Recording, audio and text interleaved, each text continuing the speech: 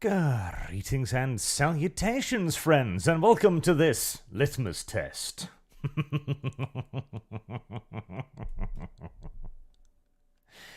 We're going to do a test today. I've had two similar styled thumbnails made for similar styled series, and we're going to see which one you degenerate responds to best. Although, I already have a sneaking suspicion. This was a particularly thirsty thumbnail that Albino cooked up here today as well. He's overdone himself in many ways, in fact. So we'll see. We'll see. The metrics and the algorithm does not lie after all. Alright, today we are going to be playing Empire 2 Total War. And it's probably going to require some adjustments of the music. There we go. It's a bit less loud. We'll have to have a test or two on that as we keep going throughout this here. Oh, that's wrong. I need to adjust my arm thingy-bob. Otherwise, this will all be very terrible. I wish I could get one of those office chairs that had the slight tip to them again. I feel like this one's always just a tiny little bit off, but it's also just probably my sitting position. Alright, so here we are, Empire 2 Total War. This is a mod, of course, since Creative Assembly would never make something quite this good. That would just go against all of their ideals and theses, frankly. Is a very major mod as well that changes a tremendous amount of the part of Empire and fixes a lot of the annoying issues, though at its heart it is still Empire, a rather wonky little game that was created, well, on an engine made mostly because Creative Assembly didn't want to allow anybody to actually make the mod Napoleon Total War, and in so doing, they certainly sacrificed a lot of things that we, the players, would have liked to have on the altar of Creative Assembly's greed. Yet, there aren't exactly an abundance of musket warfare games now, are there? So, we're gonna have a go at them as we try to... We're gonna have a little bit of a retrospective of the Total War series. We're gonna go through some of the titles, because, man, there were some good ones. God, they were. Alright, Modern Xenophon donates $40 before we got started via Streamlabs. Thank you very much, sir. To say, hey Arch, thanks for years of entertainment and insightful commentary. You're very welcome. And thank you as well. I also want to point out, this mod does use AI art. You might already have noticed things like this gentleman's thumb, for example, looks a pinch weird. And you know what? I am all for it, because this is just a tiny mod team, right? They can't afford to have like high quality art made from them by a high quality artist, or it'd cost them like $400, $500, $600+ a piece, but they still wanted to make it look good, and so AI was an easy way to do so. I'm all for it. Right then, we are going to load up the grand campaign here. As you can see, there are quite a few factions. You can play Indians, you can play actual Indians, you can play African... I think, wasn't there like one African nations? Yes, I think you can play the Berberi Pirates as well. You can play in Russia, Crimean Khanate, the Major States, Papal States, if you so choose, the Maratha Confederacy. Pretty much anything and everything is open to be played here. And with another, I think they mentioned 1,700 new units, most of them are actually properly playable as well. But we had a vote on my my Patreon and Subscribe Star, link in the description down below, where people decided that we were going to be playing the 13 Colonies. Prussia put up a good fight there at the end as well, but it'll be good old America. Or more correctly, good America, under British rule, as it should always have been. Monarchy is, of course, the premier form of government, obviously.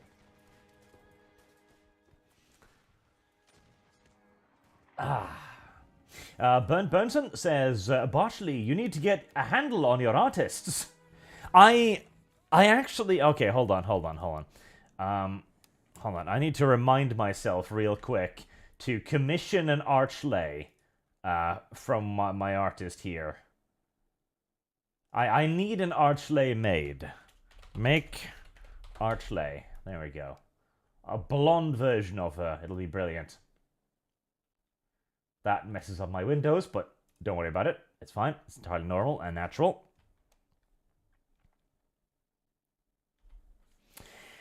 Anyways, we were playing a video game before considering whether or not we were going to dive deeper into custom-generated hentai. Because whilst a small modding team cannot afford it, I sure as hell can. Oh, heavens help me. Okay, so I'm America, or actually, I'm not America. I'm the 13 Colonies. I'm good old-fashioned British people. And I'm noticing immediately that the speech is a bit low. Okay, let's try that. Your Majesty. Your Majesty. Good, good. This man knows what's up here.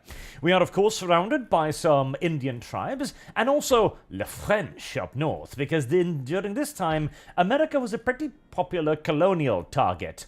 Canada is fortunately occupied by its rightful people, the Innu nations. Hashtag make Canada Indian territories again. And we're going to be going to war rather quickly. In fact, I think we might be already at war. No, we are not at war yet. How very tragic. Well, we're going to fix that, of course, as swiftly as we can. We're also going to need boats. Boats. Do we have, we've got a port up here. Okay, what can we make? Indiaman. I believe that's a trade ship, isn't it?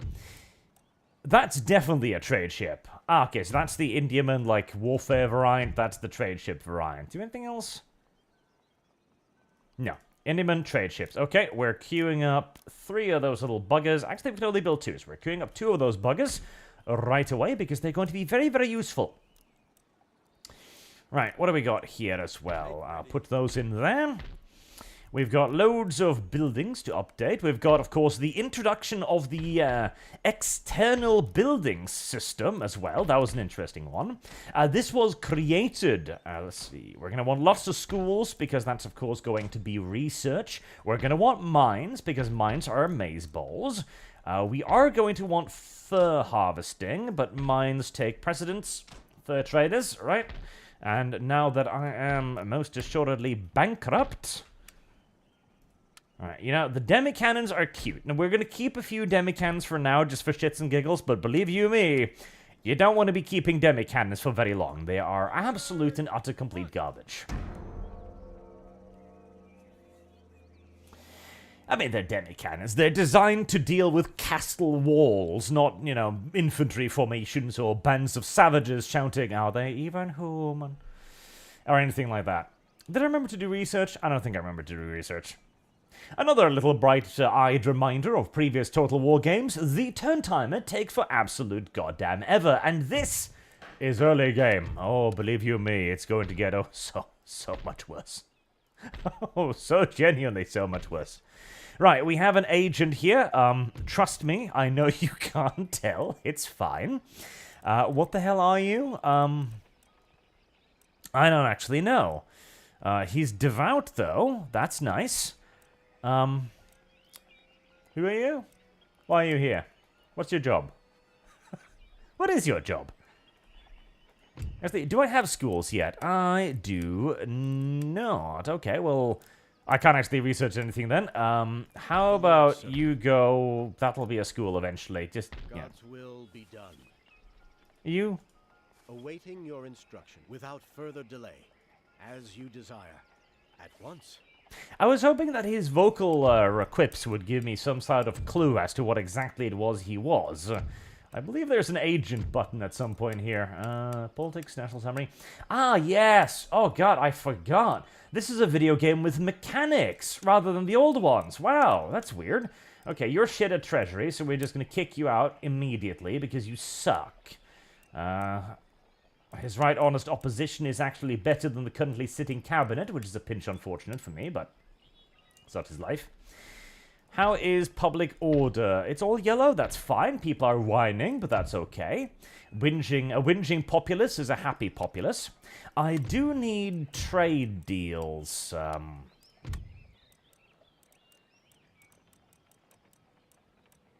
Trade agreements.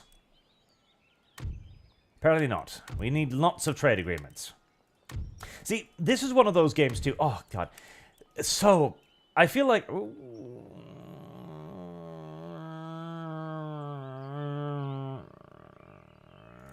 No, not yet. There are so many mechanics that we used to have in Total War that we just don't have. That we just don't have anymore. One of the interesting things about this game is that one of the primary ways of earning money is not necessarily via trading your, I don't want military axes in Hanover. Why the fuck would I want military axes in Hanover? Is that one of the primary ways of earning money is actually via trade, because trade was an enormous deal back then. It was the biggest of deals. That's also, of course, why Napoleon tried to enforce the continental blockade on Great Britain. 1,500, I'll do that, that's fine. Which ended up failing for the simple reason that trade was that goddamn big of a deal. To the point that blockading Britain, which had, of course, a tremendous grasp on all of the world's trade, just bankrupted nations straight out all over the place. Shit. Did not work out very well for old Nappy there. Tanishnev says, will you do a full playthrough of Rogue Trader? I am planning on doing so, yes. With the potential caveat as to whether or not my voice will be up to it, because there's... Oh boy, there's a lot of reading in that game. There's a lot of reading in that game. Oh, Jesus Christ, there is a lot of reading in that game. I wish they would voice act it, but, you know... They're a small studio that can't afford to voice act like 9 bajillion trillion lines of dialogue, which... I am very disappointed by, frankly, and I don't think that simply not being able to afford it is really a good enough excuse, in my opinion. Right, we have 2 boats ready. That is lovely. The 2 boats are immediately going to set sail to South America, because trade is great. Right. Keep making trade ships, because we're gonna goddamn need them. And we are going to need to keep upgrading everything, too. We're gonna need happiness buildings. Let's see, coaching inns. That's happiness for the middle class, right there. Peasant farms. You know, a peasant farm might be a good idea. Boston, which I believe to be my capital, actually, is going to need an admiralty. A craft workshop, and we can get working on the governor's mansion and a cannon foundry. Not that there's a whole lot of cannons to be had at this point, but still. Was it Philadelphia that was my capital? Which one has the most populace? How do I say populations again? Did I just click on it? Double click on it. Okay, that's simple. 18,000. 66,000. Jesus. Yeah, well, there you go. That settles that. Oh, God. Population numbers. That's another mechanic that just doesn't exist anymore, is it? Now it's population 1, population 2. That building requires 3 population. 3. And hey, I get it, right? It's a way to abstract the system and be like, well, you know, this place requires X amount of Well, hello there, massive fleets of pirates. It'll require more than luck to get out of the way of that, but we'll give it a go. As we are about to see the pirates following me. Yep, there we are. Well, I suppose that was predictable. Alright, so there is an enormous fuck-off pirate fleet just waffling through the waters. Well, that's good to know. Let's see... Where was I building this? I was building this here. I could try running the gauntlet again. In fact, I believe if I go over here, I can do the same thing whilst bypassing those god-awful pirates. Poof. Yes, that is exactly how that works. Beautiful. The pirates may be aggressive, but they have not developed the American teleportation technology. Much to their chagrin, I'd have no doubt. Alright, well, we're gonna want more people here, which I believe we just get through a good old-fashioned farm, so we're gonna build a farm there. But I get it, right? Okay, you're abstracting it. Oh, you know, you need so and so much population density to get people over there. Fair, fine, fine. But I really, like, when you have an actual population, it opens up so many more mechanics beyond simply having dudes. It opens up the ability to recruit from the population, to actually require to get a couple hundred dudes before you can raise a unit, because the unit will actually be built up around, well, you know, your population. Sweden says, evening, invisible guy is a priest agent. They serve no purpose in Empire 2. They have a cultural system now, so the modders made it invisible. Oh, okay. What do you require of me? There you go. That is an explanation. Thank you. But yes, they do have a culture system now. Oh, God. That's another thing that Total War just doesn't have anymore. It's like, oh, wow, how about we represent culture on the map, or religion? It's like, wow. We used to have these systems. We unironically did, but, you know. Creative Assembly decided that knowing how culture worked was just a little bit too complicated for the average Total War enjoyer, and so elected to, you know, Yito, Delito, all of that. Very, very kind of them. Very, very nice. Very, very, very, very lovely. Actually, empiricism, and you can get working on the plug bayonets. I believe that might have gotten me some other agents too, or that they will eventually spawn. Agents, there we go. Okay, he's a spy. He's a rake, I believe. Right, so you can just go and keep an eye on the filthy, dirty Indians. Speaking of the filthy, dirty Indians, it is time to prepare for war against the filthy, dirty Indians. Okay, we've got colonial militia armed with muskets. We have little pikemen. We have some demi-cannons. We're going to disband that. Cavalry. Cavalry, cavalry, cavalry. Cavalry is going to be the big ticket here, because the natives really never managed to figure out how to deal with cavalry. Ever. And so simply building cavalry to abuse the fact that we know that the Native Americans could never figure out how to deal with cavalry is a great way of doing it. Alright, Virginia. Virginia's going to have a shipyard, a proper shipyard, I think.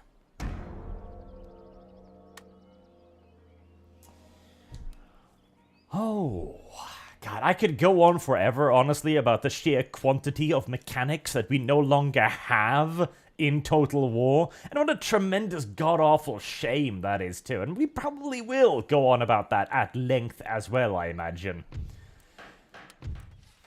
There we go, buildings. Lovely. Prussia and Saxony is at war, that's fine. Alright, we have arrived down here. Let's see.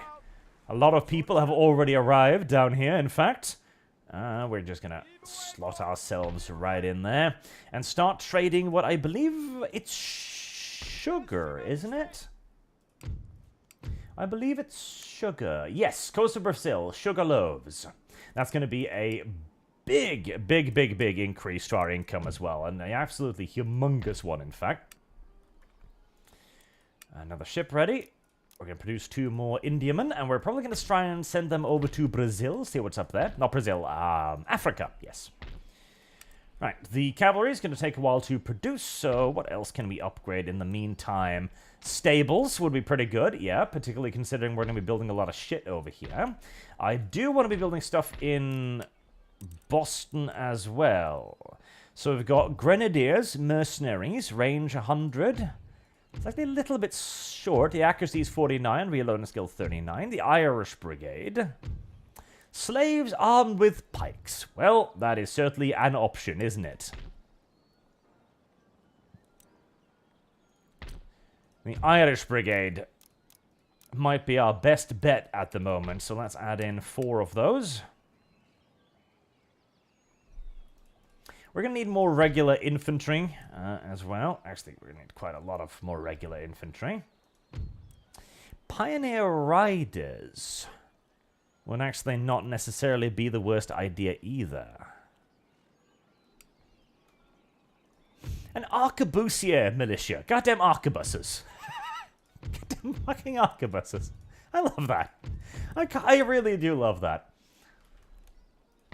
It would still have been a relatively common weapon at in this day and age, after all. Peasant farms, we do need that because we need to actually grow our population. One of America's major weaknesses is the fact that, well, there isn't a whole lot of people in America. That's a bit of an issue. In fact, there are diddly dickle people in America. Vineyards will be great. Coaching in textile mills would be nice too. Albany, New York. I'll do a smith over there. Incidentally, I have started reading the Scott Pilgrim thing as well. I think I've gotten through 3 of the 4 volumes at the moment. It's a little bit of slow going because, well, it's goddamn boring. I'm sorry, but it is. I am...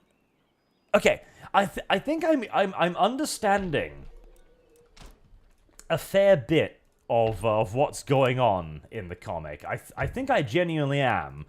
And it's in many ways very recognizable for a child of the 2000s like myself. I get what's going on, but it's also like this is some hardcore 2000s webcomics nonsense going on here. And my god, it has not necessarily aged particularly well in my non-too-flinching opinion. We're going to want way more Irish brigades, as we're going to have plenty of money for it. A second Admiralty would not be a bad idea, but Government Estate, Opera House. It's a very classic 2000-esque story, which I in some ways appreciate, yet in other ways don't really understand. I mean...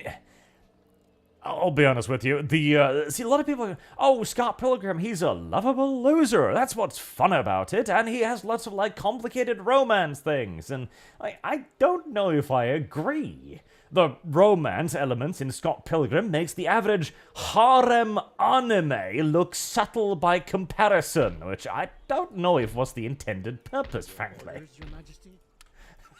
I mean, for a lovable loser, he seems to be getting an awful lot of tail, shall we say.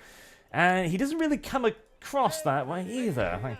I guess, see, this is the 2000s definition of the loser, right? He's got a house, it's shitty, he needs to have a roommate, which is like, wow, you need to live with somebody to have a house? What are you, some kind of weakling? Haven't you bought a house at 20 yet? And I squint on over at modern-day housing prices and the current year housing market and go, ah, yes. What a pathetic existence. And the relationship parts as well. It's like, man, Scott, you've been single for a whole year. Don't you think it's time to get back on the dating market?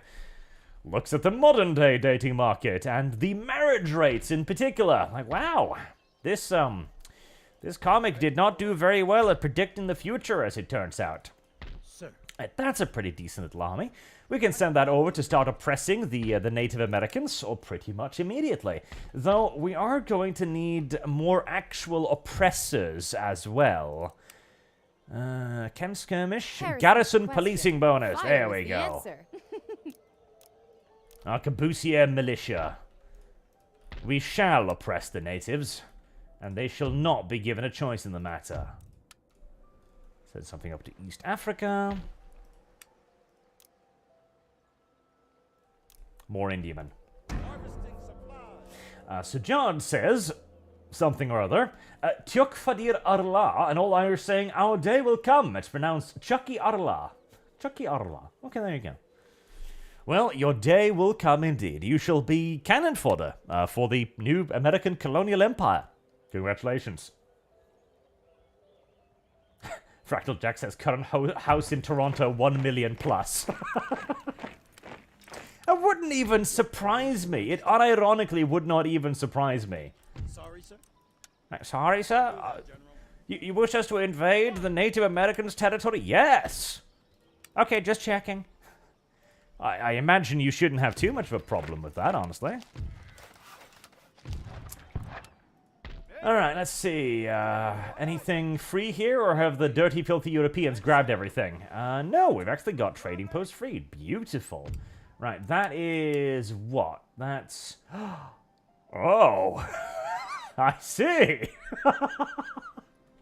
Well, a brisk trade there. A brisk trade. I forgot what era this game was made in. We were allowed to recognize that part of history, are we? Very well then, you know. Hey, it's profitable, isn't it? Can I not train pikemen here? Do you have pikes? You don't have pikes, do you? The Arquebusier militia have less defense and melee attack than the Pioneer militia. I feel like that's unfair. I feel like that's very unfair. I don't agree with that. Citizenry? Well, they've got some spears. Can skirmish. I don't know if that's necessarily what I want, honestly. All right, make another 4 of those. Lord. Right, and we should get started on another army, actually. There we go. Another trade navy. Or I'll send that off to East India as well. Make sure we get a nice and balanced quantity of trade goods. Yes. It kind of reminds me of a brighter time in many ways. Oh, Jesus. Okay. We're kicking this shit off right off the bat, are we? Oh, boy. Okay.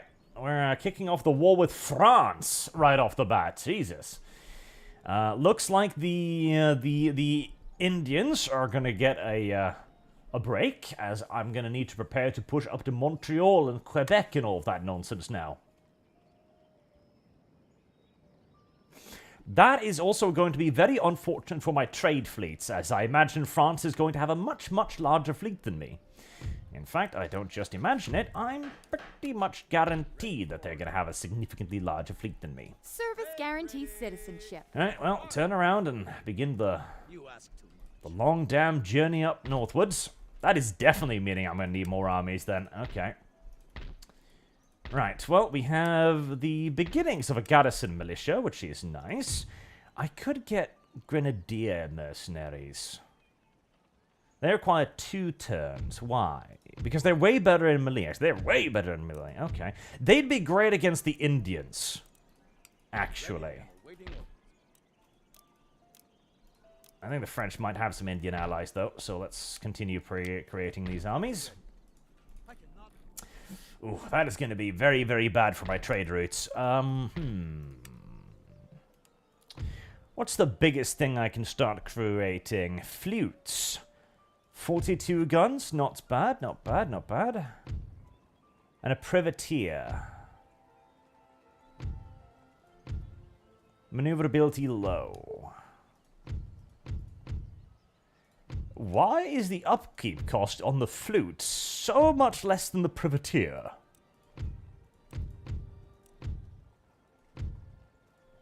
I have no actual idea. I have no earthly notion. Is it because I can only have, like, 2 or 3 of them? Okay, brilliant one. Okay, well, we'll build some flutes then. We'll want 3 of them, and even that's probably not going to be anywhere near enough, but it'll be the beginning of a colonial navy. The Real Holznator says, the dating market is so messed up that I suggest Dev do a series rating dating profiles. Also, we don't want the Irish. Too unreliable. Good point, good point. But yeah, Scott Pilgrim in many ways reminds me of a better time. Like, the guy moves out of his parents' house, and he can afford a house. Not just an apartment, a house. And you filthy, dirty pirate cocksockets. Sail for home. Oh, well, that was that retreat. Election results. Okay, that's not too bad. Oh, where exactly did that fleet arrive? I should have clicked the where did you show up button rather than the go away button. Right, okay. Rejoin that. Right, I do still have something over here. That probably got molested, and I do have something over here. Portugal. France. Unfortunate. Indians. Well, there ain't shit for me there. Let's flee immediately. How long are the flutes gonna take? Just one more turn. Lovely. Okay, that's pretty good. Ooh, Guns of the Line, eh? Admiral's flagship. I wouldn't mind sending a little flotilla up to try and mess with the French stuff. I really, really wouldn't. Maybe some privateers.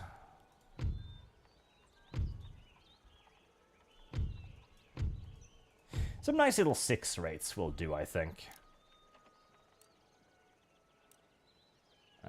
Where exactly did they now transfer to? Oh, can I only have one of those for some reason? Okay. Right, we'll build 3 privateers instead then, that's fine. But, granted, he needs a roommate, but even that's like, yeah, that's pretty good.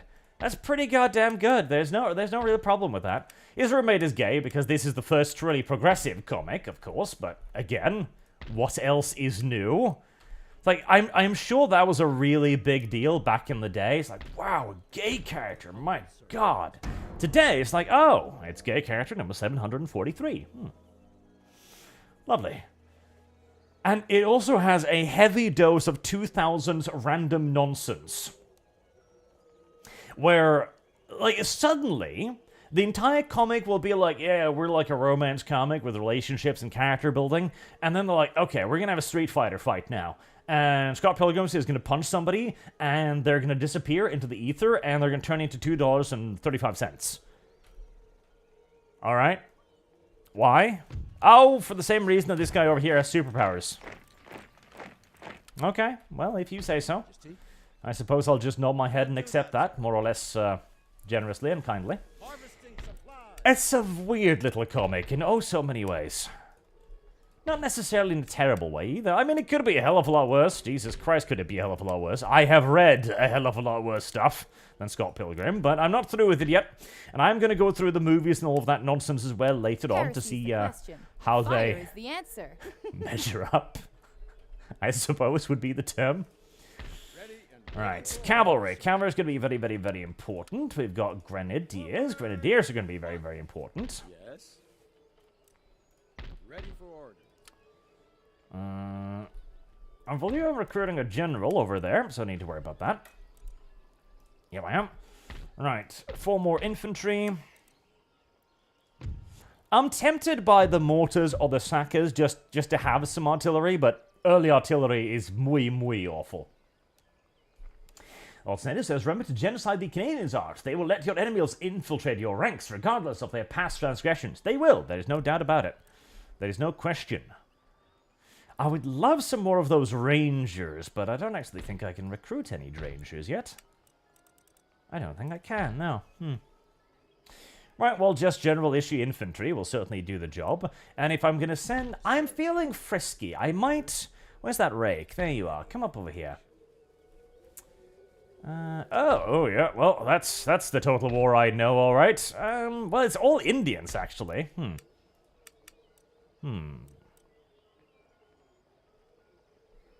I'll have 8 of those, 4 of those.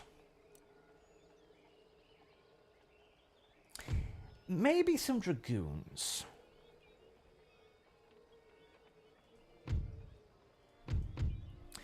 Do they bring any, melee units. No, it's pretty much all... They are bringing... cavalry, yes. I should get some pioneers. I'll have to wait until next turn, though. My income should still be doing... Yeah, it's okay. It's not as amazing as it was, and it's going to get worse with the trade probably getting screwed over a little bit, but still. Right, let's join up the flutes. Any orders? Aye, sir. These are going to get sent to protect the sugar loaves in South America. And speaking of... let's see... that was the diplomacy mini. I don't know why that got grayed out whilst I was moving, but I would love to get some more trade agreements up and going.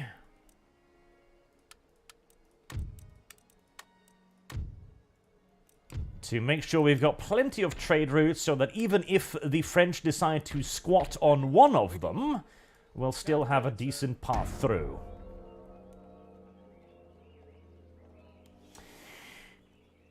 Oh boy, oh boy.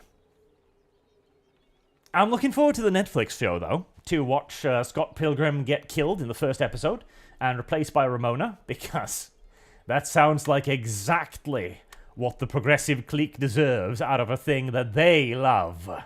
That just sounds like poetic justice to me, and nothing short of it. Now, well, if they're just going to chill there, I am going to go and genocide the population of Fort Nashawak as well. Yes, sir. Because if they're not going to defend themselves, then that is what we call an invitation. Alright, let's get some more pioneers on the way. Yes. An honest politician. Well, I don't know if I believe that video game, but if you say so...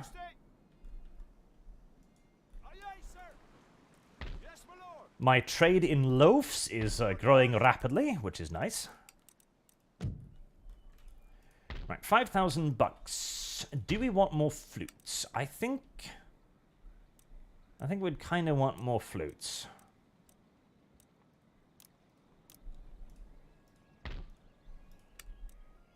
There's the privateers. Right, privateers, you are going to go and see if you can upset the French in East India. I mean, if we're at war, after all, we might as well try to be a little bit mean to them. I am researching tech. I am, in fact, just about to finish researching some tech, which is quite nice. Oh, speaking of technologies and researching, Jim Sterling is pregnant. Or, excuse me, Stephanie Sterling is pregnant.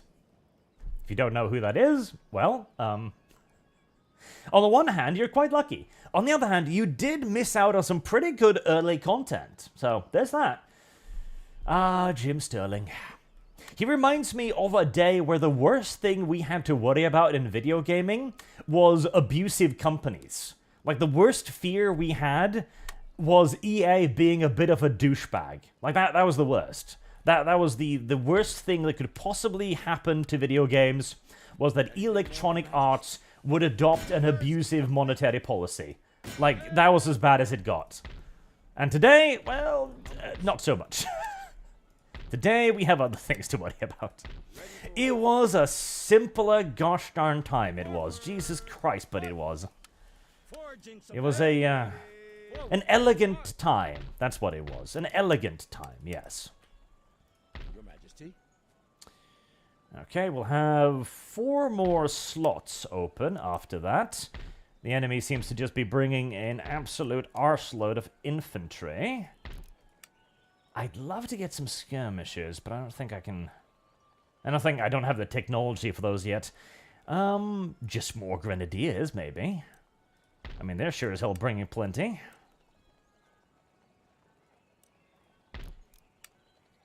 Maybe something melee-esque. Slaves armed with axes. Oh boy, let's not open that picture anymore on YouTube. Slaves armed with pitchforks. Slaves armed with pikes. Something tells me that they're not going to be fantastic in close quarters combat, so let's not. Some simple militia muskets, maybe. They're not bad, are they? Yeah. Let's bring some militia muskets along. A simpler, more innocent time. A more convivial time for all involved. Okay, flintlock muskets, that's fine. You can start working on that, which will give me money. A little bit of minus happiness to the middle class, but hey, whoever cared about whether or not the middle class was happy? Ah yes, Total Biscuit and Sterling. The very good old days. And yes, I did say that, Fractal Jack, correct. He did great coverage of the games industry. He absolutely did, no question about it. I mean, you can argue that it was a bit of a soft target, and it was. It doesn't require a whole lot of philosophical thinking to look at Electronic Arts going, yeah, we're going to charge you $20 for a DLC that was already on the hard drive, to realize that that's bad. It's not one of those things that require an enormous amount of, deep analysis and forethought, shall we say. And, yeah, somebody had to do it, and it was Stephanie Sterling, and he did a very good job. She did a very good job out of it. What have we got there? A war galley, a flute, 2 flutes, and a civilian luger. Firepower 229. Compared to my firepower 94. Oh, you don't say. You don't say. Yes, I don't think I'm gonna be here anymore. Goodbye. Any hopes of harassing them in the Far East have been somewhat reduced by the knowledge that they've actually got a really large boat there, as it turns out. Okay, well, I can make some very large boats of my own, perhaps. That might be possible. Right, flutes, you're gonna head on over to protect the slave trade, unironically, in West Africa. I do love that that's a thing in this game now. I do love that quite a bit. Alright, that's the second army, are the pioneers. Ready? Nice little cute little dragoons.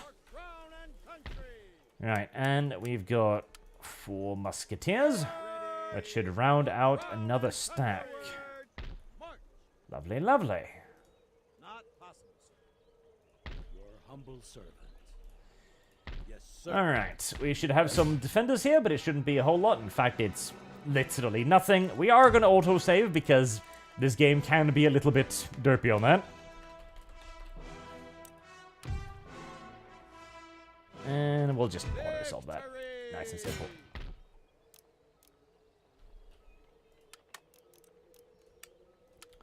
Right, and do we want to replenish? Yes, it's going to take a couple of turns, but we want to replenish because we're going to need to stay here for a couple of turns anyway to await the arrival of our garrison. As in this game, you actually do need to have garrisons. You need garrisons to keep public order, otherwise the populace are going to kick off a one hell of a shit fit. Oh boy, will they.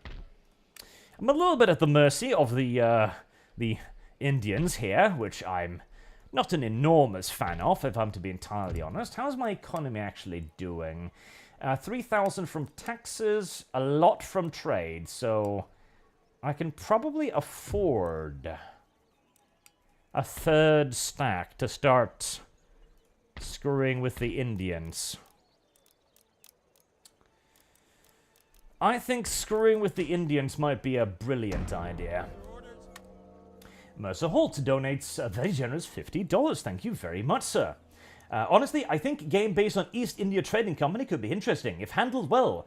Right, Arch, also 1812 expansion to this would be amazing. Also get all iron sides, aka the USS Constitution. I will be able to transition into America properly later on in the game, which I do of course intend to do. I have lost. Shit.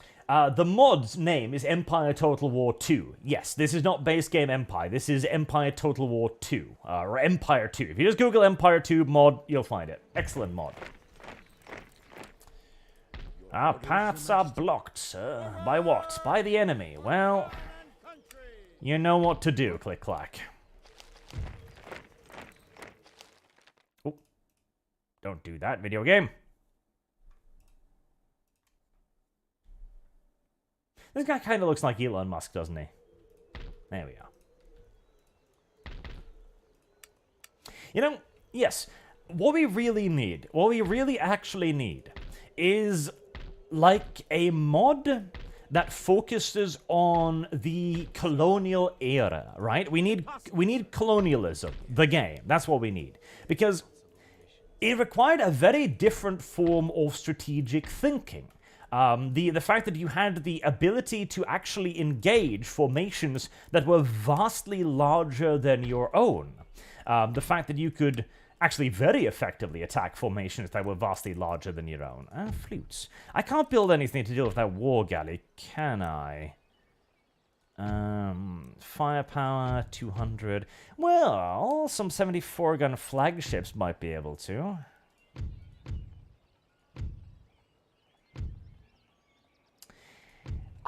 I probably don't want to invest that much money into it, though. Like, we're going to focus on getting ground armies up, and we'll worry about Navy thereafter.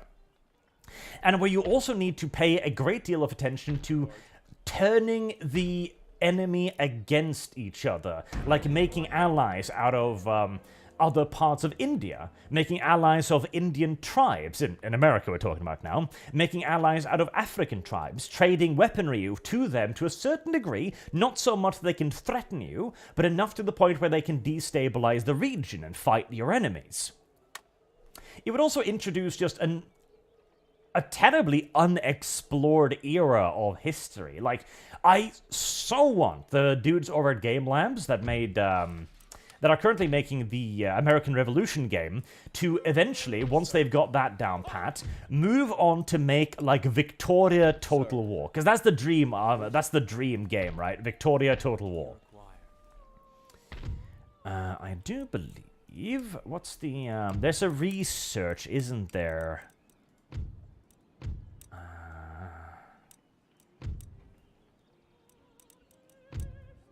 Is there a research for it? Maybe not. Maybe it's just like a building. There's a way to spread culture. Because currently French is going up. I think it might have to do with neighboring nations, or it might be that I need a church. I don't remember, but I'll remember eventually. Right, if we're going to be fighting the Indians, honestly, I think I would want grenadiers, maybe? Or would I want to outshoot them? Honestly, they're bringing a lot of ranged weapons, so I kind of think I maybe would like outshoot them. Just hold them off until the cavalry can violate them all. Seems like a decent idea, frankly.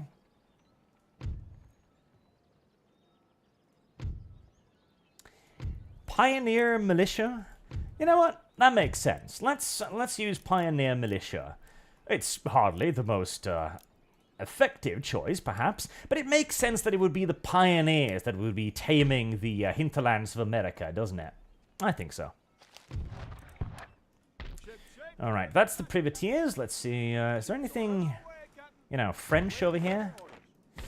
There's some pirates. 40-gun frigates. Any orders? Underway. All the way. Ships, orders received.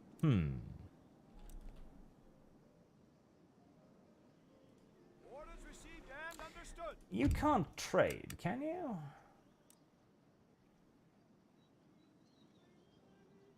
You actually can. Interesting. Heresy's the question. Fire is the answer. Oh, don't mind me if I collect a little bit of extra money then.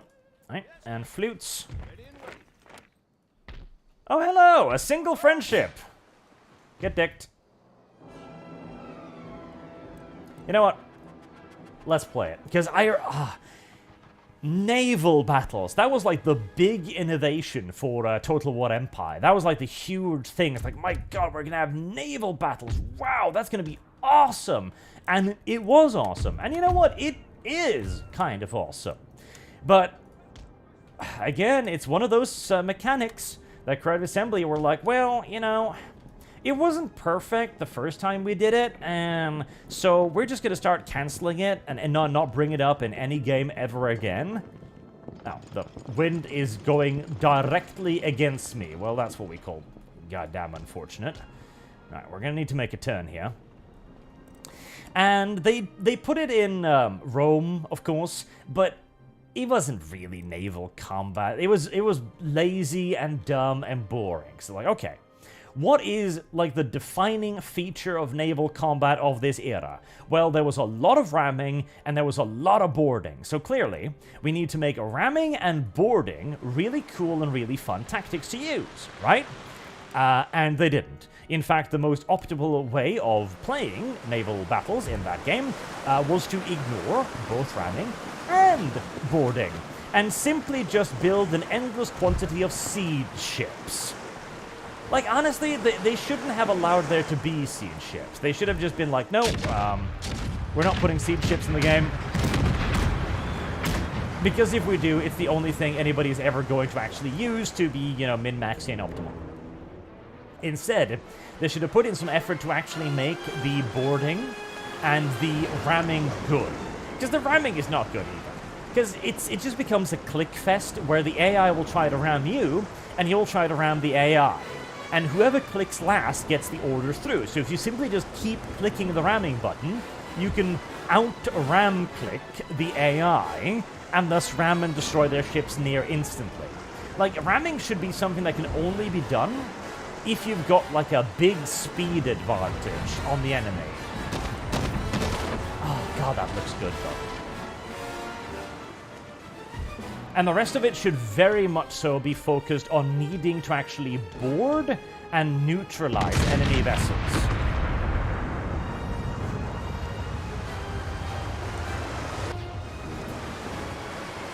We're going to have some interesting issues with the AI here, because the biggest reason why Naval Warfare and Empire was kind of ass was because the AI was never actually capable of, well, playing with the mechanics in it.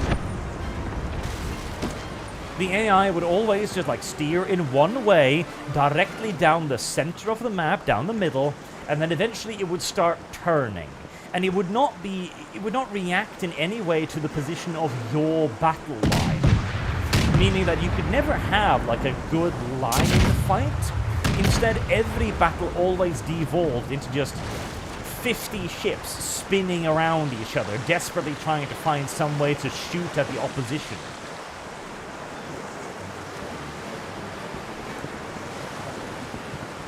Oh, ass guns. Ass guns.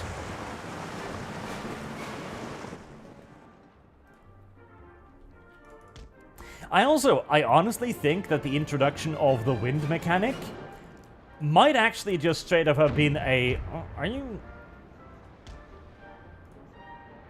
You little dumbasses. Turn in formation, you shitwinks. The introduction of wind mechanic, I honestly think was an enormous mistake on a map like this, because the map isn't big enough to accommodate the kind of maneuvers you are going to need, especially in a situation where you don't have the wind in your favor. Like, because it's so determining, right? In the kind of naval battles that you had during the era, the wind was decisive. And it was because naval battles were really, really long and really, really slow. Like, the ships would pass each other's by and they would trade loads of broadsides. Like, these ships would stay by each other, locked in, and just blast, blast, blast, blast, blast each other. And engagements were also relatively decisive, too. Whereas here, you are constantly maneuvering. In part because the AI doesn't know how to lock onto your ships and actually, you know, stay with you. Meaning that you need to constantly be turning and turning and turning and turning. Which in turn means that the wind mechanic ends up, well, you're gonna have to turn into the wind for the simple reason that you're constantly turning in a fucking circle, and nothing is ever happening in a straight line, as the AI will constantly be dictating the engagement by just, again, randomly fucking turning all over the place. I almost think that they would have been better off by just kind of ignoring the idea of making it a real-time strategy battlefield, and maybe even doing something crazy, like embracing like an endless endless space-style combat system, you know, where the fleets kind of are locked in. You have to choose a position, like, are you gonna be in a line to meet them? Are you gonna try and charge through them? Are you going at an angle to try and, like, you know, hedge your bets, etc.? Like a large strategic decision that then plays out rather than the real-time combat element of it. It doesn't help either that it's kind of difficult to control fleets in a decent manner. There we go.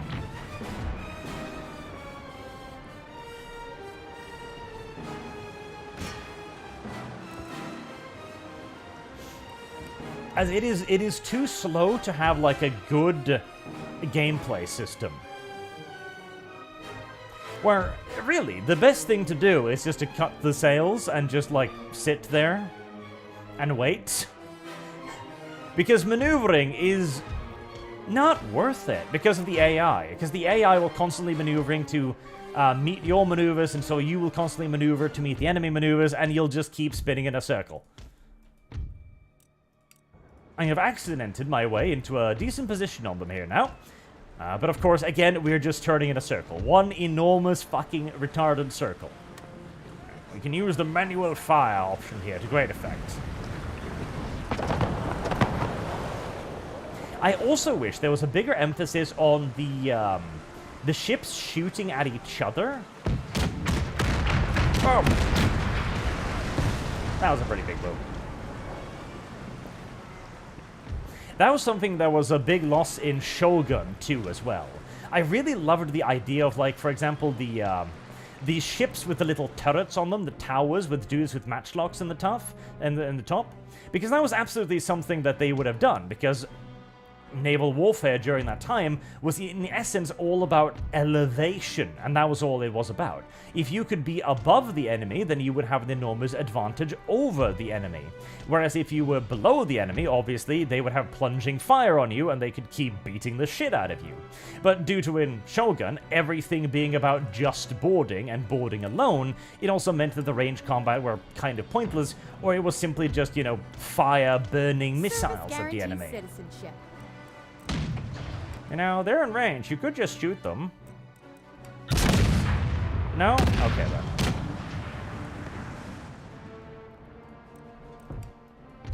Turning in circles, it's Empire Total War naval combat. And this gets so much worse when there's big navies as well.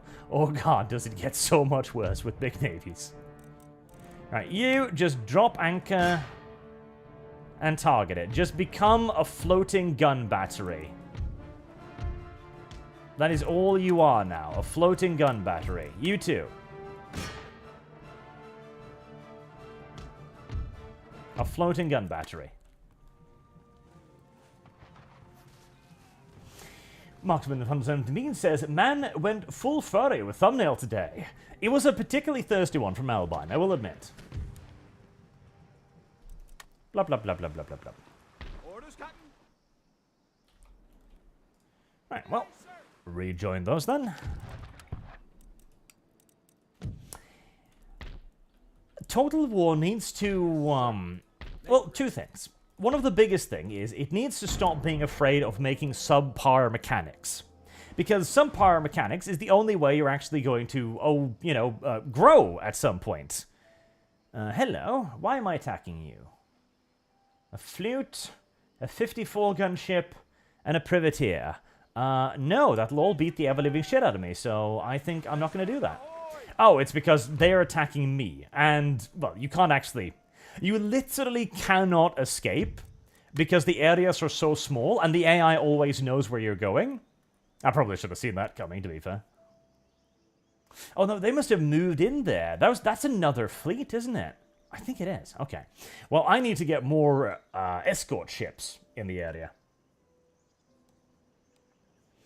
Carmine Galanti donates £10. Thank you very much. Have you done a lore update about Wulfric the Wanderer? I could not find it. Lore upload. I did an upload on it. I think. Did I? Where's the Wanderer? I can't remember now. Maybe, maybe not. And once they've made a game mechanic, they need to not be afraid to fix it. And or, if needs be, change it drastically. Because again, if you're going to be doing naval warfare of a particular era, you're probably going to just have to go, okay, how can we force the mechanics that were relevant in that era? If it's in the case of line warfare, for example, you're probably going to need to force the line warfare. In the case of ships, you're going to have to go, okay, well, how do we make sure that the player stays in one Heresy's spot question. opposite Fire is the the AI? answer. Probably the best way to do it is to make them choose formations and then fight out the battle like that. Alternatively, you could give him squadrons to command instead of individual ships. Okay, you don't have a vessel, instead you have 5 vessels. And these 5 vessels will be your navy, and they will always be deployed in either line abreast or line astern. And you can't really change that, for example. I really kind of want to get revenge, though, on those little shits. But I also really feel like I can't afford to.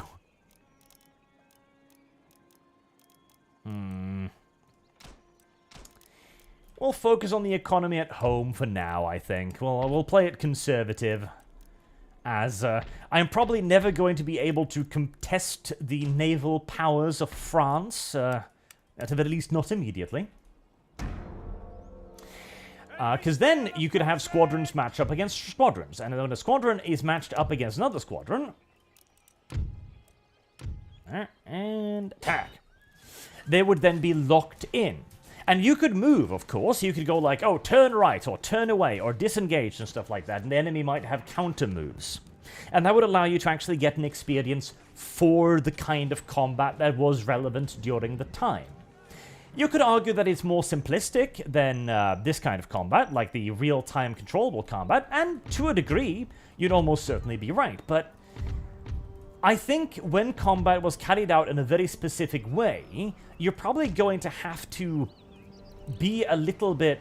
Oh, how did I, Oh, right, this was this game. Right, where you need to, like, select a specific formation to be able to drag units. There you go. That was a weird feature of this game. And we've got some colonial militia. And of course the general, who probably shouldn't be out in the middle of nowhere. Right, well, I do know that occupying houses in this game is an absolutely terrible idea. But I'm really tempted to send out a unit up there to try and grab that house. With the dragoons. Just because funny. I know I shouldn't, but it's a cool little mechanic that you don't see in a lot of games. Let's see.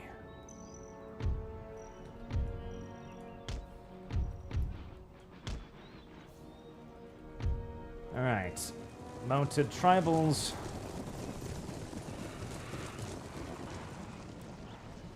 Lots of cavalry on that flank. Lots of infantry over here. Cavalry will overrun the infantry like they're nothing. And we're going to want to be careful about the enemy's cavalry, because they could be very dangerous very easily. And I'll rush a unit forward, and we'll occupy the building, because it's funny. Honestly, I think squadrons of units makes more sense again and again. Now, you could also simply just make the AI better. That's a big deal as well. Ultimate Admiral Age of Sail, for example, managed to maintain the idea of wind in the game as a big, decisive mechanic. But due to the AI being much better at trying to actually, do a fighting line and allow you to maneuver, you still didn't have that just turning in a circle. Although, even then, during the larger battles in Ultimate Admiral as well, it did turn very much so into turning in a circles problem. Ultimate Admiral Dreadnought pretty much fixed the problem entirely by simply going, okay, let's mechanic around it. So, what's the defining feature of our era? Well, it was Dreadnoughts. Dreadnoughts engage at long range, steaming in fairly steady lines. So what are we going to do? We're just simply going to give units really long range and really ass maneuverability. That way, the player kind of has to engage with the way that the dreadnoughts actually fought, rather than simply spinning in a circle trying to get an ass shot on the opposition. Get in there, lazy gits.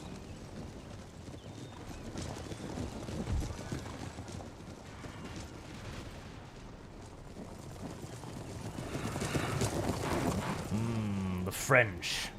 The vile, disgusting French. Never trust the French. Right, the militia will provide flank security against those, and we're going to keep these a little bit back as a bit of mounted security net. Bit of a mounted safety net.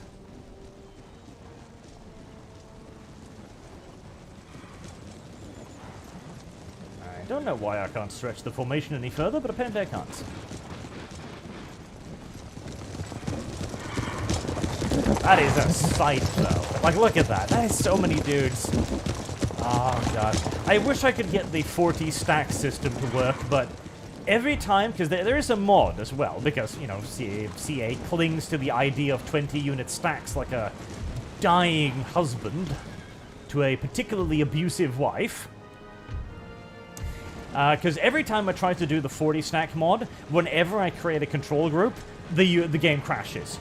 Every single time. So sadly, we're gonna have to play with the mere 20 units that CA has decreed for us.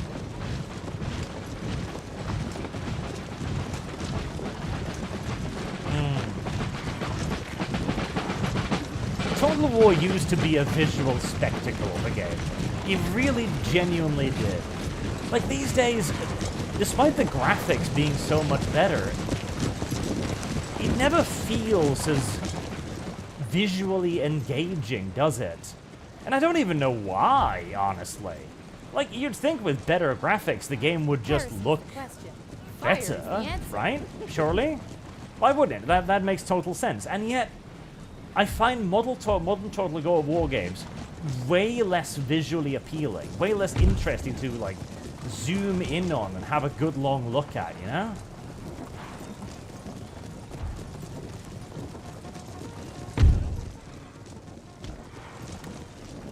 I'll double time those up on the flank there.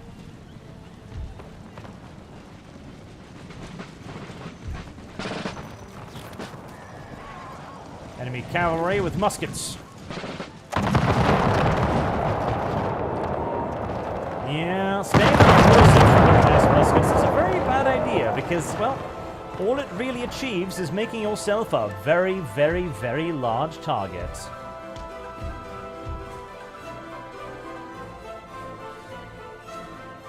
Boy, are they just charging my ass. Alright.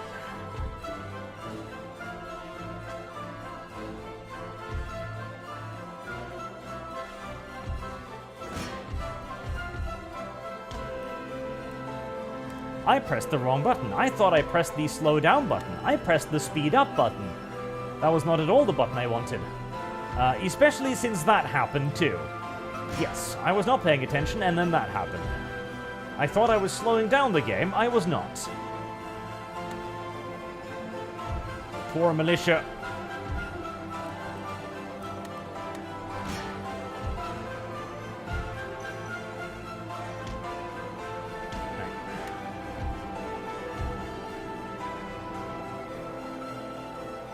We're gonna peel on off.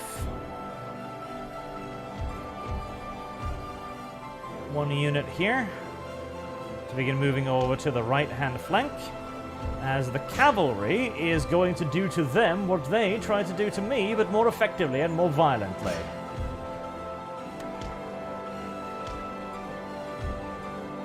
Careful there, little general. You don't want to get killed by a stray around, now do you? That would be most unfortunate for you.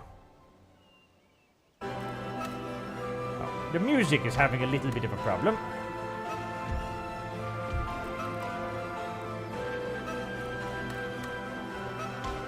Toss them in the counter charge. Oh hey, slaves with axes.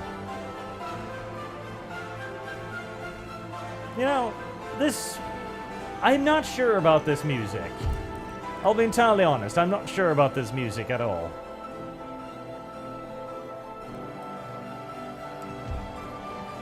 I'm presuming it's trying to be, like, tense. And I'm not convinced by its efforts. I think it might be making things worse. I think it might be making things almost a little ridiculous.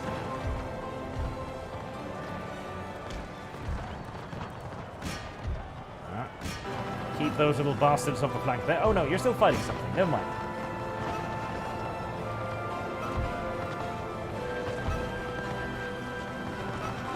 Get the regulars over. As meanwhile, the cavalry is just butchering all of this. See, this is why I brought loads and loads of cavalry.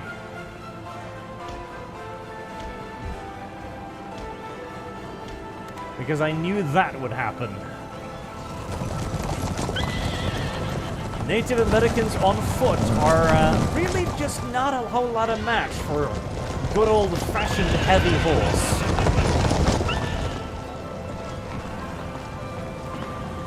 As the French are streaming by in abject retreat. Oh boy, General, you should not be in there. That's an extraordinarily unhealthy place for you to be. Don't worry, lads. Reinforcements are on the way.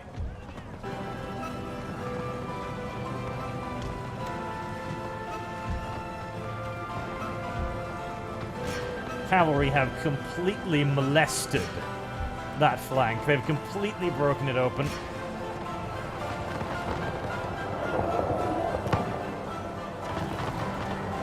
Look at these poor bastards. Like, we've got axes.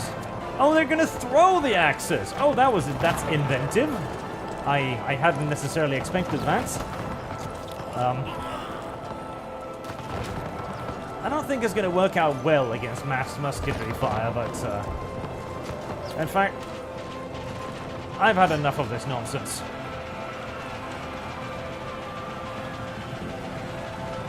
Yeah. Didn't think this through, did you? There we are.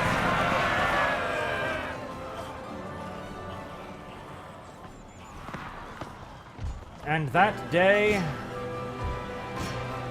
another cause for African reparations was created.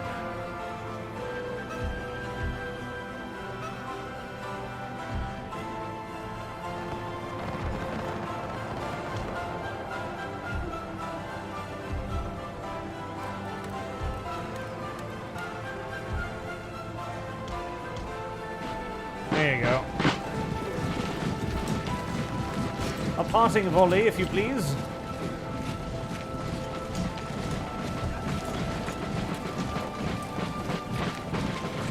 Just to make sure they don't get any ideas about coming back.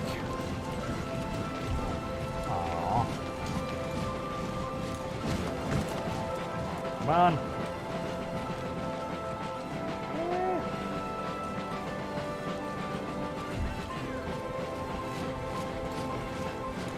Nice. But why not, though? They're probably out of range or something. Muskets are very short-range weapons, after all.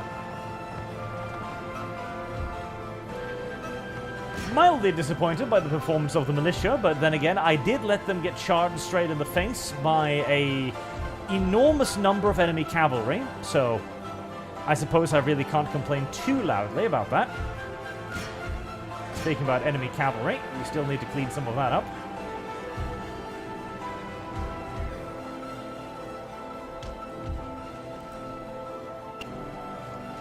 Are you outraging me? You are, aren't you, you little shits? Okay.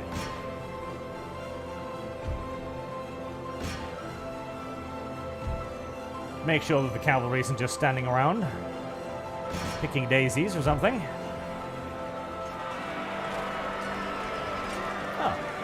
Well, at least the French bothered to dress these Indians up in proper garb.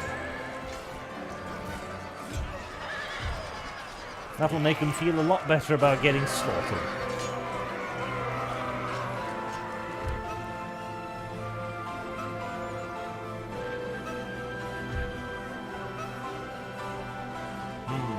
More slaves.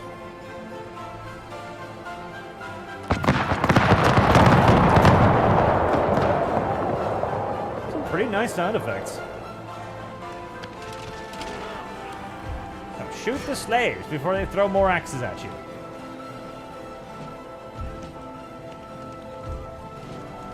You know, the axes are actually surprisingly effective, annoyingly enough.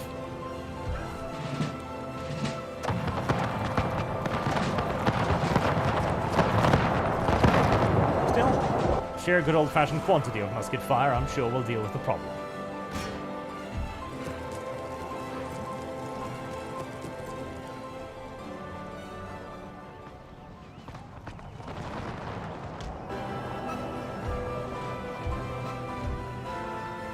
Them having 110 range instead of 120 is actually going to be a bit of an annoying problem.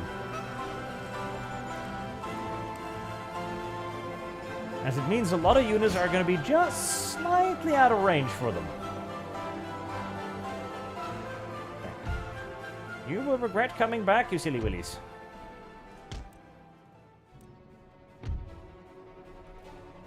And the last unit of native cavalry. Dispatched. A heroic victory, even. The music does feel painfully off, doesn't it? Yes, it really does.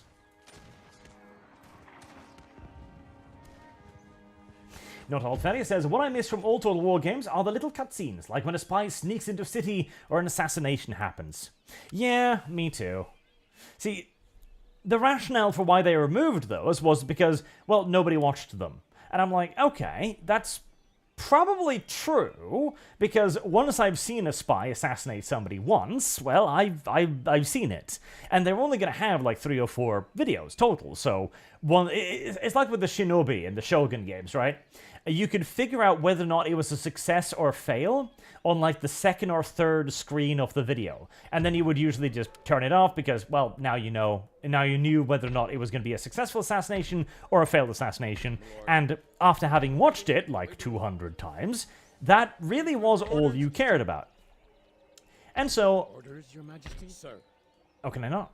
Oh, Jesus, can I not get past you? Oh my god, do armies actually have, like, mass in this video game? Are you certain? Are you sure? Wow, video game mechanics. That's a rare and unusual thing to see in a game, of all places. Ooh, I don't like that little army down there. I don't like that little army down there at all.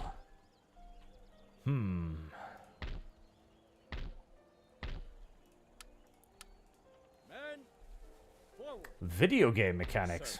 Jesus. I also got these little flanky shits. I don't like that either. I don't really want to go all the way around there. Right, well, we have managed to block ourselves in a moment of retardation.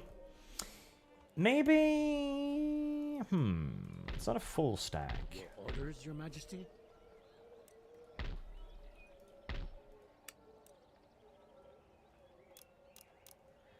I can probably take him.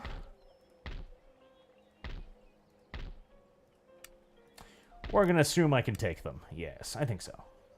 Now I'm tempted to bring some slavers on with axes myself, because they were actually not terrible. In a weirdly absurd way.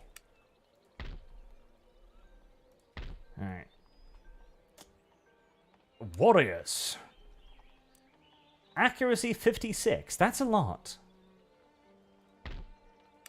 My arquebusiers. Can my arquebusiers take them? That's a good question. I should probably get the counter, but I don't really want to get the counter, because the counter is expensive.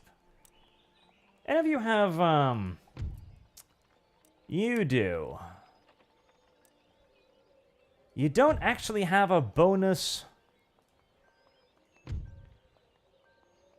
Okay, slaves armed with pikes scare horses. Good. Let's get a couple of you then. To as backstop against the hunters. And 1 cavalry unit. That'll probably be enough to deal with them. Sir.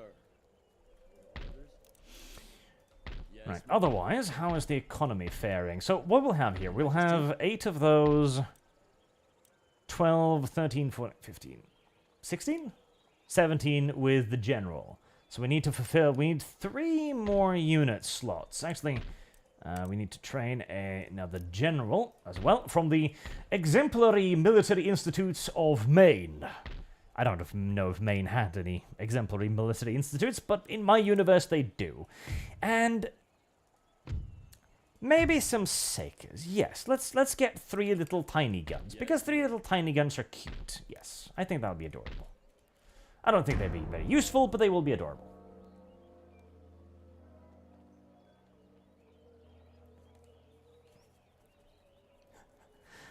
This has been a bit of a nostalgia weekend. A bit of a nostalgia week, honestly, hasn't it? On the one hand, Jim Sterling appears back in the news, briefly, for being pregnant, which was unexpected, but there we are. And hardly, you know, unusual in this day and age. Scott Pilgrim is taking me back to the 2000s in one of the less great ways, if I'm to be entirely honest. And then we've even got a little bit of funny dealings in the corporate side of things with Microsoft and OpenAI. It's like being back in the olden days, except grimmer and significantly less hopeful. Everything is darker and more evil. Well, you guys got chewed up a hell of a lot more than I expected you to do. A hell of a lot more than I expected you to do, actually. So much, in fact, that I can't even pay for your immediate rearmament, right? That's, 9,000 bucks. Boy, hoy. Yes, let's try to endeavor to take a little bit less punishment the next time. Your Majesty. And that should be enough to deal with that. I'll have to wait a few turns for them to get a general, but beyond that, that's getting to be an awful lot of Indians up here. I'm thinking that maybe I should just bring more cavalry. Not Alferius asks, have you read or watched Vinland Saga? Both. It's a pretty damn good little manga, and a pretty damn good little anime as well. It did have a period there with the Farmland Saga, which requires a certain degree of perseverance to get through, shall we say. But even that wasn't bad. I do hope now, though, with the Indian part that, oh god, Thorfinn? Was that Heresy's the Thorfinn, question. yes. That he Fire actually is the goes answer. back to realizing that, yeah, no, sometimes violence is actually going to be absolutely necessary, because it feels like the story is kind of beginning to pivot back in that direction, and I would prefer that, because it is a far more, realistic... What? Eroxes? What do you mean, Eroxes? What? But I'm trying to get over there. Can't do that, General. What? Okay, I'm confused as to how the hell and why that happened, but oh well. Right, General in 2 more turns. Fortunately, they have elected to simply just stand there and not actually bother me by doing anything, which I'm very pleased by. I could use more fur, so let's build that. And that army should not be too much of a threat anymore. Your Majesty. What was that about? I have no idea now. I've completely lost the train. Okay, well.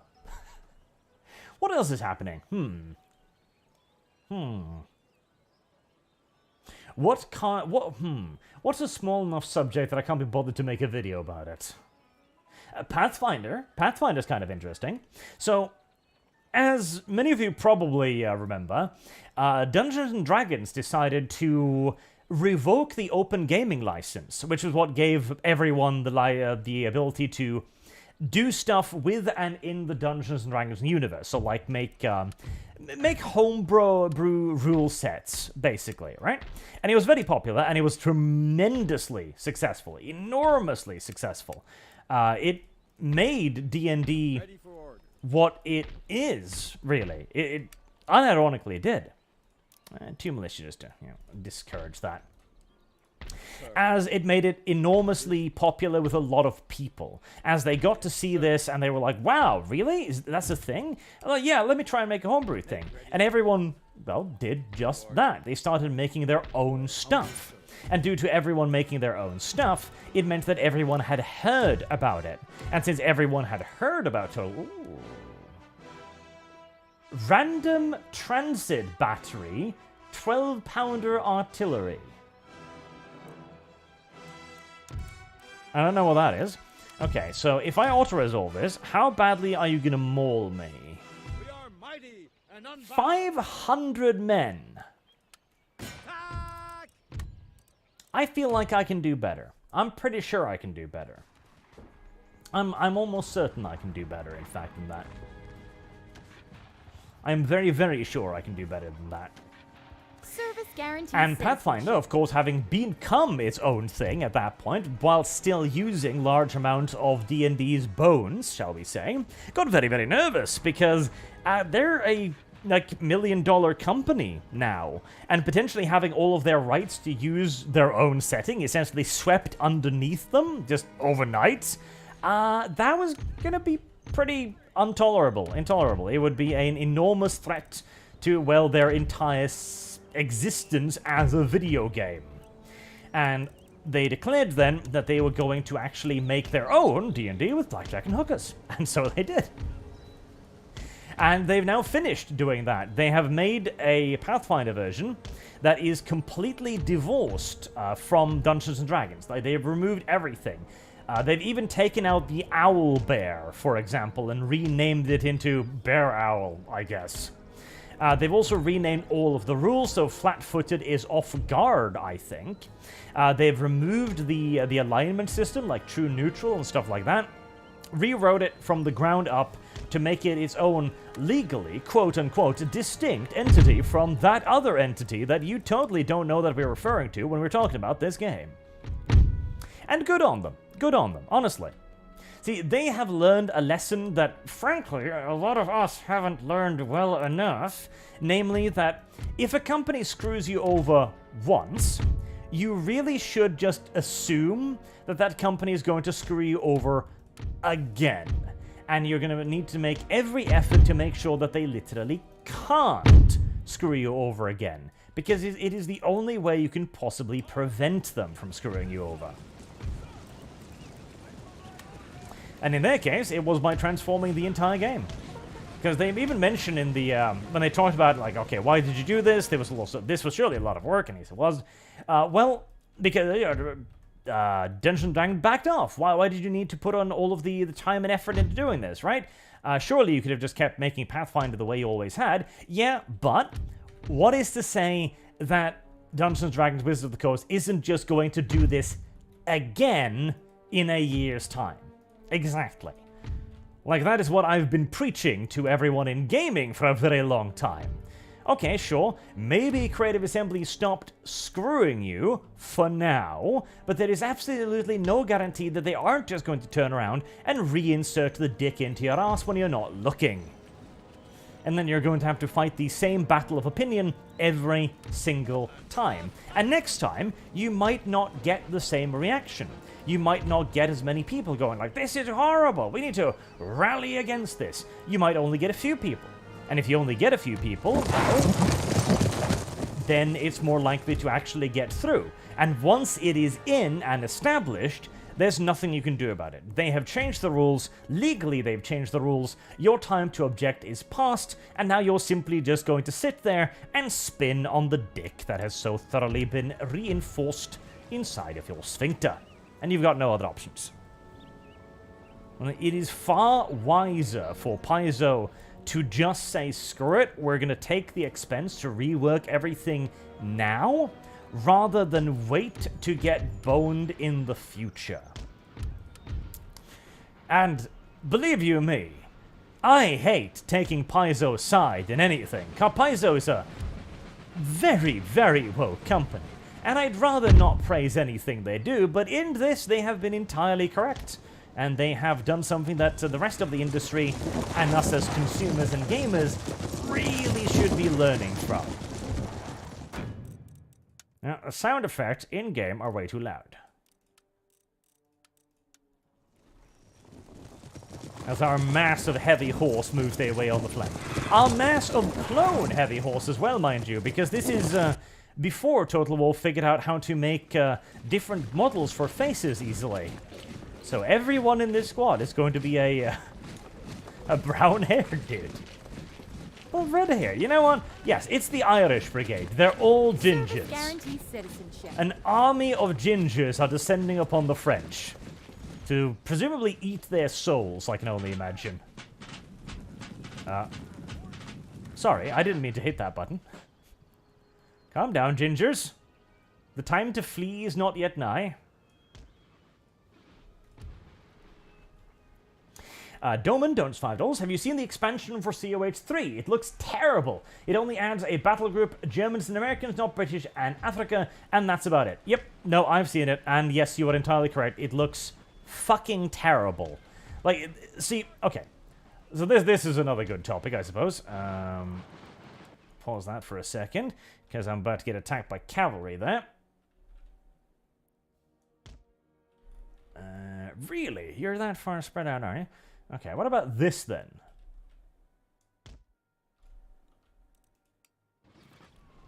That's better. Double time it. Are you really gonna... Huh. Huh. Well, I admit I didn't see that coming. The AI has caught me by surprise by its, well, if I'm to be entirely honest, complete and utter retardation there. Ah, right, I remember. See, this was actually a mechanic I remember abusing the shit out of in this game for so many years.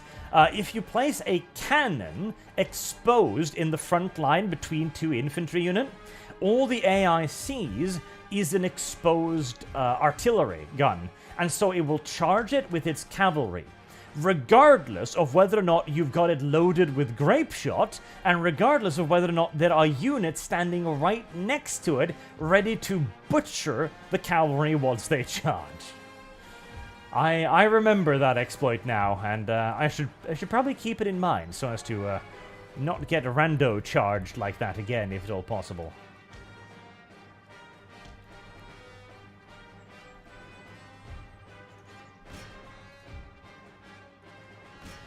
Kill that. Kill that.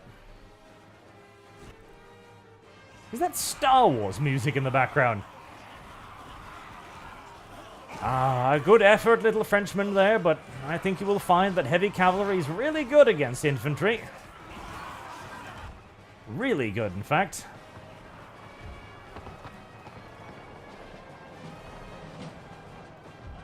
There are the French. Kill them now. Powder burn the guy in front of you's face off. This is sadly one of the things that the mod has not been able to fix. The firing mode systems. I don't know if they've got in rank fire, or if they've got in fire and advance, or the platoon fire system or anything like that, but they don't have the usual, like, scattered fire. They just have the fire from Napoleon, where basically everyone aims and everyone shoots at the same time, even if that means blowing the head of the guy in front of them, which is very sad. I really enjoyed the idea of, like, having multiple ways to engage the enemy and firing drills, etc. I always thought that was a fantastic idea. But again, Credit Assembly kind of abandoned it completely, and never fixed it. So, there's that. But yes, the COH 3 expansion. Okay, so if you pre-ordered the fancy-pantsy version of Company Heroes 3, which I did, and I even bought one for Kibbs, did he say thank you? No. Why? Because he's a Kib. That's why. And it was like early access to the alpha and the beta, which for me, who's an enormous COH fan, that was obviously reason enough. Yep, I need that, of course. But another thing was you got the first expansion pack for free. It's like, okay, expansion pack, cool. So it's going to be like the ones for COH, right? It's going to add in a new campaign. It's going to add in some new factions. It's going to add in lots of cool shit, right? No. The expansion pack for Company of Heroes 3 is 2 new doctrines for the 2 existing factions, and only 2 new multiplayer doctrines as well, none for the British and none for the Africa Corps. Like, wow. That is an incredibly bad expansion. That is actually a difficult to put into word correctly and quantify level bad expansion. That is an awful expansion. And the worst part is, it's not even an expansion at that point. Like, that's not an expansion, that's DLC. Come on. I mean, sure, if you wanted to release battle groups as DLC, I don't even mind. I was ready for that. I was like, yep, that was the monetization system during Company of Heroes 2. That's probably going to be the monetization system here. Fair enough, you know. I get it, you need to milk me a little bit so that I can give you enough money for you to live off. Okay, you know, fair, fine, and dandy, blah, blah, blah. But be, at least be honest with me when you're gonna do that. At least say, oh, you're gonna get the first DLC pack for free. Don't tell me I'm gonna get an expansion when you don't actually, you know, give me an expansion pack. And they're currently getting a lot of flack for that, and deservedly so. That is not an expansion relic, by any stretch of the imagination.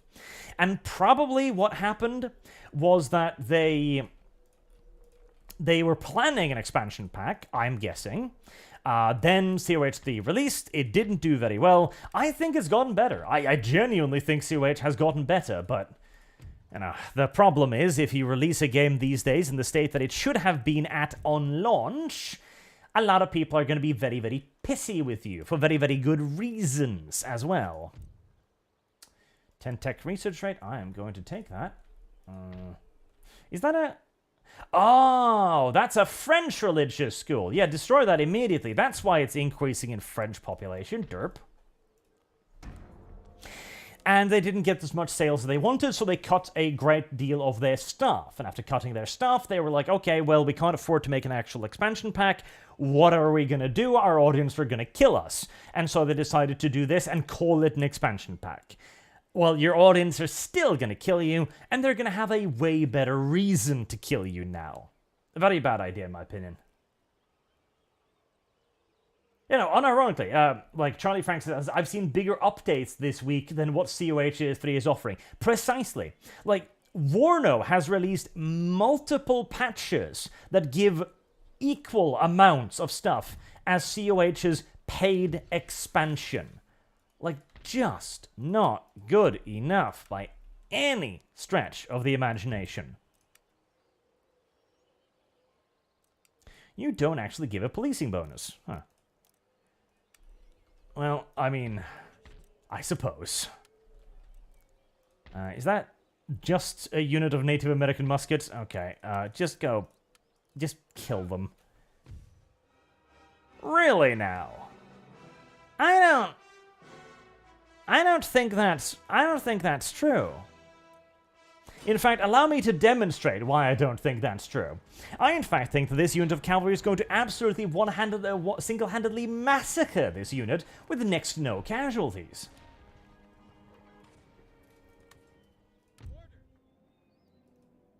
God, I wish this game had Fog of War. Like, the massive maps in Empire is such a cool feature. And I love them to death, because they make all of the matches so much more interesting. But they could have done so much more with them.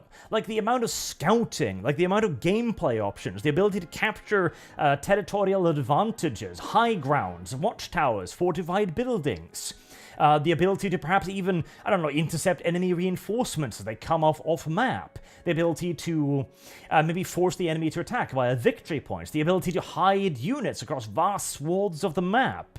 The need to find the enemy in the first place. Oh god, there's so many good things you could do with the large maps of Empire that Creative Assembly simply never actually did, which is mildly frustrating. The real Holstein don't $2. Say, I am sad there is no D&D tonight. There's no D&D tonight, no. I know, Dev started spreading silly rumors because Dev is a fatso and a dumbzo. That's why. D&D will probably be Friday this week. It's a little bit up in the air. I have a family thing on Thursday, which is why we're not playing on Thursday as per usual. And, well, it's November, December. Family things are going to be an issue for everyone involved here. I think we were thinking about playing on Tuesday, but that wouldn't work for Rags because he has family obligations too. And again, November, December. It's going to be a bit of a minefield. Right, let's wait a little bit until we reorganize. Let's go. You might see, by the way, a new stat there. So you can see under running, eager, cohesion, good, encourage friendly units nearby. So cohesion is a stat that has replaced morale now. Because back in the day you had morale, right? But morale works. I mean, ideally speaking, you would want morale and cohesion. But the by far most important stat for units during this kind of warfare was unit cohesion. That was absolutely decisive. If a unit with good cohesion, in good order and good drill, hit a unit that was scattered, much like what happened just now, there would be some serious one-sided slaughter going on, as the mass of men would be able to preserve their impact, their momentum, and impetus much better, and would be able to shatter the enemy unit, which caused further dissolving of their own cohesion. And as the cohesion continued to scatter, the people would lose contact with the men next to them, and they would just be faced off against a solid wall of enemies, which would of course again cause them to break and flee. Cohesion was by far the most important part of combat. And this is what would have been, apparently, a close defeat if we had allowed the auto-resolve to have its way. Somehow, I think the auto-resolve was lying to me. I don't know why. Who knows indeed? Who knows indeed? Alright, we'll chase them down just to make sure that they can't regroup on the battle map. A boy called Warhammer Plus says, Paizo removed the concept of slavery in Golarion, or a single Reddit post, then coming out as hating cops, not as bad as Wizards of the Coast removing innate evil. Ah, yes, we can, there are certainly plenty of things to yell at Paizo for. They're an incredibly woke company. And in an ideal world, Paizo and Wizards of the Coast would destroy each other. That would be the ideal. That would be the perfect outcome for all of this. But, you know, if it just ends up with one of the two destroying the other, I'll take it. I'll take it. It's not perfect, but it's going to have to be good enough. Good enough indeed. Right, speaking of, was I building ships? I was not building ships. Okay, wasn't I? I feel like I was building a ship. I feel like I was building a ship somewhere.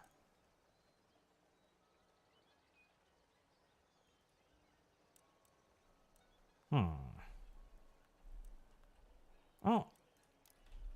Build one now. I'm going to need some transport if I'm going to reach Newfoundland and deal with it before it has an enormous army squatting on it. I have lost. Shit. Dev has lost. Dev has always lost. Dev has never won at anything, ever. It's remarkable. I know. You'd think at least he'd won a, game of rock, paper, scissors or something at some point, but nope. Never, ever. Not at any point. I'm very glad the French haven't invaded me yet, incidentally.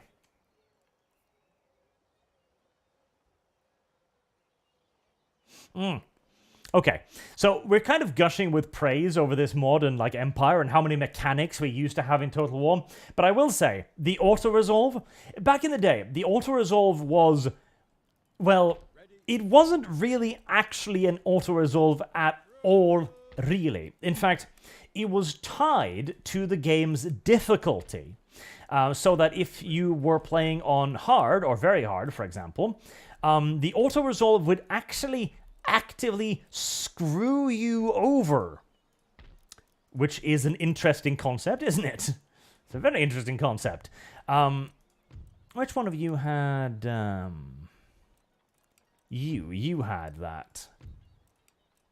I'd like some pikemen, actually. I don't have pikemen. I don't have pikemen, do I? Well...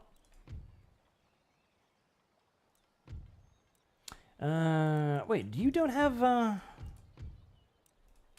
you don't have suppression either, do you? You silly little mutts. Okay, well, kill those off then, because they're not that useful at that point. March! Yes, my lord. Right, there's an army. Ready for orders. We shall triumph. What? Access denied? Oh, is it just inside of their territory? Oh, you sneaky little... garbage collectors. Okay. Well, that is indeed a sneaky thing for you to do. One that I do not appreciate. Right, 5 more turns, 7 more turns for that. That's fine. And we need a small religious school up here. A church. That'll start converting the populace into, well, British, actually. English, yes. I'm tempted to double back an army here, but... Yes, sir. Sir. I feel like they're going to invade me.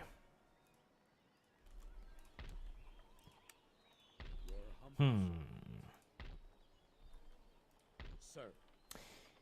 Nah, let's get in there. So if you had higher difficulty, it would just simply screw you over in the auto-resolve, which kind of forced you to fight many of the battles manually, which is, you know, kind of cool in a Service way, guarantees because citizenship. it means that you can't just auto-resolve your way out of anything, of course, but you shouldn't be the auto-resolve shouldn't be punishing you. It should simply just be like, okay, this army value versus this army value, is it going to be a slam dunk, is it not? That should really all be the auto-resolve is, rather than as a partial balancing tool for some weird and obscure reason.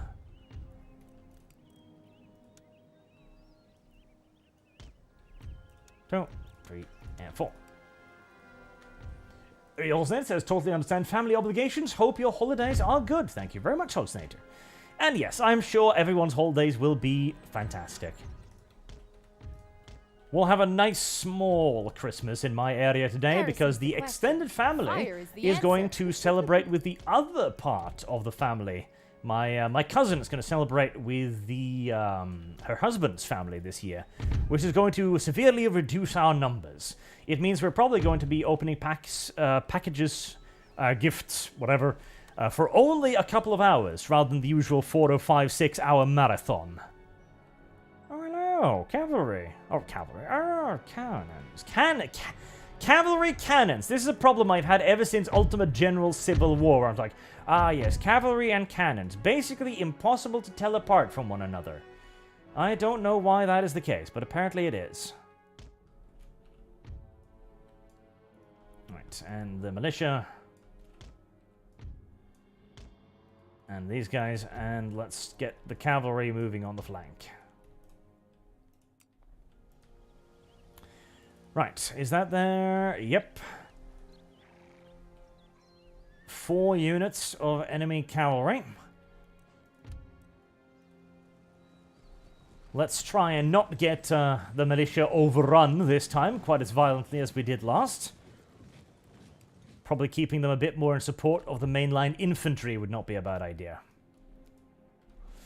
Not too worried about the demi-cannons. In fact, I'll be mildly surprised if they even manage to hit anything. Demi-cannons are inaccurate. They killed a few. I probably should take efforts to eradicate the battery relatively quickly.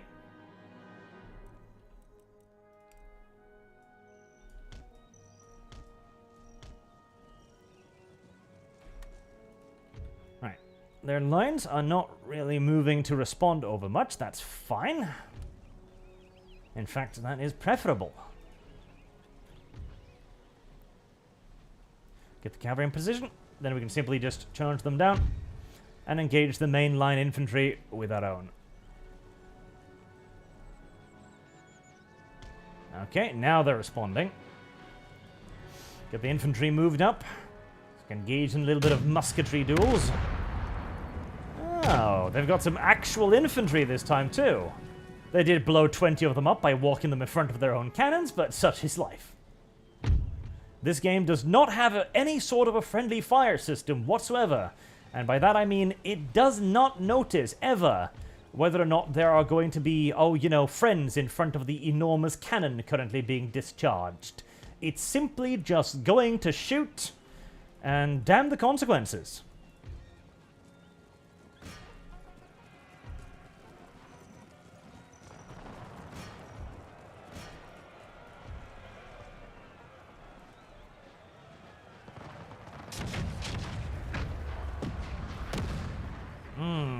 That was an unfortunate turnaround. They actually managed to turn the cannons around quickly to get a good 20 of those guys.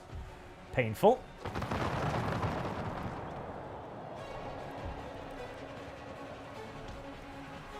There we go. Smashing.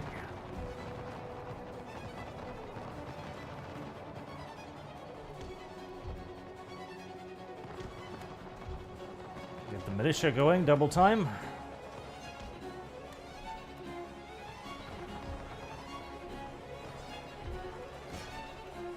Ooh, boy. Hello there.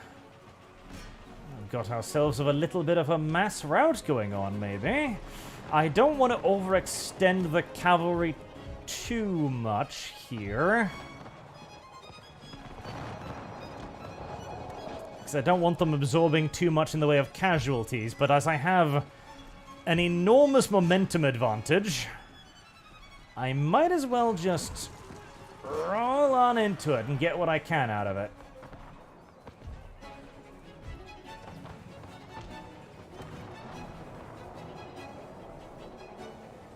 Rearrange the front line, advance the infantry. The enemy is shattering in front of us. And you got more axe. Wow, the axe throwing bastards are incredibly dangerous, aren't they?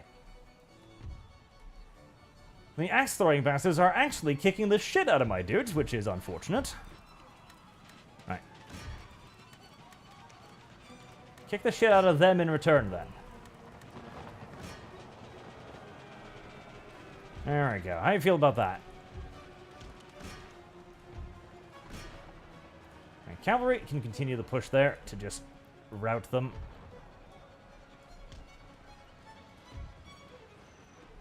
Alright. We don't want to follow too much longer. Cohesion is getting quite bad. And we're going to get shot in the flank now, so it's time to break off. Reorganize the cavalry.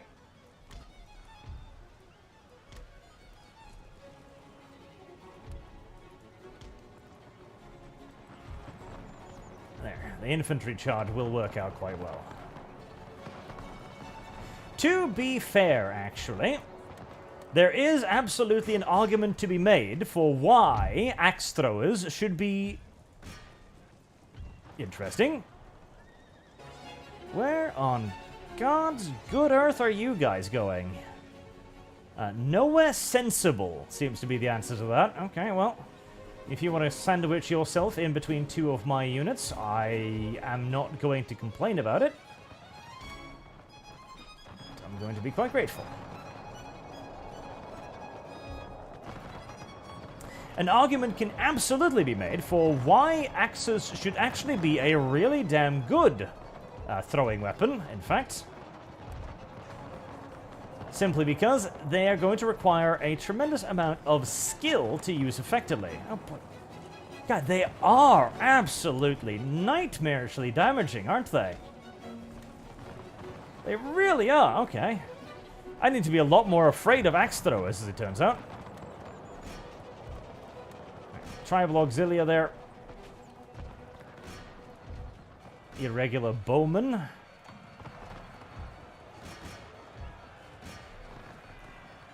Well, we're definitely not going to stand in front of them with the cavalry, because that would be terrible. In fact, they're actually kind of breaking the oh, what? Jesus!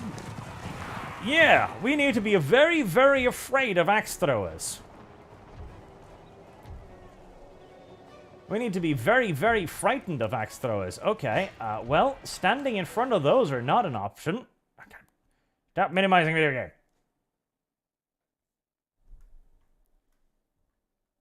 Loading. Right, I'm just going to throw those into it. I don't know if that's a good idea, because they are just, ugh.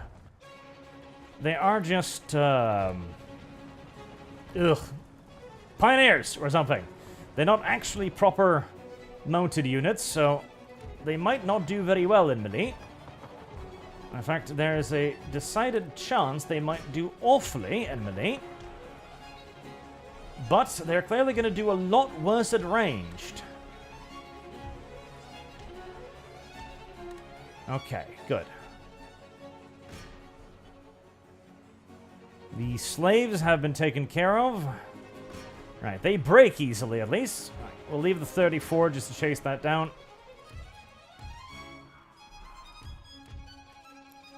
Actually, they did pretty well with that. What was that about? Yes. So, since axes could potentially be reloaded quickly, because you wouldn't, need to reload them, you just need to pick the next axe, you could fire them quite quickly. And if you were really good at it, you could probably fire them with a... Throw them is probably the more correct word to use here. Throw them with a great deal of accuracy. See, this is one of the things, one of the reasons why we got rid of most ancient day weapons, like the slings, for example, wasn't because the sling was necessarily all that inferior to... Oh, boy.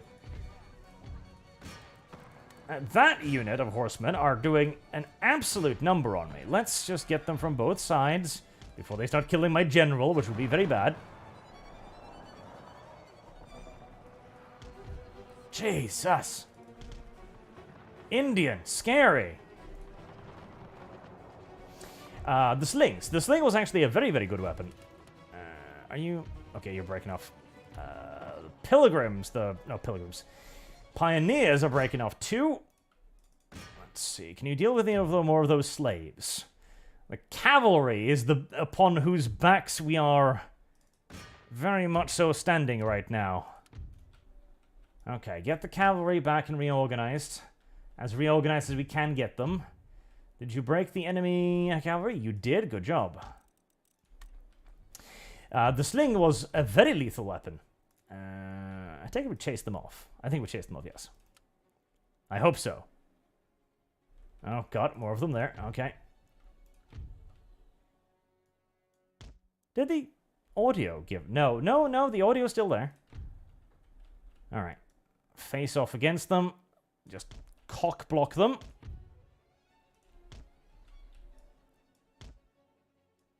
Get some more shooters up there.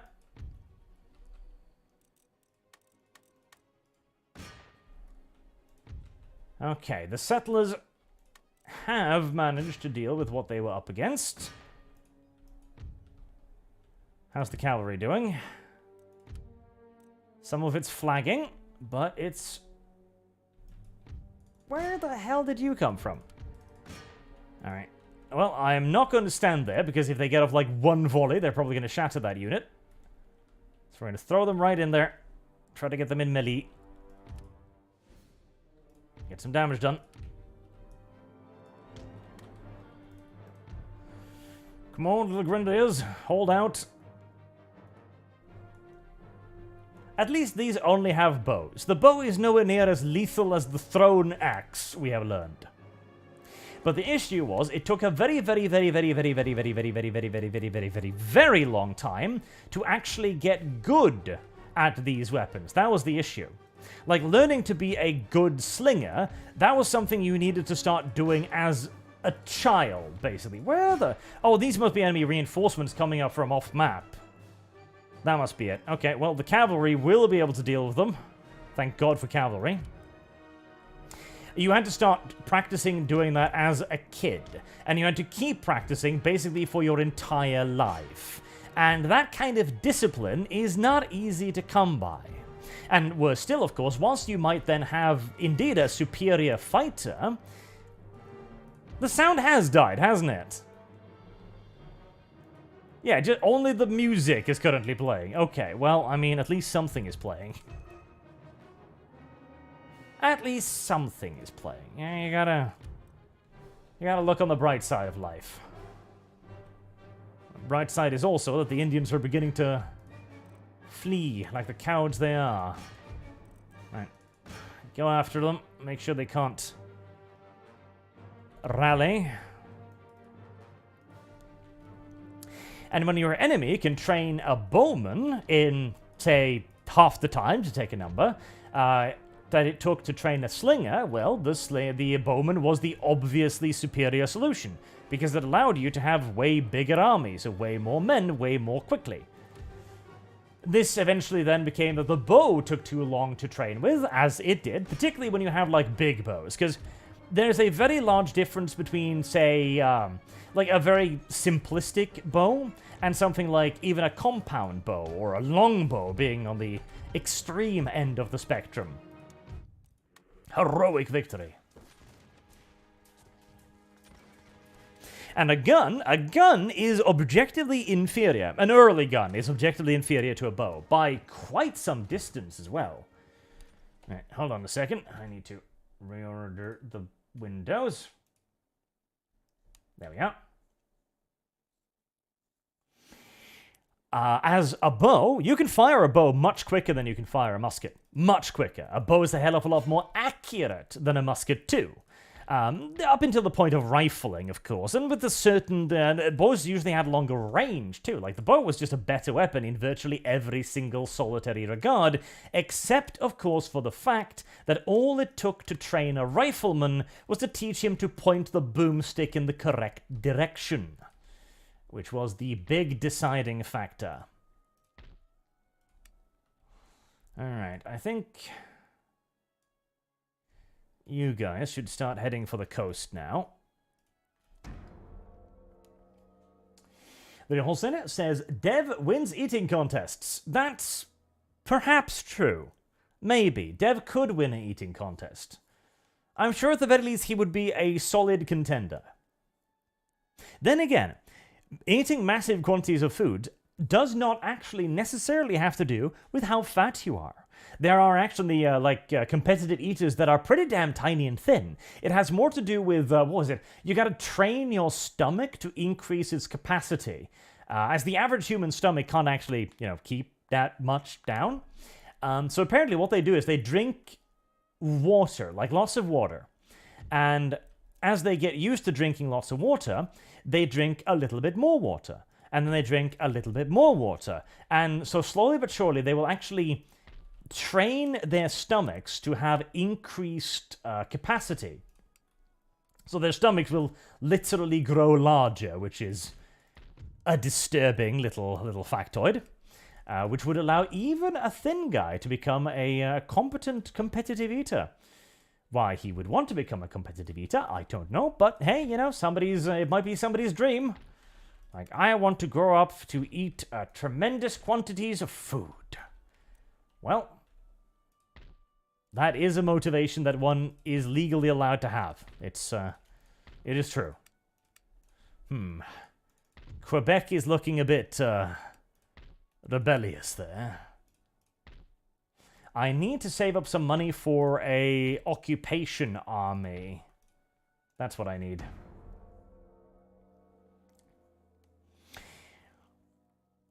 Some of the professional leaders are actually hilarious to watch, though. Like, there's lots of YouTube channels doing competitive eating. There's one I was watching recently that made me really hungry whenever I was watching him, so I'm trying to cut back on it so as not make myself hungry. Beard versus Food is that channel. It's a massive goddamn channel too, ridiculously massive. Like, this guy is earning hundreds of thousands of dollars off having people watch him eat, which is an interesting thing. Like, God bless the era of the internet, I do suppose, as that is now a viable career path. I don't know how viable a career path it is for how many people, mind you. I imagine it's probably a relatively narrow selection of people that can be, you know, competitive eaters. I imagine. I'm almost certain, in fact. But like the shit he parks away is just, it's remarkable. It is genuinely something to watch. You fuckers don't even have garrison bonuses. Disband immediately, you cheap little bastards.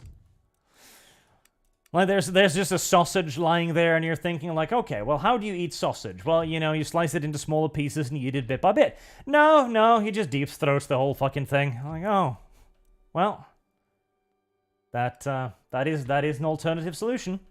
There's no doubt about it. That is most assuredly an alternative solution. I feel like it's a complete waste to disengage an entire fucking army to do this, but I'm nervous that they're going to be recruiting an entire new army over there. In fact, instead of being nervous, why don't I actually just go and check, instead of dedicating an entire stack for like 200 days? They are building something, but I don't know if it's an army.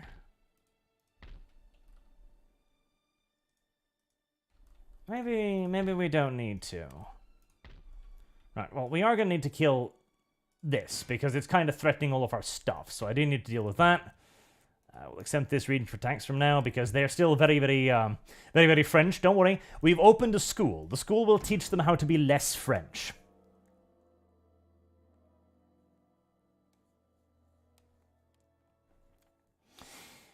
Ebenezer 6090 says profitable and truthful. Correct. And then Holson says, I've eaten a 2-kilo hamburger in 30 minutes before. Oh, the shit this guy parks away is like, it's ridiculous. It is actually ridiculous. Like, he has like an hour to eat something like 20 pounds of food or something, and it's just a mountain of food. Like, there's a hamburger, or like an English breakfast that has 6 eggs and like 20 slices of bacon, and he just actually swallows the eggs. He just actually physically swallows the eggs. Like, he doesn't carve them up or dice them or anything. He just swallows them. Just the whole egg. Like, okay, that's a way to eat food. It is fascinating to watch. Deeply fascinating. Some might even say deeply disturbing, and I would sympathize with that position as well.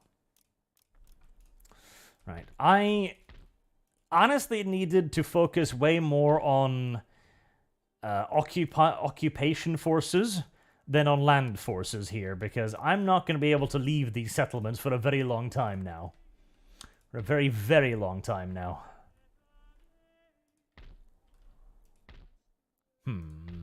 Well, at least that army isn't moving or doing anything gay, so I guess I've got plenty of time.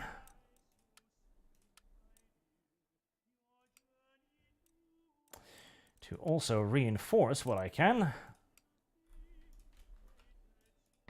And I really shouldn't have allowed that rebellion to happen. That was stupid of me. Drover's Wild Mustangs. I don't know what that is.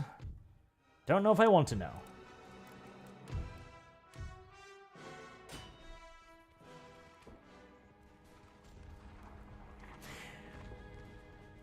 That's the glory of the internet, though. People can earn money doing anything, whatever. Now, playing video games, you can earn money doing it. Eating, you can earn money doing it. I'm sure there are planets out there that do, like, professional toenail clipping or something. And it's somebody who just has, like a jar on the other side of the room, and they're trying to, like, fire the toenail clippings into the jar. And that's their job, and it gets millions of views. I guarantee you, that's something that exists somewhere.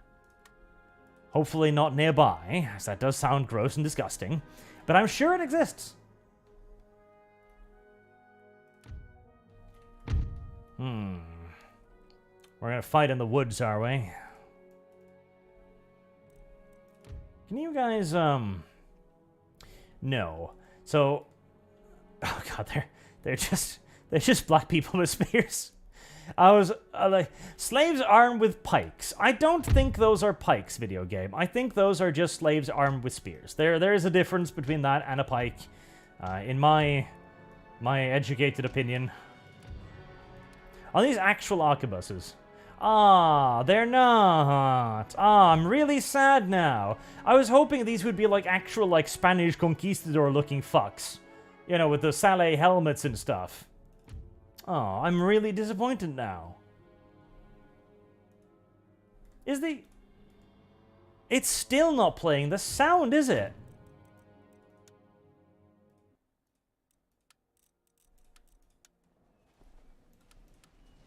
There we go. Oh, what? Okay, apparently I managed to turn off the sound effects. God a fucking alone knows how that happens, but there you go. This, incidentally, is indeed the superior American flag right here. It represents good governance, honesty, and pride in one's fatherland. Rather than that silly stars and stripes things. Like, that's totally uninspired. Like, what does that even mean? Like, look, our flag is like stars and shit. Well, that has no weight. Look at this, look at this, look at this. You've got the crest of the king there. It's got symbolism. It's got the royal pussycat surrounding the royal seal and the crown and shit. And the cross of St. George. It has weight and gravitas instead of just like, okay, what are we going to do about our flag? I don't know. I like blue and white. Okay, so make it stripy. How? Well, it looks kind of boring with just blue and white stripes on it. Well, like... There's 13 of us. Like, toss on some stars or something up in the corner. Like, ooh, that's good. That's real edgy. Nobody's using stars in their banners. You know, except for countries like Liberia and other failed states. Yeah, no, the Americans really needed a better flag. The Americans' flag should just be like a crate with a tea leaf on the side and it dumping down into the water. That should have been the American flag, an eternal middle finger to Britain. That, or they could have just taken the French flag, you know? Seriously, instead of stars, you should have little fleur-de-lises. That's what you should have, because the French saved your pathetic buttocks. You should be grateful to France. You know, where the Brits have their little pussycats on the flag, you should have little fleur-de-lises to forevermore symbolize that you are bequeathed to the French people for pulling your asses out of the fire. I like this. I like this narrative. I believe this is a healthy narrative that we should stick to for an extended period of time. Yeah, to be fair, chat, the Canadian flag is worse. It is. I need to stop doing that. I don't know how I continuously order my entire army to withdraw, but I do. The Canadian flag is just awful. So it's like it's just a maple leaf. Like, why the fuck? What part of significance does the maple leaf have? Like, seriously, why? Why? Why? Why a maple leaf? Why? Like, who decided that? See, at least the Americans can be like, yeah, the star stands for liberty, and the Star-Spangled Banner, yeah, liberty. What the fuck does the Canadian flag stand for? Maple syrup? Unironically? Like what? That's got to be the reason. That has actually honestly got to be the reason, hasn't it? The person who made it was just like, yeah, maple syrup is pretty fucking delicious. Put it on our fucking flag. Isn't that a bit much, Eustace? Nah, it's just enough. Fucking weirdos. See, at least here in Europe, right? At least we make good flag. The Norwegian flag, it's a cross. It's to symbolize that we're Christian, okay? Before all the Muslims arrived, mind you. And then you've got, like, the sky blue of the sky, and we've got the white of the mountain peaks, and we've got the red of the people who bled to create our country. That's a good flag. That's a lovely flag. You know, granted, the English flag's a little bit lazy. It's like just a cross of St. George. It's just a cross, like that's boring too, but... anything beats the maple leaf. Anything. The other option was a baby seal. You know what? I think I would have preferred the baby seal flag. You know? The baby seal flag would say something. We're a nation of enormous vaginas. That's what it would say. It's not going to be a positive thing, but... right, my little musketeers, it's time for you to deploy in battle formations. Speaking of battle formations, cavalry. You know what it's time to do. Yeah, right off in half an hour on the flanks. We know the drill. Off you go.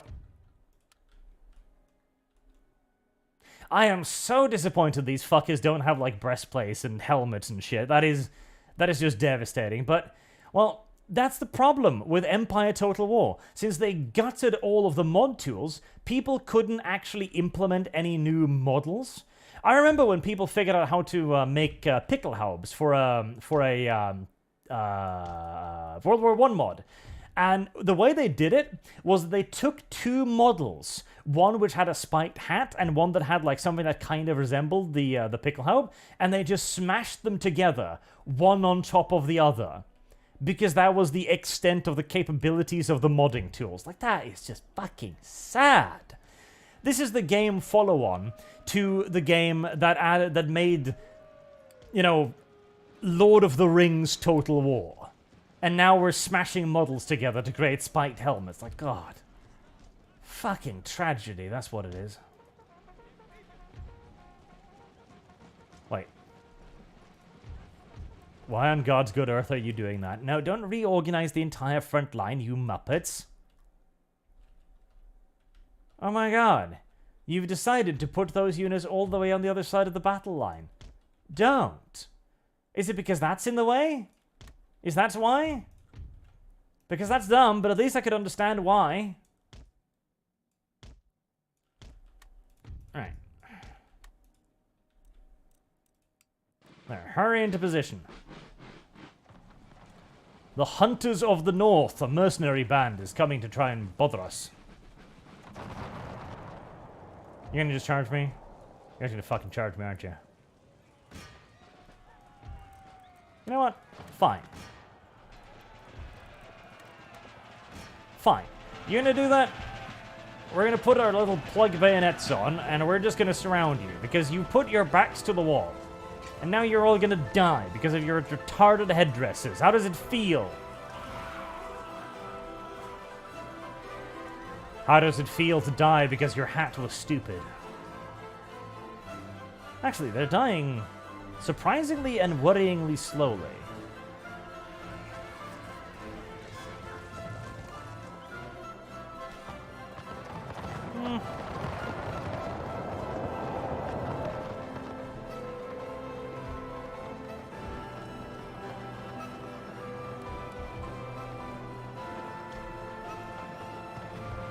I mean, we got a decent few of them, so I'm not too disappointed by that. The fact that I didn't sacrifice any heavy cavalry for that, yeah, that's pretty good. Right, so now that you've fastened your plug bayonets, it's time for you to go back and join the other spear chuckers.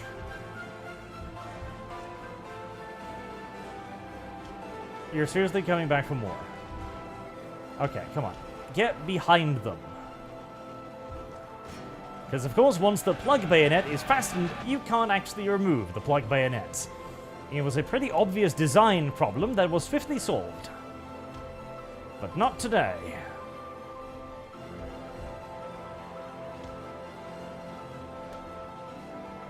Come on, kill the little Plains Indians. Make them regret wearing dumb hats. You know what? The music's just bad. The music is just actually bad. I need, for next stream, I need to find, like, some good Revolutionary War music to put on in the background. Because that music is just bad.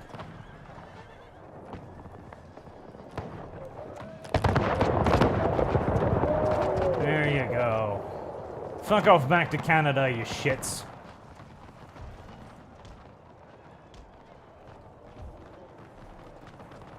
Filthy goddamn Canadians. Coming down here trying to steal our lands.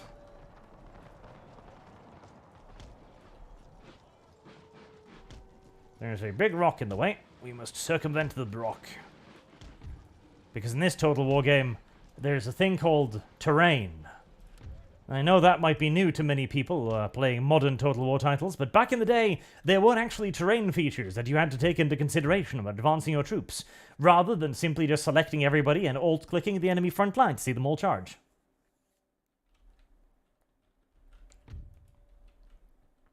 Because it is a bit sad when there's nothing playing too, but at the same time, the music is just so incredibly poorly fitting.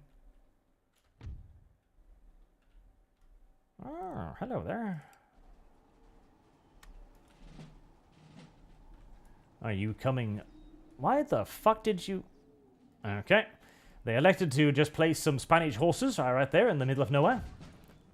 I'm sure they had a very good reason for it. At least I'm sure they thought they had a very good reason for it when they did it. Right. Melee reserves.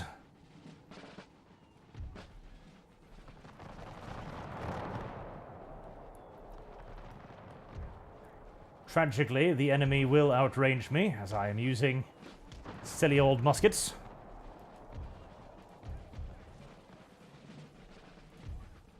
Not even muskets, arquebuses. That's even worse. On the double, man.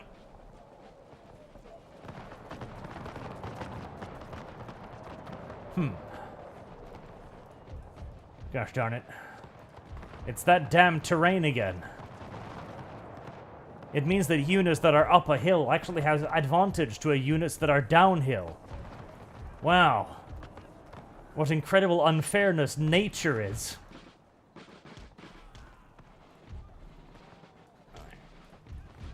Get moving, boys. No dilly-dally, or the Canadians will shoot you. Ah, the good old days. When being uphill actually mattered. When there was actually a point in having an elevation advantage over an enemy. The weird old days. It wasn't even that long ago. Like, and the worst part is, it was back in... Oh, God. The fact that we have done nothing but regress in video gaming is such a fucking tragedy. Fire! Yeah, we'll teach those Canadians a lesson. Well, lesson 1 is, don't ride horses when you're being shot at by mass musket fire. Because the musket may be an inaccurate weapon, but, well, you are making yourself a very large target.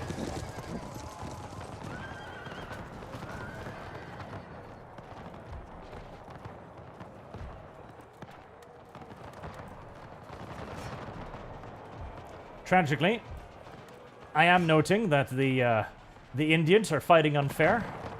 They've brought, you know, actual muskets to this war. Which makes it really difficult for my poor unarmed little shits to do things effectively, so we're just going to plug our weapons and charge screaming at them instead.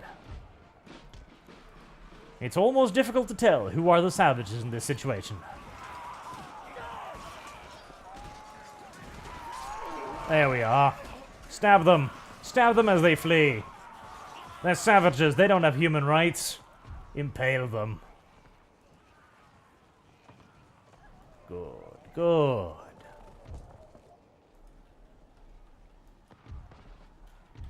Thank God the Geneva Convention hasn't been invented yet.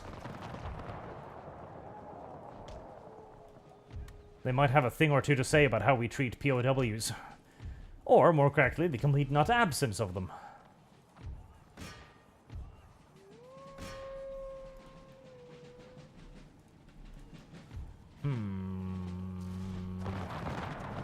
Kind of want to throw the cavalry in there, but there's so many of them sitting on top of each other that feels like a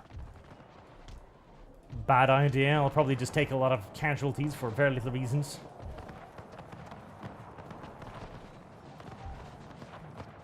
I have lost. Shit.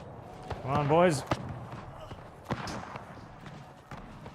You're gonna need to get up close now that you've plugged your weapons. And we can outshoot. We can outshoot the cavalry easy enough. And if it really comes down to it, we'll throw the slaves at them. How's your cohesion? Terrible. Okay. Right. Hold for a moment. Regain your cohesion.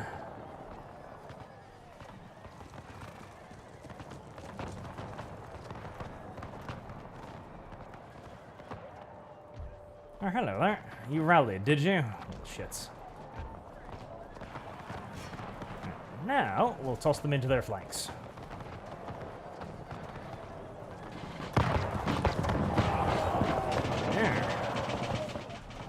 Now I bet you wished you'd plugged your bayonets with knives too.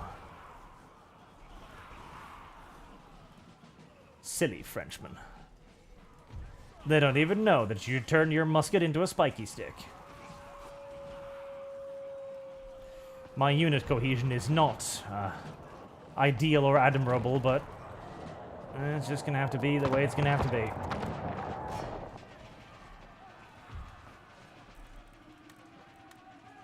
You know, I've come to the conclusion that shooting people, it's just overrated. It's just goddamn overrated. Stabbing them, that's where the true glory lies. And occasionally stabbing them with swords.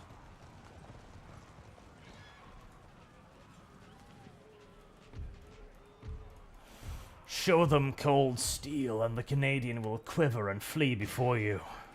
For the Canadian is a soft and gentile creature, incapable of withstanding the harshness and fires of war. See how they quail once shown the steel. Give them steer. The Canadian fears the steer. The Canadian cannot stand the steer. Their legs, they quiver like a woman's. Even their finest warriors flee. Unfortunately, I think they might flee faster than I charge, which could complicate matters in the long run. Look, even the brave African American is a finer melee fighter than the Canadian. Heresy's the question. Fire is the answer. I feel like this video cannot be monetized in Canada anymore. Kill them. Kill them all. Remember the White House, or something. Heroic victory. Not Alferia says, the 13 stripes of the flag represent the original colonies. The red is blood that was shed, the white is purity. The stars are the states, and the blue background they set on represent the Union. Well, that's just silly. Your orders, Your Majesty. I still reject your flag. Even though you've retroactively invented some silly meaning in the aftermath. But thank you for telling me.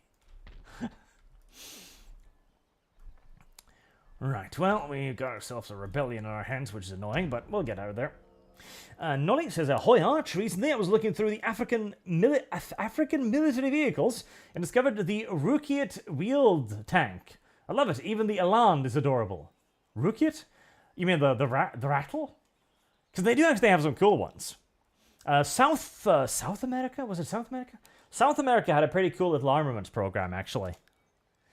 They made some really good IFVs? IPCs? No, the rattle would be more like an APC than an IFV, wouldn't it? The rattle is really cute. As is the actual animal, the rattle. That's an adorable little creature. Because it's retarded. New France. Well, I'm not going to let you be New France. Wait. Wait.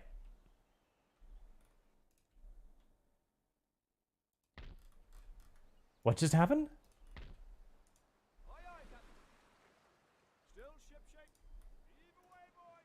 Did the French armies just fucking disappear? Oh! Well, that was convenient.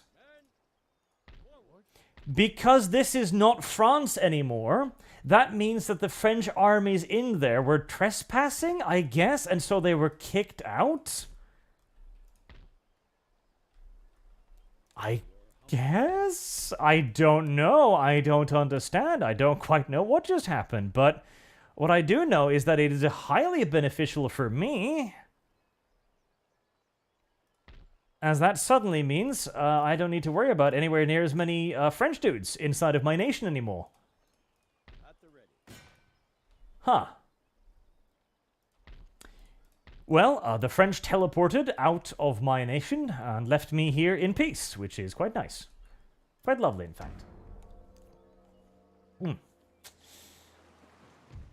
Oh, you dirty little sluts. What are you sending? Flute, Indiaman flute.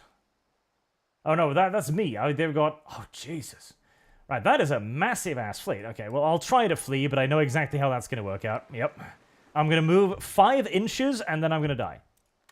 Yes, because that's how it works down here. Yeah, they're actually sending a proper war fleet to go murder things. Here's the problem with being at war with France. They've kind of got bigger stuff than I do. Actually, now that I've killed everything that is of France in the New World, we might as well try to get peace with them.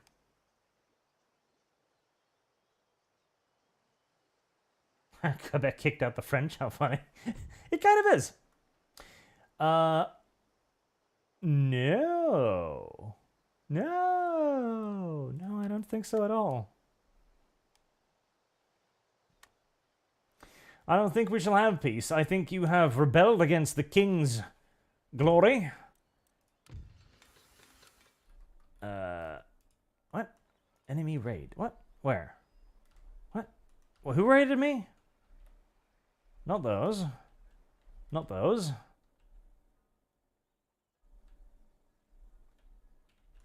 No, I'm confused. Okay, well, if they're going to be over there, I'll go over here and kill them.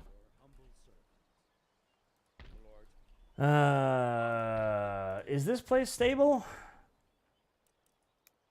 Oh, stable is a... It's a big word for what it is. Actually, let's see. France.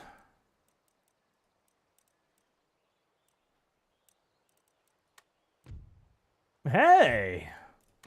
Well, that's nice. Okay, I won't get Newfoundland, but fuck if I care.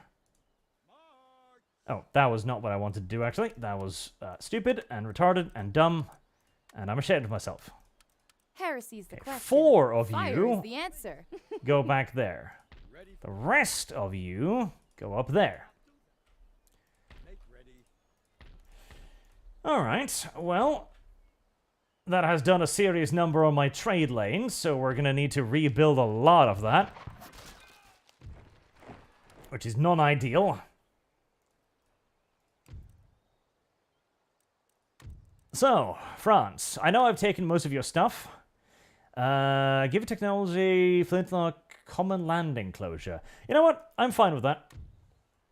I don't really care about these super early game techs that much, so...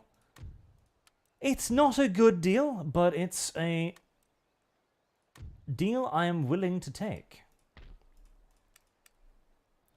Right, we're definitely going to need more trade ships now, but our income is going to be not great. So it's going to be a little while before we can get up another proper trade fleet, but we will get there eventually. I'm going to be declaring war on the Roxys soon, too, so that I can actually get some usage out of these armies. But before that, I've actually got to get some garrisons up to Montreal so that it won't randomly rebel as well. Alex Adamson says, why yes, Arch, the rattle is a cool animal. It's also the one with the sharpest fangs, therefore it wins. You're not sorry. I know you're not. You know, Killing Bites was actually a pretty good anime. Again, the author's desperate attempt to make the one with the sharpest fangs wins a catchphrase was mildly pathetic. Mildly pathetic in many, many ways. Who the fuck? Ottawa Rebels. Ottawa has rebels, does it? Okay, well, fucking fair enough, I guess. African militia. Oh, God. Turns until surrender 2. You know what? In that case, let's see. We actually need to get all of this militia moving. Right. Indiaman. Just start building trade ships to rebuild our battered economy. But it was a cool anime. Simplistic, sure, you know, people beating each other's shit out, and you got the constant same story repeating ad infinitum. Oh my god, our hero is going to lose. Oh no, they had a plan up their sleeve all along, and now they won. Whee! But, you know, So long as it's well animated and told with good voice acting, who cares?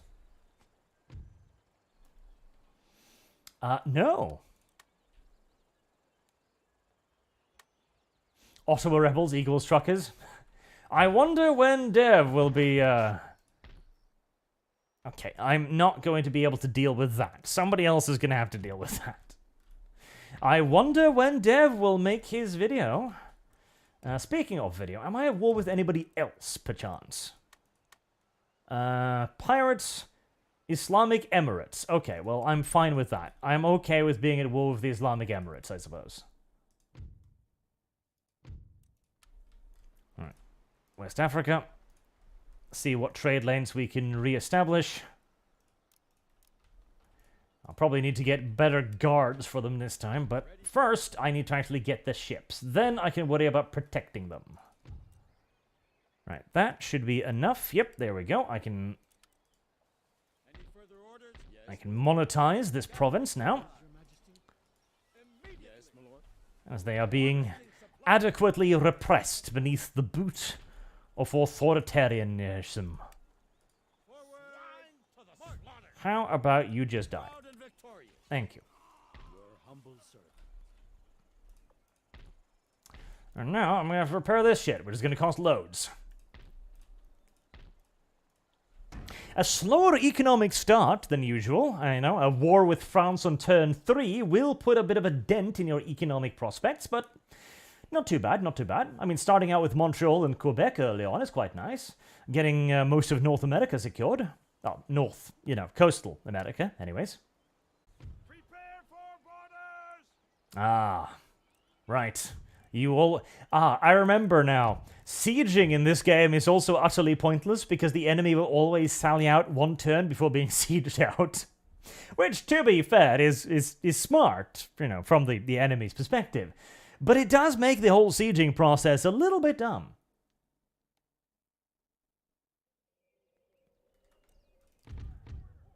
Oh, I've got fortifications and shit. That's pretty cute. I mean, my fortifications and shit are gonna be at the bottom of a fucking hill. I feel like maybe I should have seized the fucking hill. Oh, the hill is the city. Never mind. It's fine. Don't mind me. I'm just making noises. It's okay. It's what I do. Literally, it's what I do. It's my job. Okay, well, if we can make sandbags and shit, I feel quite inclined to make sandbags and shit. I think that'd be funny. Look at that. Look at that. Fucking modern defenses and stuff. Okay, just in case. Oh, I'm gonna need 2 of those.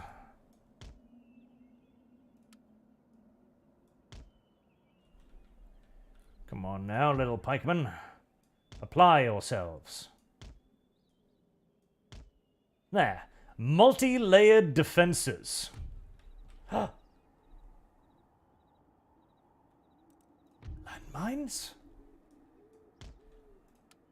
Landmine. Oh, I remember these. Oh, these are hilarious. I remember those. Those are funny. They're great when you're doing siege defense in particular. When you just put those right in front of the inside of the fortress and wait for the enemy to come near. Boom. That is quite delectable. Uh-oh. Stop. Do not fire.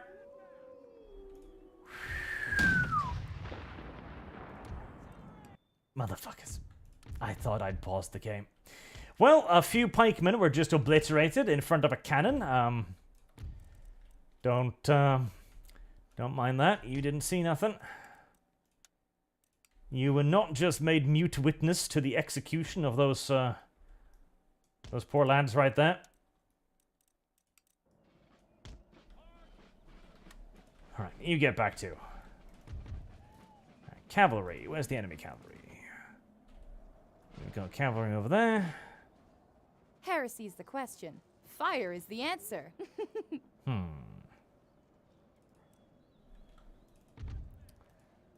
Alright, pike lads. I'll have you take care of that cavalry. And cavalry will kill the other cavalry.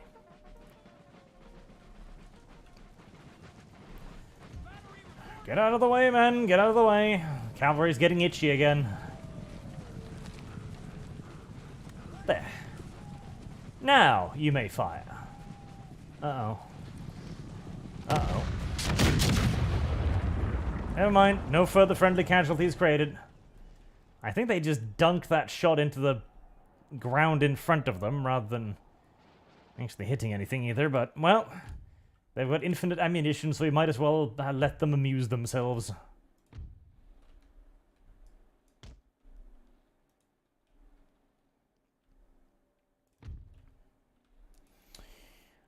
Ah, I'm looking forward to seeing the mines explode. That will be funny. I like mines. Oh no. Oh, thank God. Slaves armed with pitchforks. Okay, that's fine. That's not dangerous. Slaves armed with axes, however. Now that shit's lethal. But pitchforks. Nobody's afraid of pitchforks. Pirates? Excuse me? Heresy's the question. Fire is the answer. Pirates. Quebecoian pirates. I am under attack by Quebecoian pirates. Okie dokie then.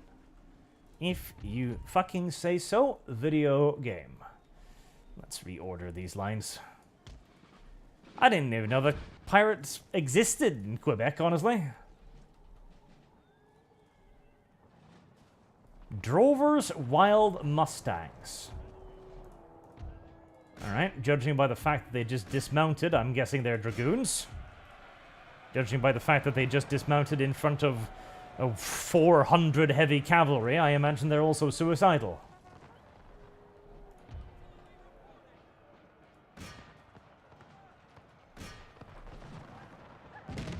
How about you? 87, 83, 80, yep, suicidal seems about right. How are the pitchforks doing? Not a lot better. As it turns out, the pitchfork is not actually a particularly great weapon against heavy cavalry.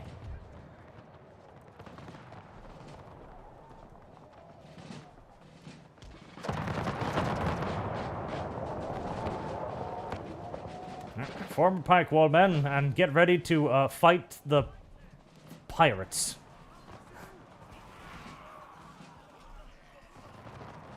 I don't know why I'm fighting pirates. I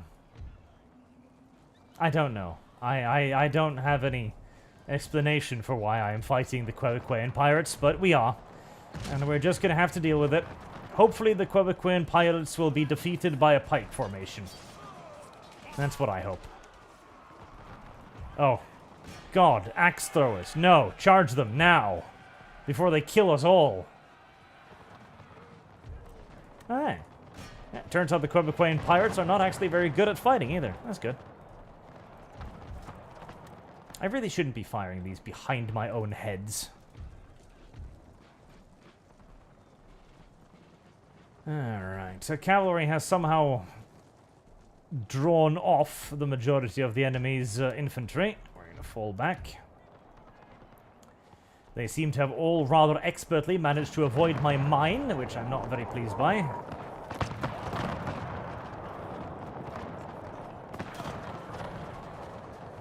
There's the Quebecoian battle flag, in case you were curious.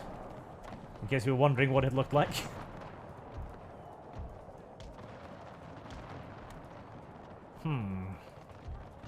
Actually, you know, you would be lovely up here. Get over there.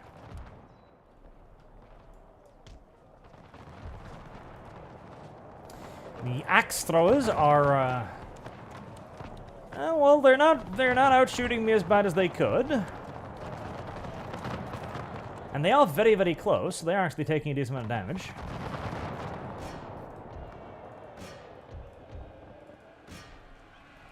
Drover's Wild Mustangs have apparently decided to follow me all the way back here again. As has the randos with pitchforks. Alright, well, kill them properly this time. It seems like the enemy is just not interested in my mines at all. Well, we shall reposition ourselves.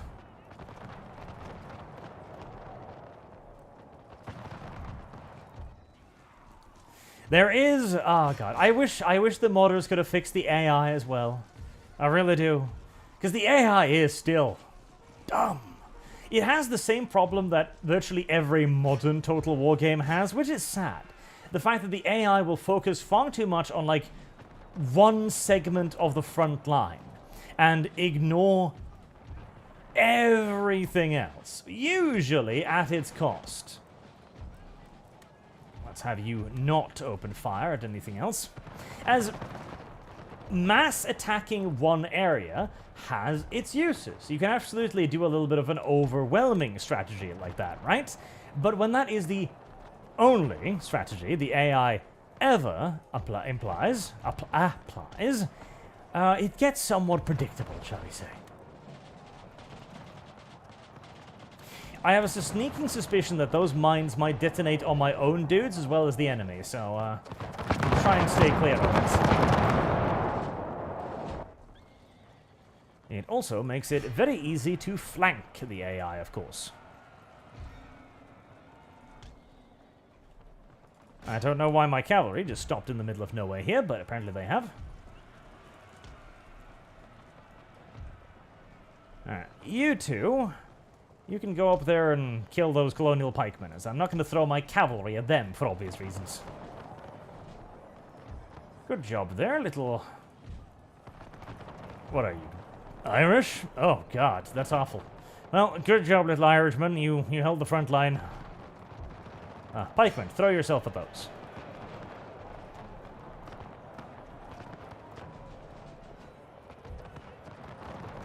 You have successfully defeated yet further not Canadians. These are Quebecoians. There's a difference. Cavalry is stretching itself into an ever longer and ever more retarded formation, so let's try to rally those together. Actually, you guys can go after those. Oh, God. Oh, they finally broke through, the little bastards. Okay. Counter charge time.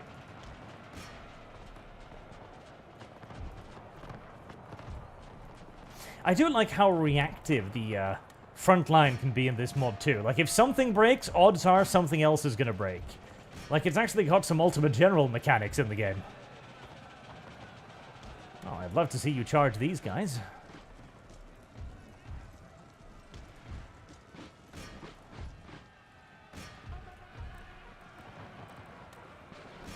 And just overwhelm those. I don't like the whole retreating, returning mechanic, though. See, this is something that the Total War devs, too, have tried to do forever. This idea that, oh, you know, if we just have units retreat and then come back, that'll be cool, right? It'll lead to, like, a flowing front line or something. I hate it. I absolutely despise it. Because it makes the entire battle completely unorganized. It makes it into a wild, weird melee where you're not really employing tactics anymore. You're throwing units at other units in the hope that, you know, your units will come out on top. And without the ability to have, you know, automatic following, so you can't have your units just automatically continuously pursue things, for example, or even when you are pursuing things, the AI will sometimes just randomly go like, don't want to anymore. It makes a chaotic situation a frustrating one. I much prefer the idea that battle lines are firm and then broken, because that's most of the time how it was in real life as well.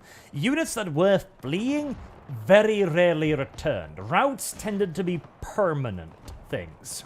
It was very difficult to get troops that had already decided that they'd fought enough for the day to change their minds and come back around again to a battle that they had already fled. It also just makes for far cleaner and neater gameplay, in my opinion. But, well,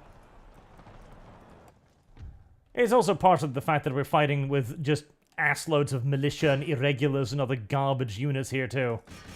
It certainly doesn't help things.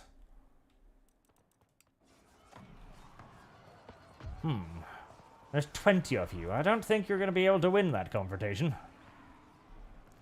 Anything else rallied?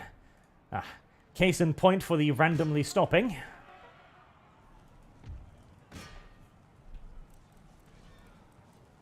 But I think we've got this pretty much in the bag.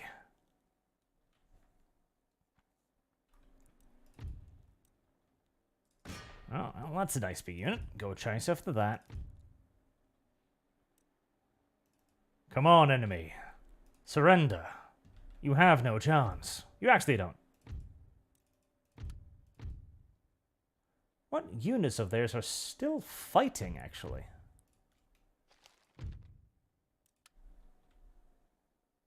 Oh, reinforcements units? No. Oh, hello. Okay. There's a random unit of Native American musketeers behind me. Huh. I didn't even know you were back there.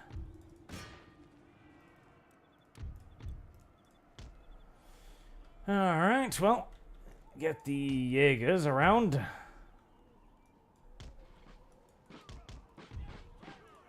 Cannons might as well too. Not that they can actually hit them or anything, but at least they'll make some loud noises in their general direction. It might discourage their advance. Unironically, that is pretty much the only effect of cannons in this age. Loud noises. Occasional discouragements. No, except when they can't even pivot, apparently. Stupid, stupid cannons. You know, you're going to get a lot of angry little... Oh. Never mind, they decided to flee.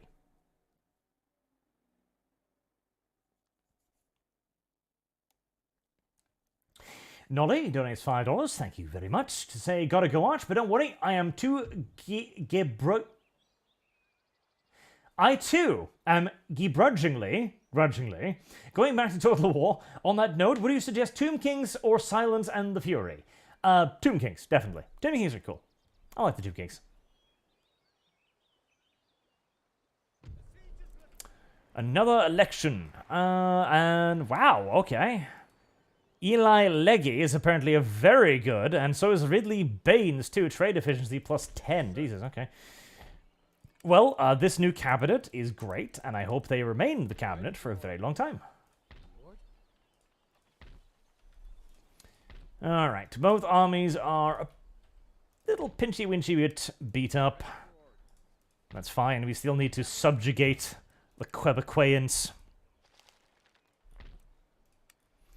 And get the trade navies back underfoot. Alright. Two more Indiamen.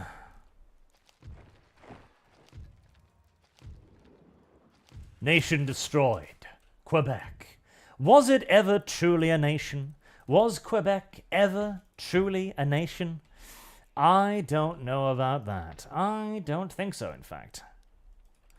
I do not believe that the Quebecoians can ever truly claim to have been a nation. I do not think so.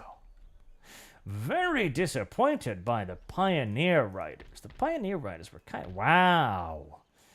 The Native Americans like their bows, don't they? Well, in that case, at least the Pioneer Riders will be useful as lightish cavalry, if nothing else. Your orders, Your Majesty? March, sir. The Native Americans have learned that when fighting the white man, they just need to bring bows. Just millions and millions of bows.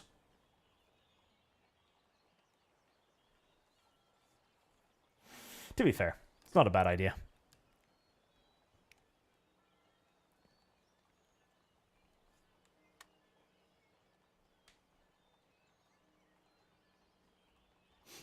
The Dahomey. I wish the Dahomey were a faction in the game, chat. The Dahomey would be a great little faction. And we could protect them against the British, who evilly told them to stop their slave trading ways. Vile, dastardly Europeans, once more forcing their silly white ways on brave Native Americans. Native Americans. I don't know how many Native Americans there was in Africa. Brave African Americans. Brave future African Americans. Now, judging by the damaged state of everything down here, I feel as if everybody is kind of engaged in a pretty ferocious war for the trade resources. Hardly a surprise considering how valuable they are. Right, how much is it going to cost to refit this army? 3,500. Okay, well, get to it. Make ready. Going to take further 2 turns, as we are just bidding our time.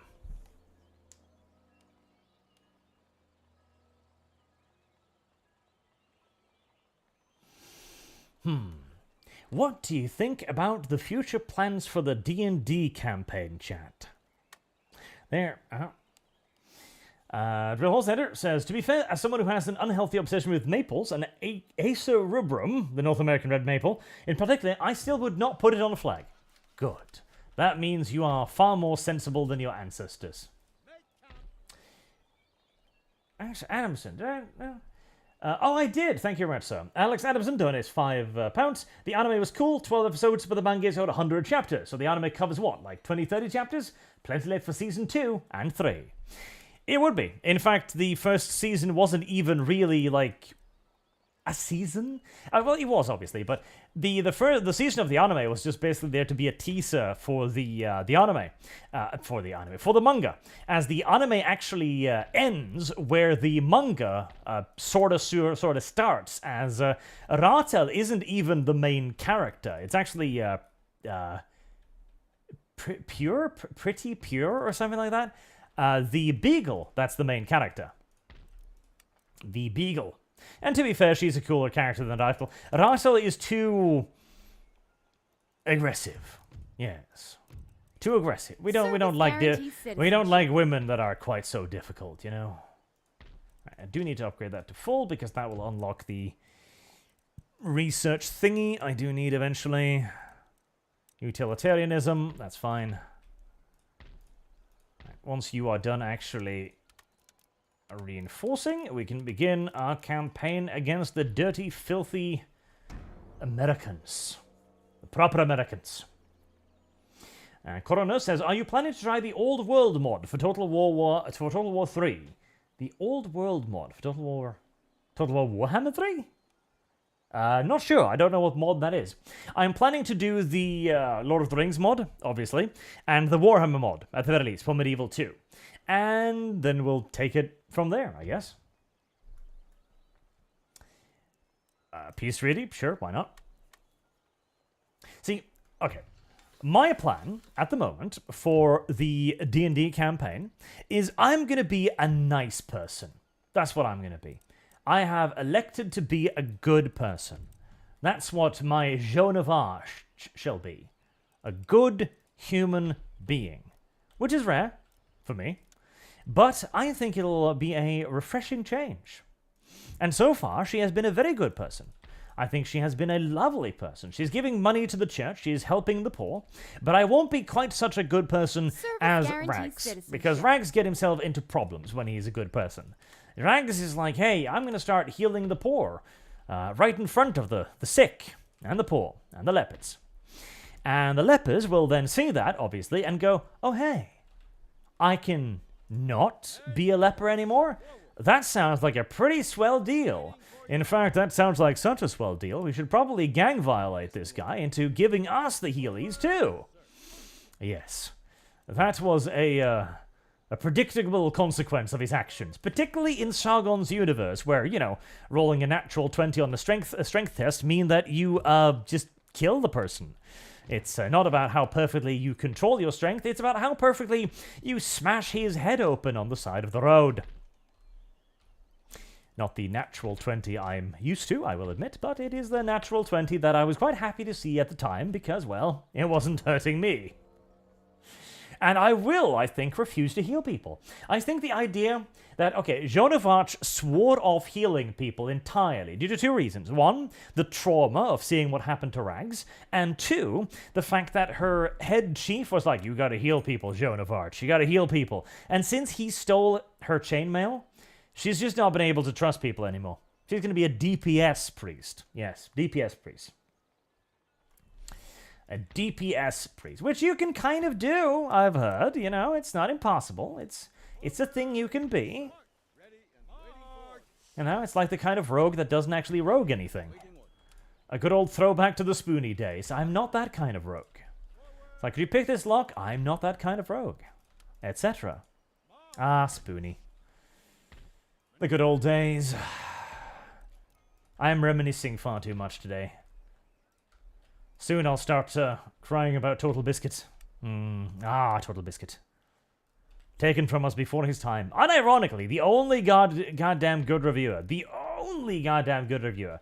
Now what do we have? We've got Angry Joe. Oh, help my soul. Speaking of helping my soul, I need to upgrade all of these stupid farms. Actually, I have upgraded all of the stupid farms.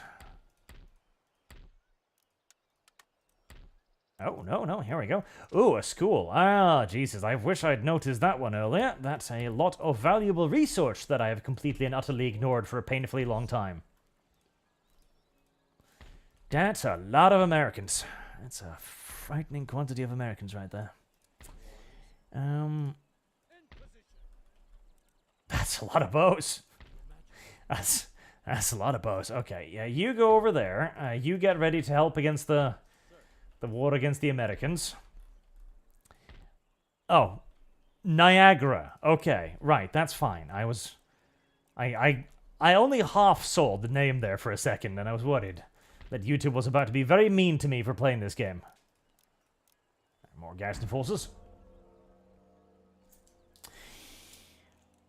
Priest of Nukings. Yes, because Lathander is the light bringer, right? And I'm going to bring the light. Simple as.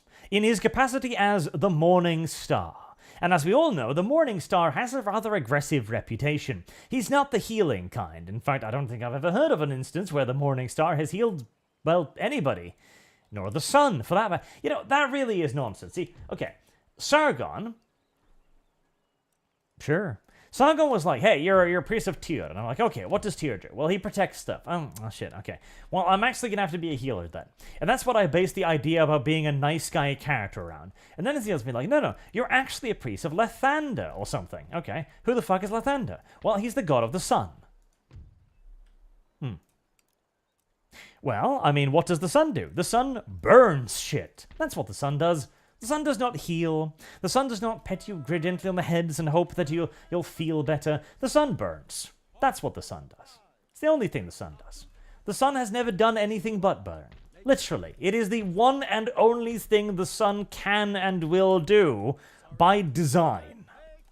And so, clearly, being a more aggressive style priest is not only fitting, but the only correct thing to do.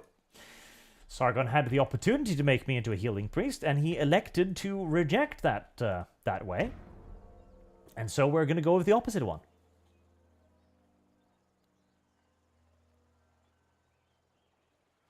Speaking of getting fatter and woker every year, and everyone's Angry Joe, I do need more trade ships as well. I should be earning like 10,000 bucks a turn now from trade, but that war with France was not good for the coffers, it was not. Grabbing a few more territories should help alleviate that, though, as at least the tax income is a steady source of revenue that the French can't interfere with too much. Get back to building boats. Did any of those trade vessels, actually arrive? Yes, they did, but I missed the notification. Let's see. Everything's going to be busy here, isn't there? Yep. Ooh, hello. Nice.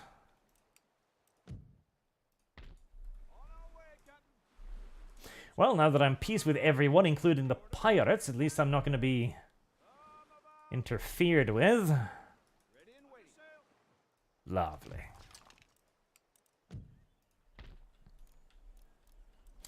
A second admiralty. Do these stack?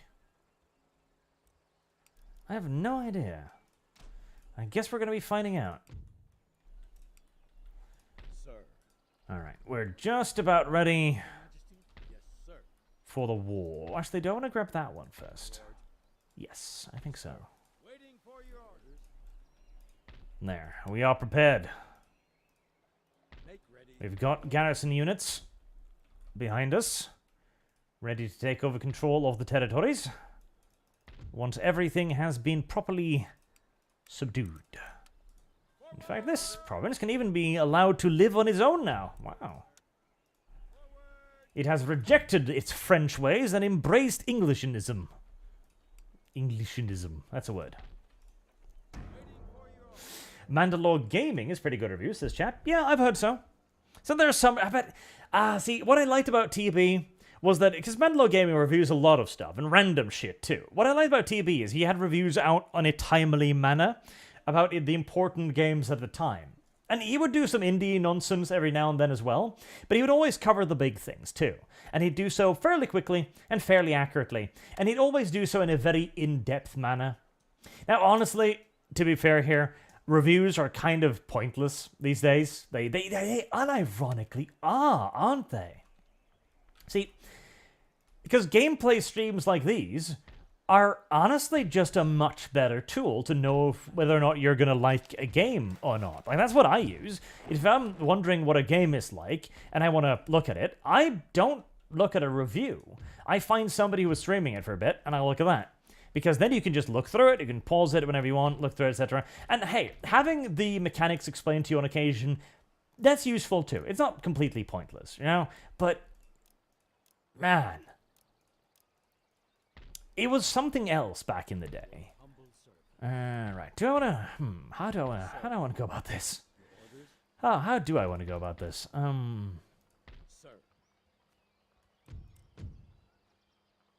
Savoy. Wait, Cherokee Nation? Is that those fuckers? Oh god, it is, isn't it? Oh boy, no! No! There lives the fucking Cherokee. God damn it. God actual damn it. Okay, I'm gonna need to produce a defensive force down here then, before I can do that. No! I didn't think! I didn't think the Indians would be friends. I figured they'd be genociding each other like normal Indians. Fucky. What do you mean they're allied? Do the Indians even have the concept of alliances? Come on, they're Indians, God help me. But back in the day, it was really good to have somebody who told me not about just the games I was interested in, but to people who told me about games I had no clue about. Like, I picked up a lot of games on Total Biscuit's recommendations. Not to mention, TB just had that charisma, you know? He was just pleasant to watch. You just watched him for fun. For hours and hours, even when he was talking about absolutely nothing of any worth or value. TB should have realized that his true calling was to basically just be a variety entertainment streamer. Unironically, that was TB's calling.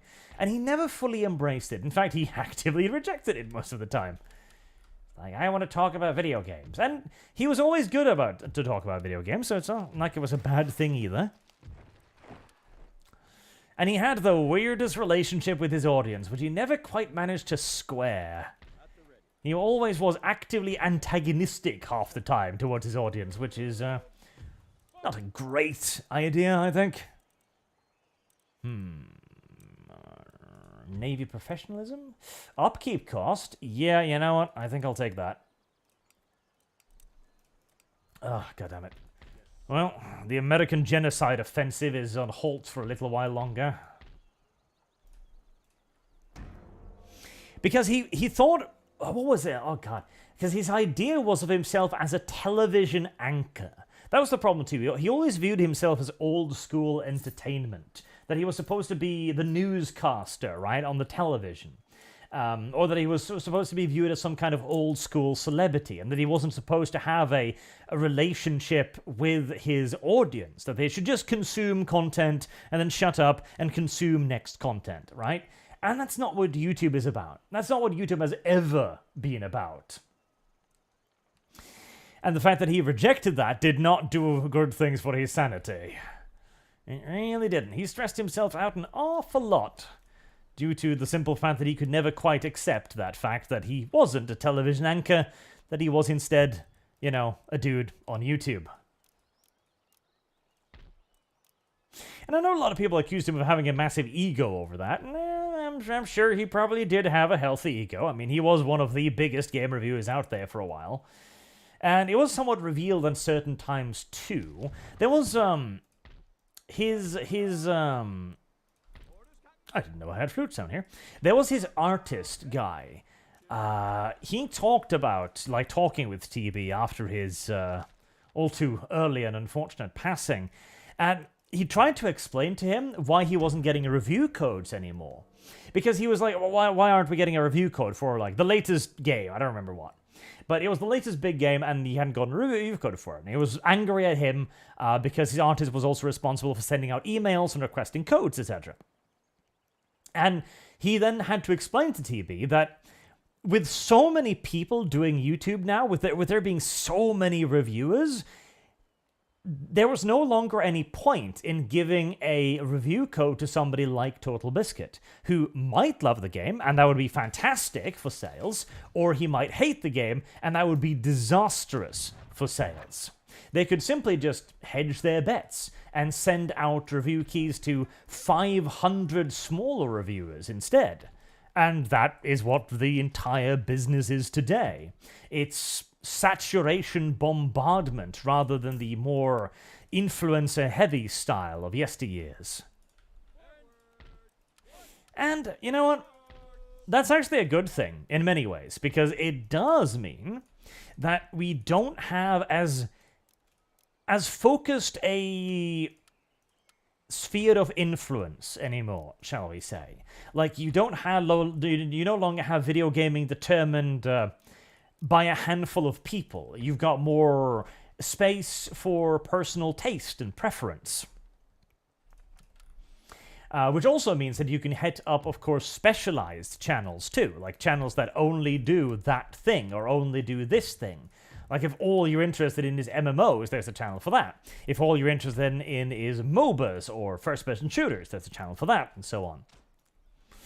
But it also does mean that we lose all of that tremendous professionalism, which Total Biscuit was rightfully famed for.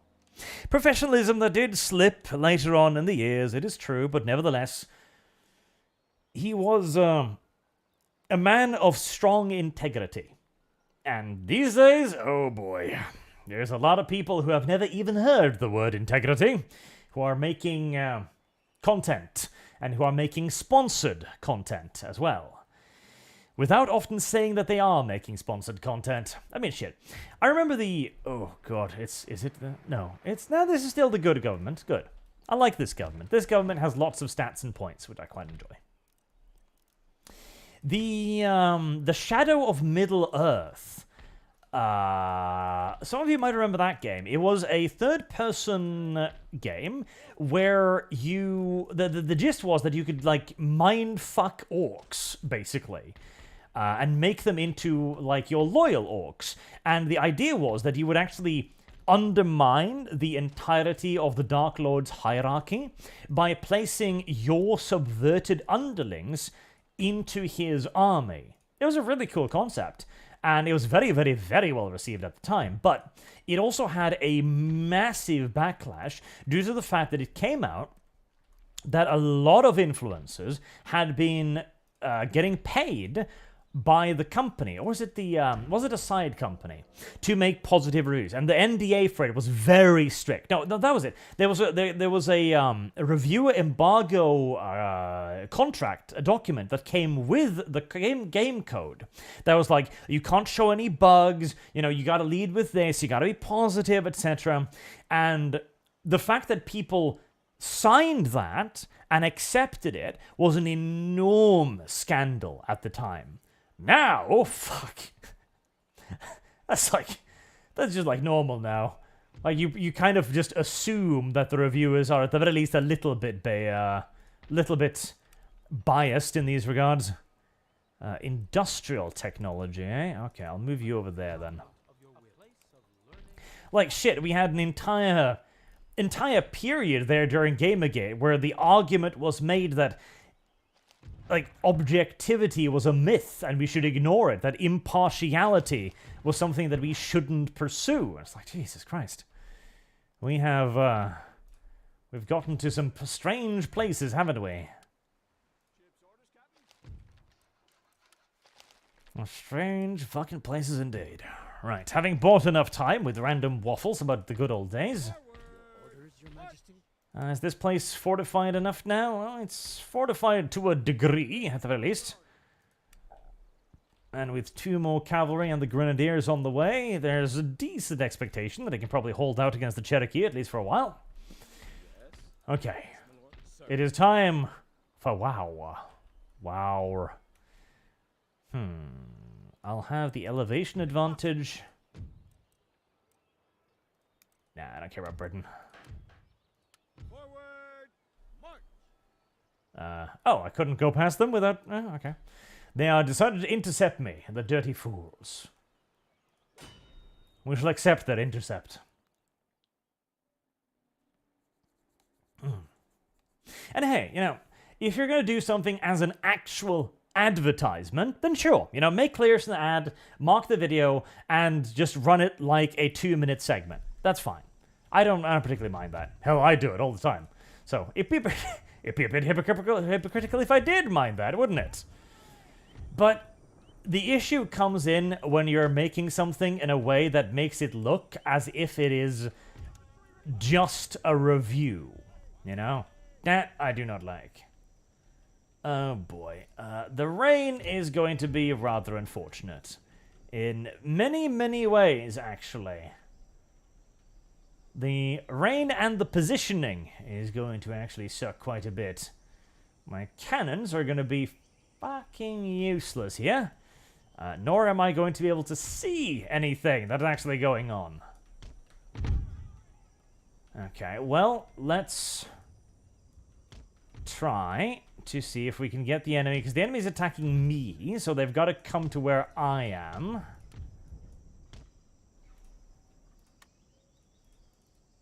So we're going to set up over there, and the cavalry is just going to move on forward and crush the tiny little force that initiated the combat. Teach them a valuable lesson about the weight of horse flesh.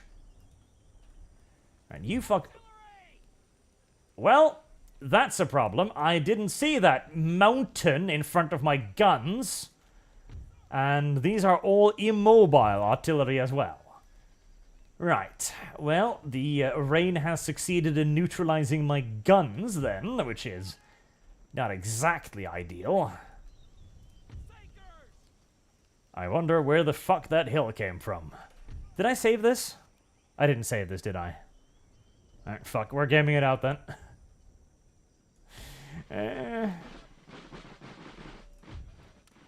Okay, cannons, do not fire at will, because if you do, you're probably going to kill me. And only me. What's that? They're sending over the chief's bodyguard to reinforce them. That's actually fine. In fact, that's more than fine. That's actually incredibly great. So that means I can kill their general along with their silly little forward elements. It's going to take an hour or two to filter past that hill.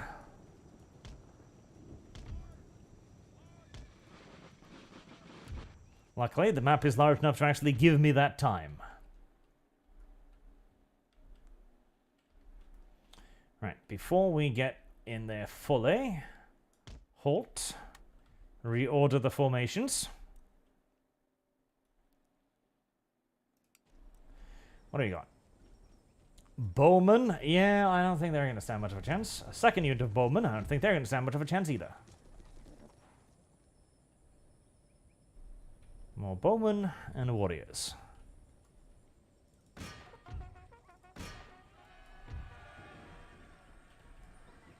The weather is quite terrible for war today, sir. It is indeed.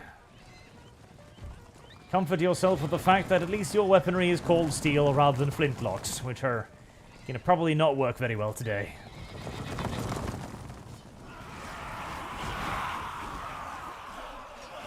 And thus, yet again, the Indians regretted the fact that they didn't have horses.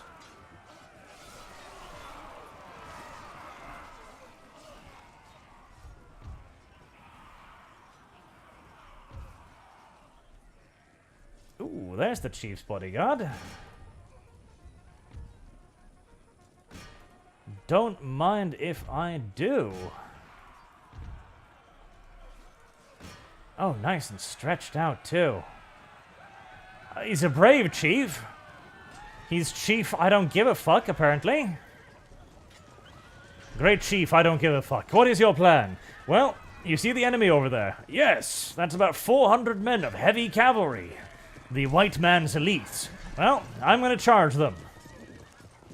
Silence follows. And chief don't give a fuck just rides off. His bodyguard, honor bound to follow him, sigh heavily, and the rest was history. Short-lived history, too, I imagine, as not a whole lot of people are going to be telling this tale for generations.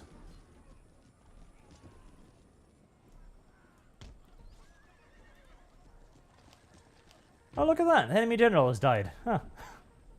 Imagine. Personal bravery has its place on the battlefield, of course, but personal retardation should be kept to a minimum, at least for the safety of one's own men. If that's something one cares about, which Chief, I don't give a fuck, most assuredly did not. Alright, let's get you lads stretched out into something that resembles battle formations. With the pikemen as melee support, and our lovely general with his fanciful hat of hair in the back. Meanwhile, the cavalry, after wetting their sabers, can reorganize. They lost like 20 dudes to kill 300. Actually, we're kind of getting into a bit of an automatic flank position here, which is quite nice. Ah, well, chat, are you loving the visuals? Are you enjoying the sights? Can you see anything at all? I imagine on YouTube, with how YouTube adds little pixels to everything, this must look truly, unbelievably atrocious. I mean, if I'm having a hard time seeing what the fuck is actually going on, you must be as good as blind. Right, well, I do spot 3 little Indian units that have seemingly wandered far too far away from the front line. We call that a gift wrap.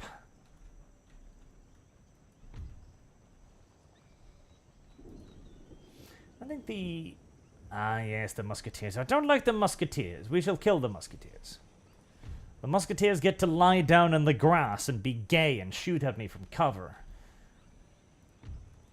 Even as I, the British, has not yet invented the technology that allows me to lie down. It's a little known fact that lying down was a British technological invention that saw one of its greatest moments, of course, during Waterloo, where they used that unfair piece of high technology to great effect against Napoleon's old guard, who still could only stand, and so had to walk slowly towards the British, who were lying down on their bellies and were oh so difficult to hit. The problem with the British, they're a cheating sort.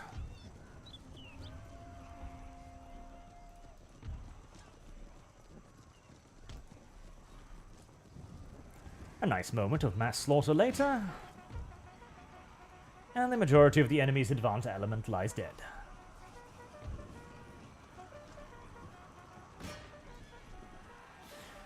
I might as well give them a little bit of a follow too. Put them down. There you go. Good boy. That's how you treat Canadians. Well, actually, these aren't Canadians. These are Americans. That's how you treat the Americans. We're British now.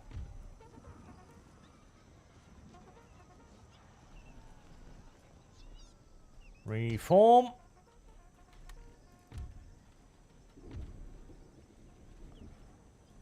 We're not going to make it quite that far up.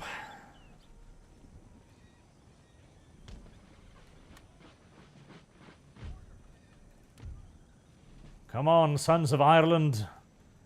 We have a continent to conquer. What, ours? Nope. We're conquering this continent in the name of the Americans. What, the people we're killing? Yes. Why? That's an awfully good question. But believe me, it'll all make sense in a few hundred years when the majority of your Irish children will be living off benefits and welfare. They will reap the benefits of your hard-earned work. Legacy is building up... Oh, that's beautiful. Legacy is building welfare checks that you will never be able to cash. That's fucking poetic, that is. That is fucking poetic. That should become somebody's national anthem.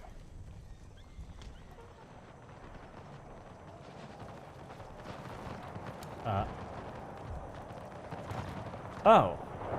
You're not pikemen. Well... On that day, the Americans betrayed the poor innocent Irish by shooting them in the back. The insane excuse from their commander was never believed by most historians, as the commander claimed that he had forgotten that the Americans had rifles. He thought he'd given them pikes instead. This claim has never been given much credence, as surely no one would ever be so fucking retarded as to confuse a pike for a musket.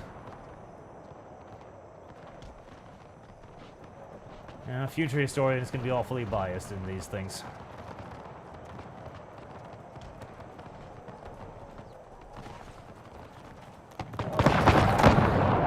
Yet again with that unfair laying down technology. I wish they'd stand up and fight like men instead of this gay-ass lying on your tummy thing. Alright, careful there. The majority of the enemy army is still tailing in one enormous mass, so we don't want to let the cavalry run too far amok.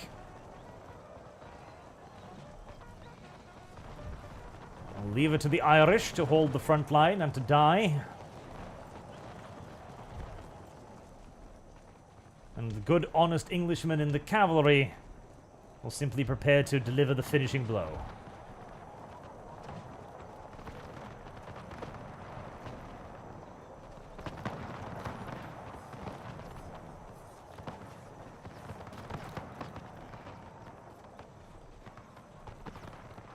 I can't even see their units half the time. Oh, God help me. They've got axes. That could only mean one thing. A bad thing. The smoke in this mod is so incredibly improved, by the way. From the original game, which barely had smoke effects. Now the smoke is excellent. It lies thick and heavy over the battlefield, as it should. Drifting clouds of smoke.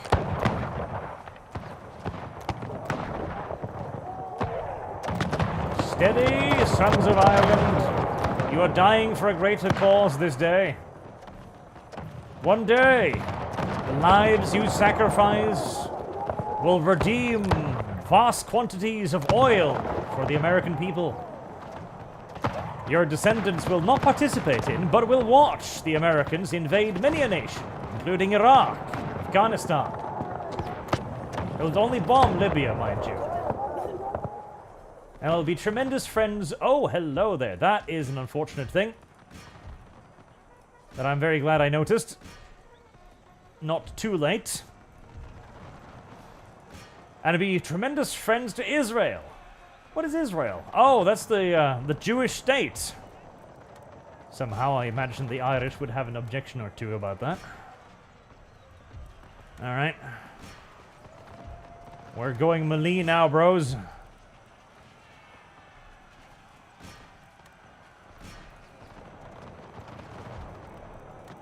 Get in there.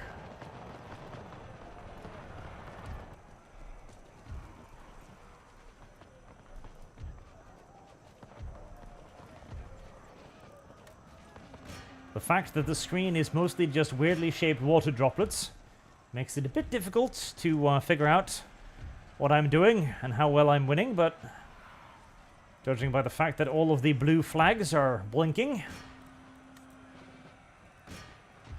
the good old-fashioned mass bayonet charge, or plug bayonet charge in this case, has probably proven effective yet again.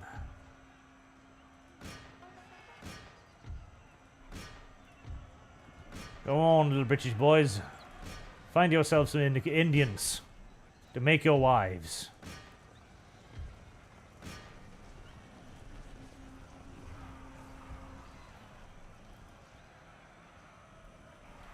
There we go. As Conan would say, what is best in life? It is to see your enemy driven before you and hear the lamentation of American women. In between them stopping to take a selfie, I'm imagining. Come on. No time for slacking off. Oh, apparently we caught another enemy general there. General give more of a fuck, but not enough to stay alive. A chief, more correctly. Chief, I care, but not enough. Chief, I tried, but failed. Chief, I tried so hard, but in the end it didn't even matter. God, I wonder when that meme will simply just not be recognized by people anymore, because that's already an old goddamn meme. I don't know if we can even call it a meme. Linkin Park. Jesus Christ, just uttering the name makes me feel wizened and ancient. Alright, well, most of the Americans have been killed.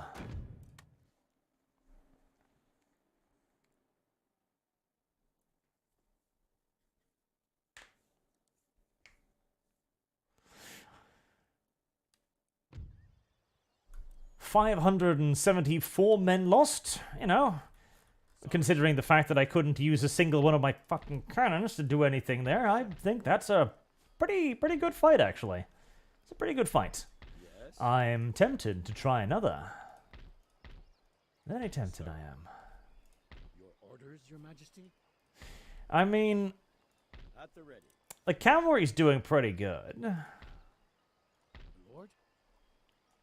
Ready Your and Majesty. I waiting think... order. Ready and awaiting order. I think we At shall the tempt ready fate. and awaiting order. Sir. We'll make sure the arquebuses are within reinforcement range, just in case, but, I think we're gonna try something aggressive today.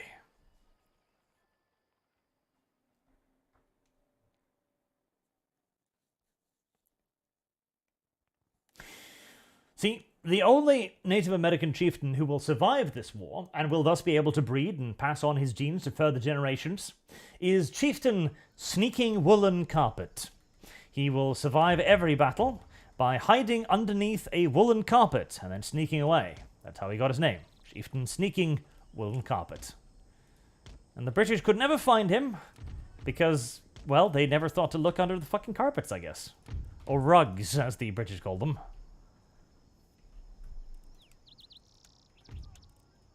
And try to remember this time that the Americans are equipped with guns, not with pikes. And therefore, placing them behind your own infantry is just not a very good idea.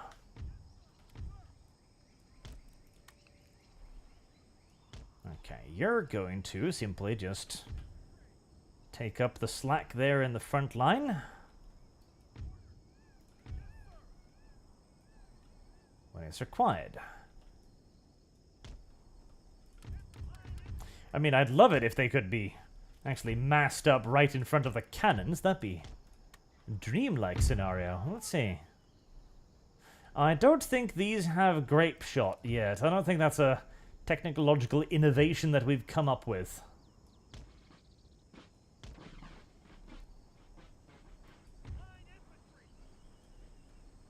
Oh. Oh. Oh, interesting. You can't go in there.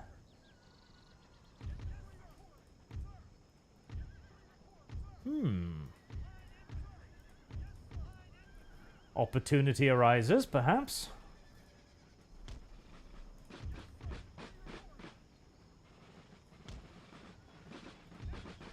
If they can't go past there, maybe all of the Indians will be funneled into this nice little area. Right in front of all of the cannons. That would be fun and engaging gameplay. Alright, what is the cannon's range? I have no gosh darn clue, because they did turn off the range markers in this mod, which I understand, they were incredibly awful and incredibly ugly, But it is nice being able to know, you know, the range of your weaponry. Well, whatever it is, the Indians are within it now. Alright, Captain. Prepare to dunk some more shots into that hill over there. And there might be Americans hiding behind the hill.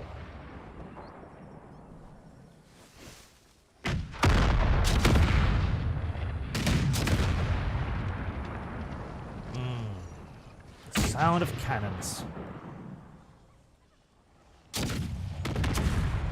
Not very good cannons, but cannons nevertheless. It's a heartening sound. Alright then, come on then, Indians. We can't have a war without your participation. As we continue to violate the countryside. Don't worry, I'm sure in some Total War game in the distant future, they will introduce an innovation called unit line of sight, so that units will actually shoot at things they can see. Well, it turns out actually that they never did that, and that was just a pipe dream, but still. I'm sure when I was playing this game for the first time, I would have thought that that would be a grand innovation that they would totally introduce in a Total War game down the line. I don't like all of that stuff on my flank there. I think we're going to send the cavalry down there.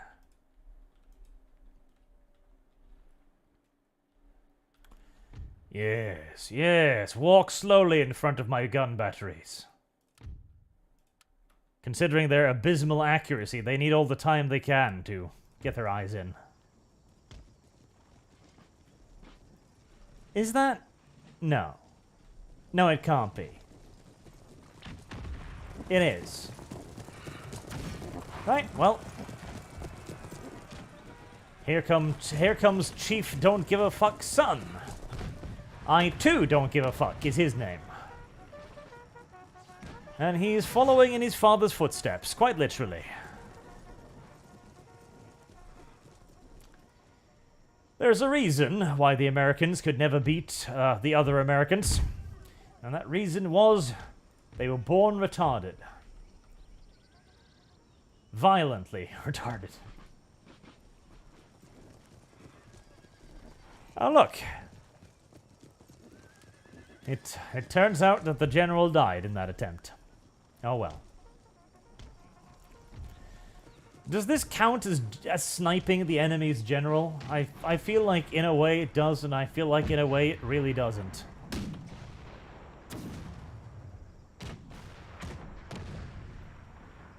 Oh boy.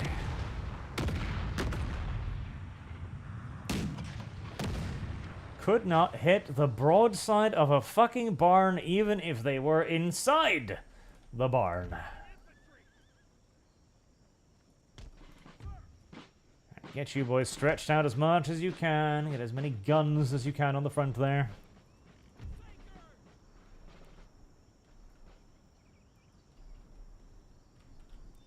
Okay. Come on, cannons. They are at, literally, point-blank range. Like, we're getting into musket distances now. Surely. Surely this time. This will be your day. Well, no. Heresy's the question. Fire is the answer.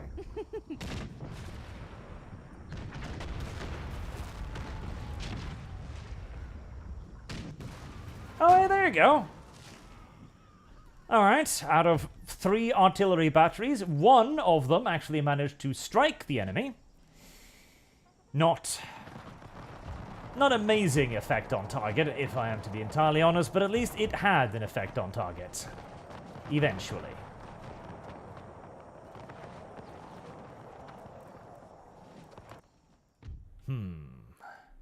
Is it time for one more cannon volley? I think it's time for one more cannon volley. Oh, stop shooting. Come on, lads. You will never get a better target than this.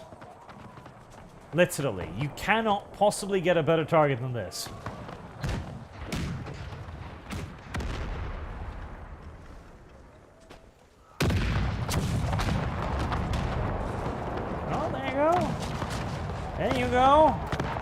Attempts are being made.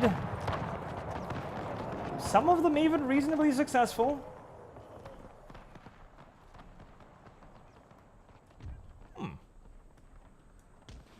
I am disappointed, but in a reasonably good way. It could have been so much worse.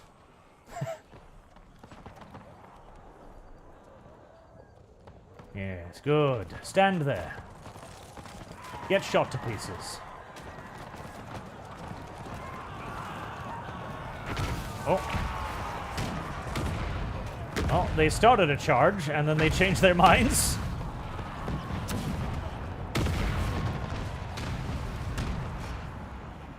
Yep, they very much so changed their minds. Okay, well.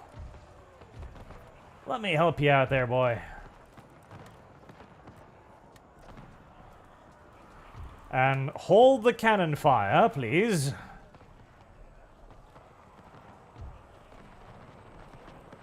Nice. You know what? That went so well, I almost felt like I planned it.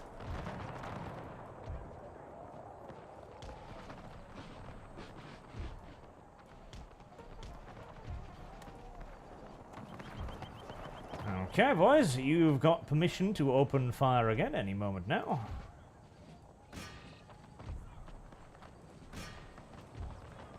That's a big, nice clump of native musketeers right there. And now a magic trick. Spush. Now, first you see the Indians, now you don't see the Indians. Ooh, okay, that was a pretty good salvo, actually. God, I can't wait to get actual cannons. Like, if this is the effect of these piece of shit hammered together in somebody's backyard weaponry. Proper guns will be quite endearing, I'm sure.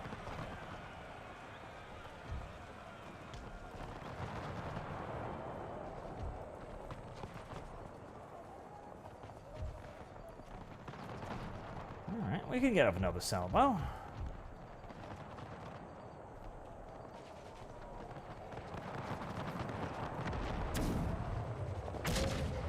After that, we're probably going to switch out the cannons for muskets, though.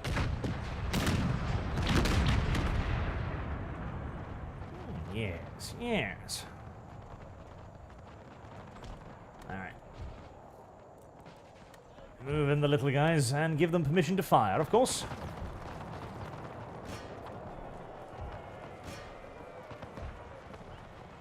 And the cavalry can now start crushing the left flank.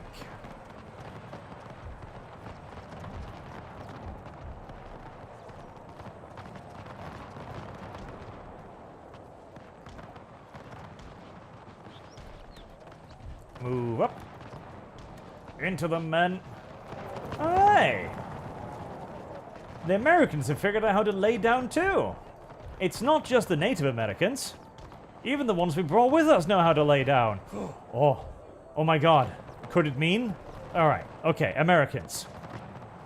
A lot of you might lose grandparents in a moment, but it's too funny not to try. Right, let's see if we can shoot over their heads. I'd lay down if I were you. I'd really lay down if I were you. Well.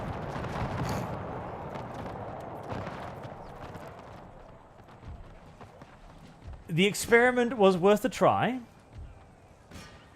But I unfortunately think we can fairly safely conclude that no, just because they're lying down does not mean that you can fire a battery of cannons over them. It still inflicts a fair bit of casualties if you try. Still, you know, it was a worthwhile experiment. It could have been a revolution to warfare. Like, imagine if we could just have, like, enormous quantities of artillery batteries directly behind our men and then pull the trigger. It would have been great. But sadly, the American inability to just fire is the answer. Lay down got in the way. Get organized and get after them.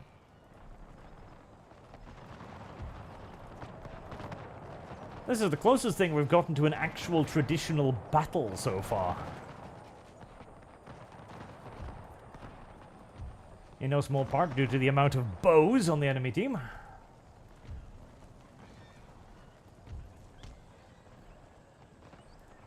Okay, we're going to need to reorganize this cavalry. This is incredibly spread out. 67 of them. I actually kind of want you to keep pursuing them.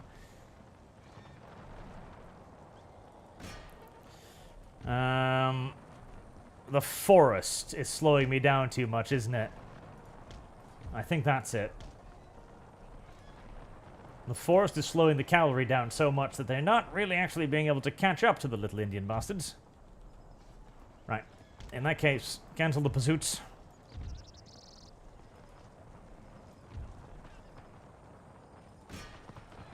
Find something less foresty to run over.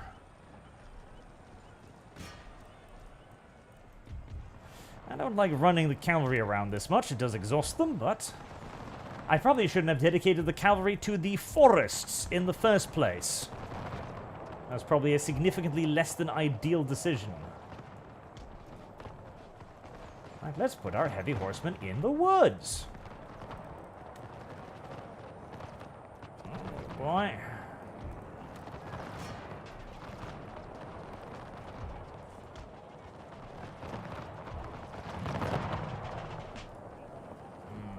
There might be too much stuff over there. They might finally be breaking through over there.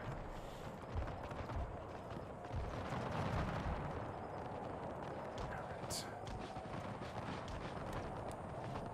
Move in the infantry. Throwing in the reserves, saved the flank. Does make them both into melee units though, so we do want to get them the hell out of there.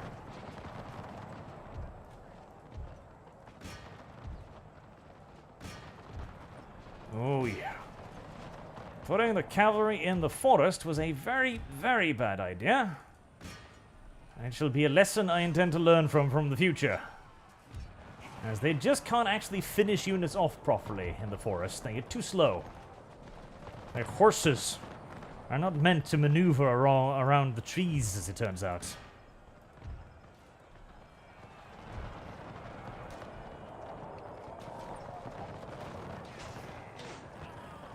Still, we're actually winning the gun battle. Though I am increasingly tempted to allow the cannons to open up again.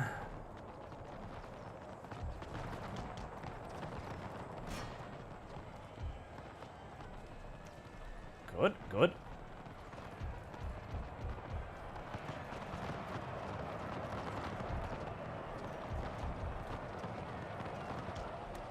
Collapse that flank.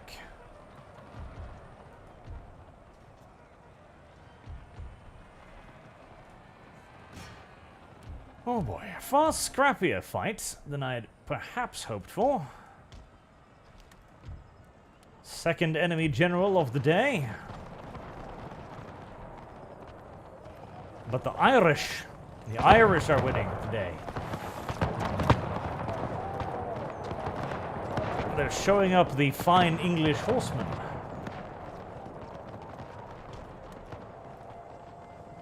Beautiful.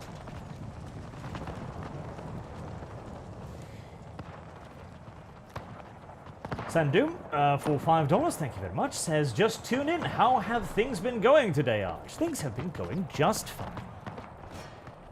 We're almost at Christmas time now. Everyone likes Christmas. And particularly, this year will be an interesting Christmas, I think.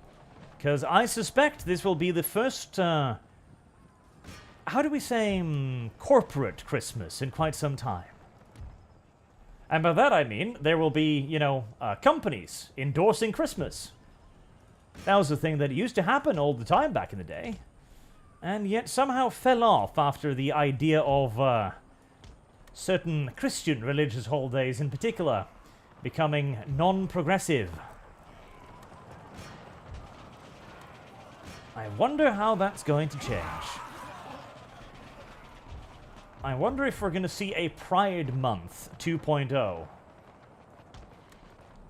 Because, as most of you probably noticed, the Pride Month this year was remarkably sparse. The usual companies decided to not participate in Pride this year. How very, very suspicious. How very, very suspicious indeed.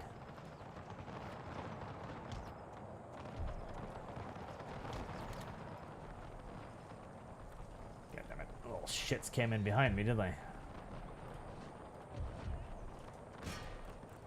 No, don't charge, just shoot.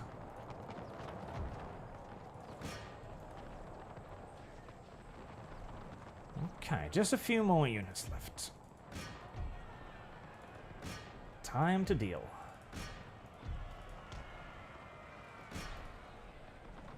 And that should butcher the last few of them.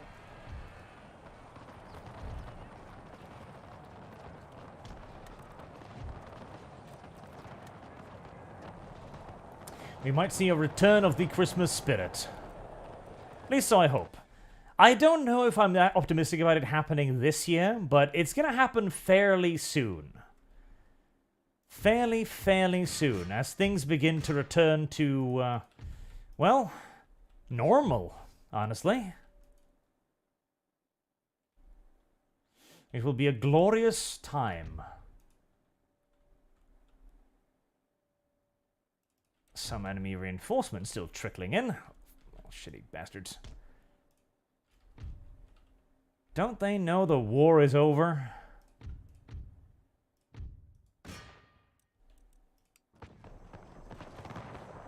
Don't they know when they're beat? Would I? Would you? At this point, yes, probably. Alright, well, on the bright side, once we've eradicated the rest of these Americans, there will be very little left of them. And they're going to have to trickle in piecemeal.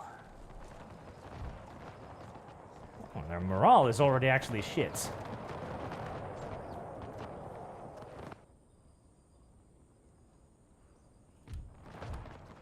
How are the English?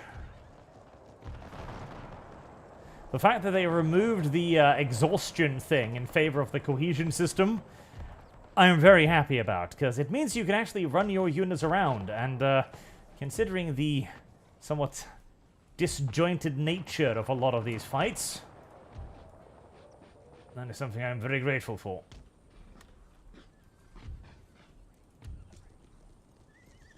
These are getting to be some really fucking veteran cavalry troops. Hardly surprising, considering they're doing practically all of the killing. There we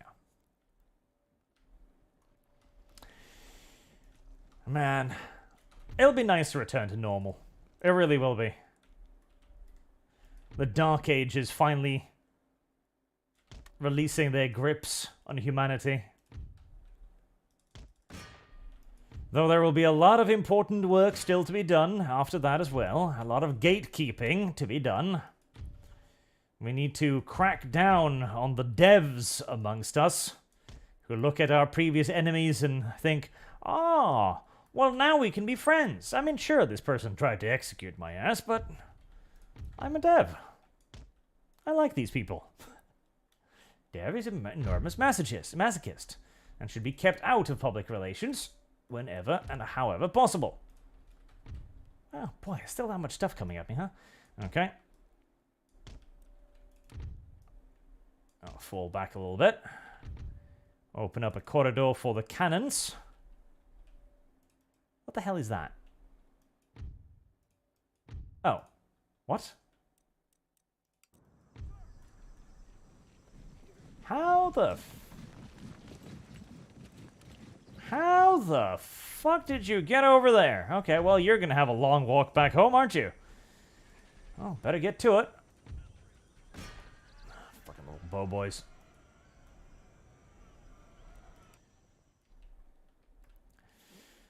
I'll show you what y'all want you to do with your silly little bent sticks. Show them up your ass is what I want to do. Okay. Drag the rest of the dirty, filthy little Americans onto the gun line.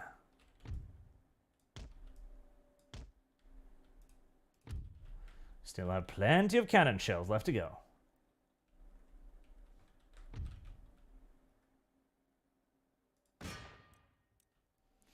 Not that I'm expecting to hit anything at this range, mind you, but it'll frighten and unnerve them.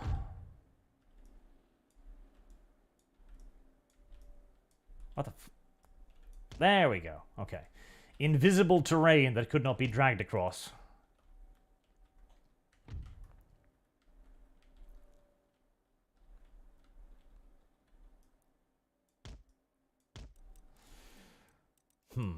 Collaborators. That's what that is.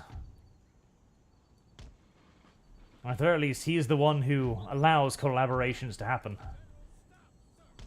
We must stop him from making many mistakes. Perhaps we shall just simply tie Dev down. I have heard significantly worse suggestions. Bind him down. Feed him only water. And I might as well take the opportunity to slim him down a bit too. Make him easier to deal with. Should he decide to truly rebel.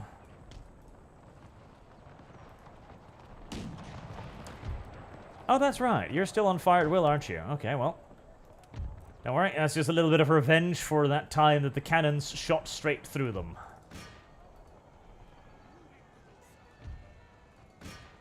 I would actually recommend you go check out Dev's channel, though, on the interview he did with Brianna Wu, which, again, I imagine some of you will know of.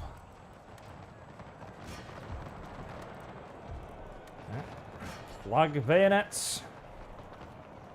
It is a fascinating conversation in many ways, and one I believe should be approached with deep and unending skepticism, mind you, as well. Tremendous, tremendous quantity of skepticism. And hardly a much smaller quantity of salt, doubt, and dubiousness.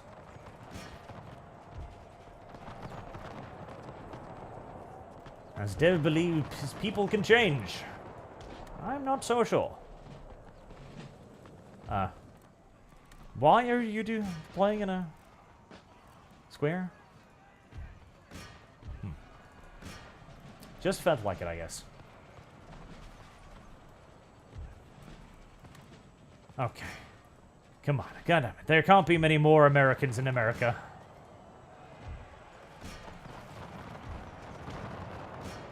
There can't possibly be many more Americans left. Just charge in there, overwhelm them. And we'll have dealt with, I think, like 2 stacks of something of Americans. Plug the bayonets and give them steer.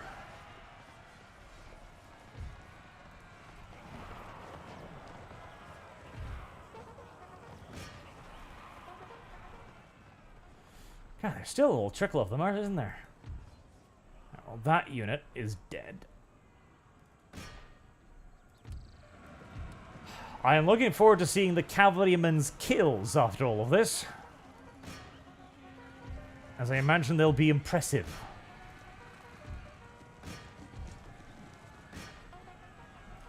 There we go. Run them down. No quarter for the Americans. None.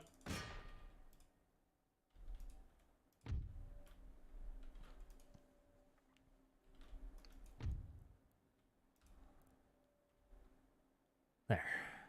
Is that the last Mohican? Jesus Christ, tell me that's the last Mohican.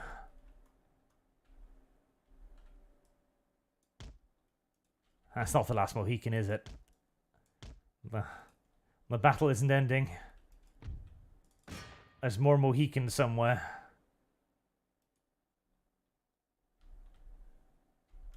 Where? Genuinely fucking where?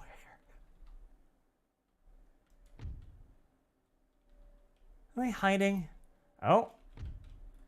There. There's yet further Mohicans. Okay. Bring up the cavalry one more time.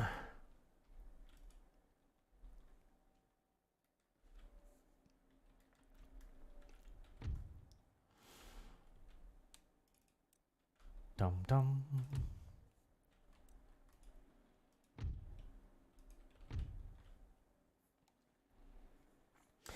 Belial donates $10 to say the best army is just a 4 unicorns from Natolian, 2 units of light cavalry, 2 units of good infantry in square formation set up around the unicorns, so no one can touch them. Indirect fire is broke. Yes, I do remember the unicorns. The unicorns for Russia are really, really, really goddamn good. I've played with them a couple of times. They are fantastic little creatures. And they do make the game into a very different game. They're kind of like the Armstrong gun. Ooh, you got pokey sticks, don't you? Oh god, pokey sticks. Okay. Come here, good Americans. Oh. Oh, well, now I'm gonna chase you down. Like, for a moment there, I was like, oh my god, well, that's gonna be annoying. I can't charge the pokey sticks. I'm gonna have to bring up the good Americans to put down the bad Americans. But now you're trying to flee. That's a very different notion. Come on, men of England. Ride those horses. Crush, crush, trample, skewer.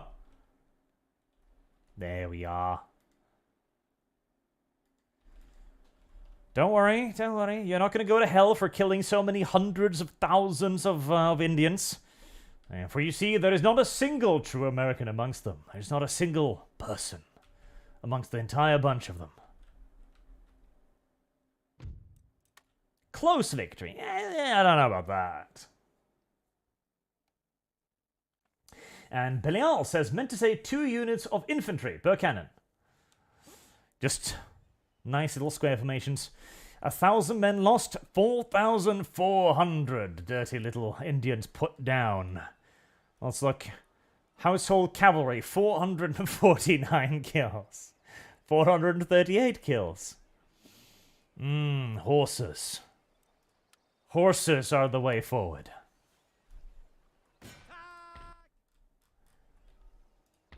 I feel like Albine should have made a horse girl on the thumbnail. That would have been very prophetic if there had been a horse girl there. Actually, is there a horse girl here? Let's see. No, tragically I don't think so. There's a bald eagle though. That one in the back could be a horse. Well, it's got a tail. It's got a very bushy tail. Yeah, no, tragically I don't think there are any horses there. Oh well. It's very unfortunate for all of the horse lovers out there. Oh, Jesus. You know, normally I would think that would be the end of the, that would be the end of the goddamn little... How do I... Ah, there we go. Yes. In any normal world, that mass slaughter would signal an end to Native American oppression of American lands. But in a total war game, that's just the first triple-stacked settlement of 3. Unironically true. Unironically true. Alright, well, burn all of their silly little native villages and shit to the ground, and get ready to replace it with superior Western dwellings. Oh, thank God. That name, that goddamn name, that's like that... No, I can't say that word on YouTube. I'll be very unfortunate if I do. Alright, well, burn that hut to the ground too, and we'll establish a proper school there for proper people. Proper Englishmen.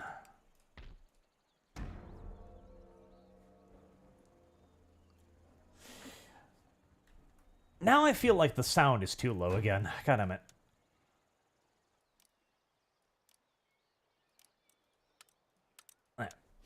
Belial donates $10. Thank you very much.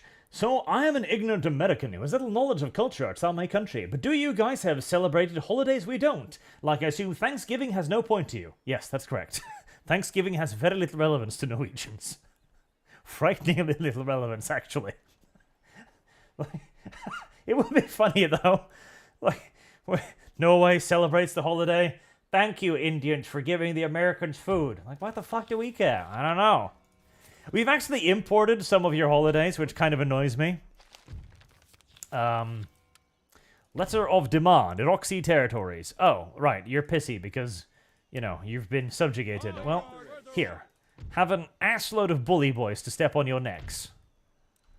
Oh, Jesus, does that not enough?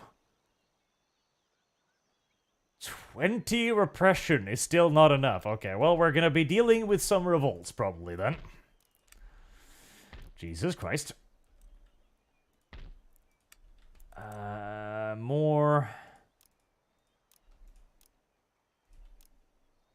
More Indiamen. More.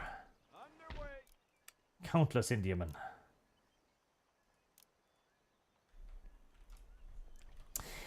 We have actually adopted some of your silly little traditions. For example, Halloween. We've decided to adopt Halloween. I don't know why. It makes absolutely no sense in no way whatsoever. Like, okay, in America, you're worried, like, 'cause you're like, oh my god, we're letting our children walk around in the streets unsupervised in the middle of night. Pedophiles could come out of the woodwork and eat them, and they could. And that's in American cities and small towns. In Norway, where there's on average about 5 kilometers between every house, it does not seem like a wise tradition to adopt. And yet, adopt it we did. Your Majesty. It seemed silly, and I still believe it to be silly. Right, well, we've got a frightening number of Indians still between us. Luckily, a lot of these armies are going to be beat to shit. Yes, my lord. Alright. James My lord. Moore, I think you're the one who's going to have to make the first... Make the first cut here. Shall triumph. In you go. Actually, those are the wounded ones. Okay, you can probably just... Are you going to cause me like 2,000 casualties if I want to resolve this? Victory is ours. 400. Okay, I'll take that. That's acceptable. Sir. Your orders. That is alright. Ready for order. That's going to be a double stack fight. Service guarantees citizenship. Double stack fight against with these guys. I don't know about that. Siege works underway. Your Majesty. Impossible, sir. What? No, no, no. Not do that. You were supposed to attack the dude over there. Sorry, sir. Your humble servant. A tremendous amount of bows. Okay. Settlement under siege. Yes, my lord. Form line for battle. I think we're going to need to attack. The Grenadiers were a tremendous mistake, because I figured, okay, they have slightly shorter range, but that's not going to be a problem, right? Oh god, it is going to be a problem, because it now means that you need to micromaneuver every single unit to make sure it's in range of the enemy. And the worst part is we even had our own local holiday variant of Halloween that made more sense. Eurebook. Where people would go around. It wasn't very popular. In fact, nobody ever did it, basically. It was something like the school put on occasion to be like, hey, do you remember this dumbass tradition thing that we totally has? No? Well, we're going to force your children to celebrate it. The idea was that they would dress up like little stags and animals, etc. And they'd walk around and they'd get some candy. And it never really caught on because it was kind of a shitty thing. And again... Norway's not very well suited for, you know, Halloween-style festivities, frankly.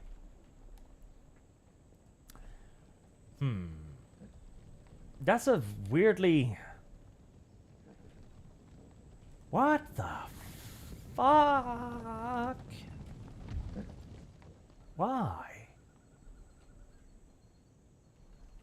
Why would you do that? Okay, well, you go over there. You go over there. Why would you do that? Why would you do this? What is the reason behind this formation? Brother, I can't breathe.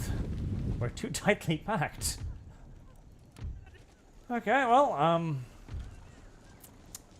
very well. I don't mind. It's certainly going to make shooting them fairly simple. I guess that's a traditional Native American war party formation right there. They're huddling together for warmth, I guess, against the harsh and chilly winter climates of America. As you can see, it's fucking freezing outside. But the idea of Yurtbook was that it was an old tradition, and it was to chase away Satan, because, you know, Satan's out wandering around during winter. That's just what he does. And to chase away Satan, you weaponize children. Don't ask me to explain this, but that was the gist of it. So you got to scare away Satan, and you do so by dressing up children and having them walk away outside with lanterns, waving them around to be like, hey, this is super bright. If Satan really was out in the woods tonight, he'd probably have a fine meal of my ass, because he could see me from miles away. It was always this kind of stupid celebration, in my opinion, but, you know. And Halloween, didn't Halloween originate around the idea of, like, scaring away evil spirits, too? Because every civilization has a variant on the whole scaring away evil spirits thing, right? Because you've got the Chinese. The Chinese have got, like, New Year's or something where they scare away the evil spirits with firecrackers, because the evil spirits are scared of little boobs and bangs. You'd think the evil spirits would learn after a while. They'd be like, oh, that shit, it's harmless. You can eat the children. They're free. Like, the evil spirit government doesn't want you to know this, but the Chinese children are actually defenseless. You can eat as many of them as you want. The firecrackers are completely pointless. That would be an interesting infomercial. I feel as if my mounted pioneers are achieving very little. They've killed 2 guys at the moment.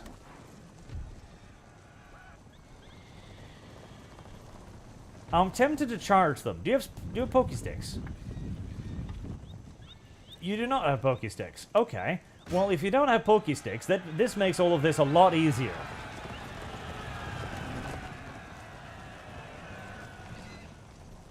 Demon horses again. Flee.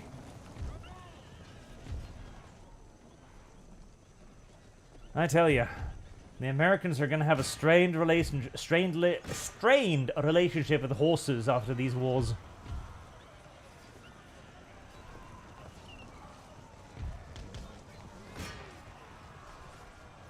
What else do we have?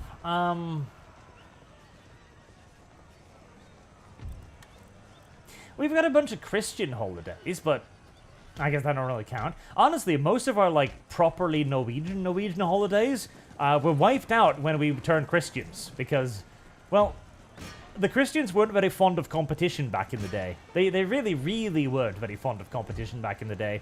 And so when everybody else had anything that resembles traditions or culture, they usually just try to stomp it the fuck out.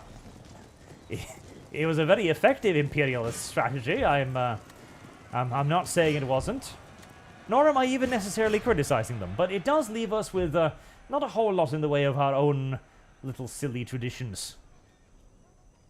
Sankthans? What's that? What was that? Is that Christian? Sankthans, we build a giant pile of sticks, and we set fire to it, and I don't know why we do it. I have no fucking clue why we do it, but we do it. And it's like a big event and stuff, and you take your children out there to sit near the enormous blazing bonfire, hoping that it doesn't, you know, explode or break apart or kill somebody, which it has done on multiple occasions.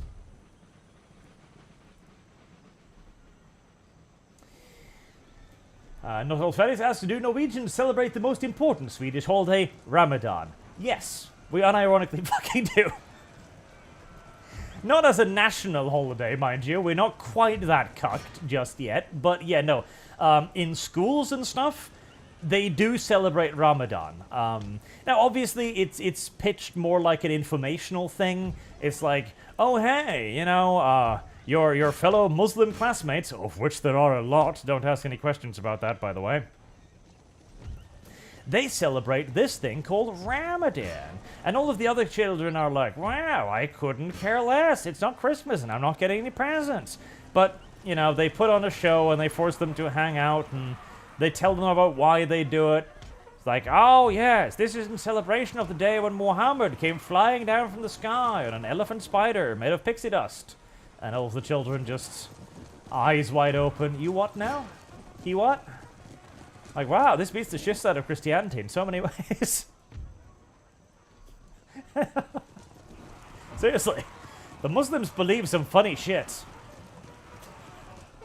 Oh god, I remember there was a talk show. I think it was a British talk show, which there was a guy and there was a Muslim, of course, and the guy was like, okay, so in the Quran, it says that Muhammad returns on like a fiery tiger descending on a comet or some such absurd bullshit, right? And he asks him, since the Quran is the literal word of God, and this is a historical text, this shit has happened, I must ask you, do you actually believe this? And even the guy, who's pretty hardcore Muslim, just had to be like, no. That's clearly meant to be figurative. But if it's the literal word of God, how can it be figurative? Shut up, white man. That was more or less the conversation. It was a pretty funny one. Speaking of funny things, I believe it might be about time to crush this weird blob of bowmen. And honestly, I'm pretty confident in my ability to squish it quite nice and radically. So long as I hit it from the appropriate number of sides at once, I in fact imagine it'll squish very nicely. Alright, we are going to throw in the pioneers too.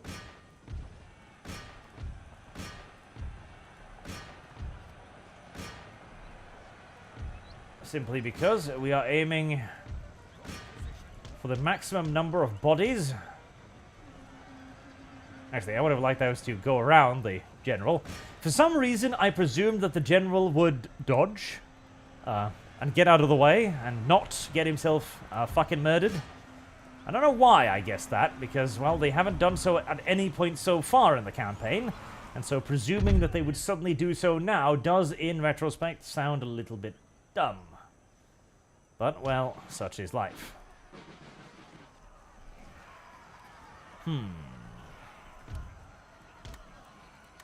Didn't squish as neatly as I was hoping, but squished enough.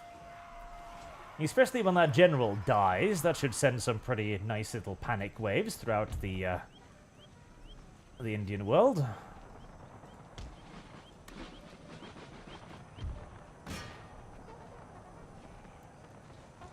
Yes, yes. Butcher the enemy. Butcher them. Butcher them now.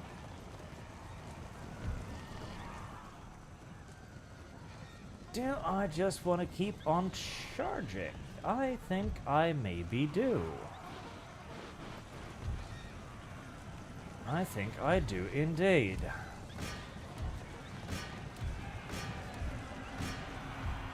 Right. Leave chasing down the fleeing elements to the pioneers.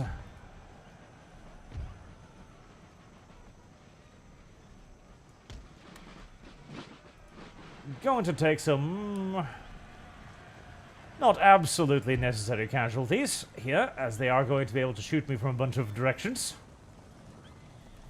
But I am thinking the enemy casualties will be significantly larger. To pursue those off the map, and they will not be able to rally. Okay, double down.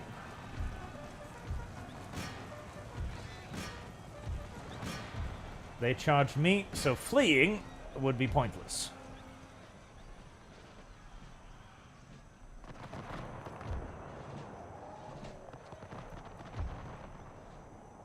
Are you still just standing there? You are. Okay, well, I wish I had some artillery. I do not. So we will make do.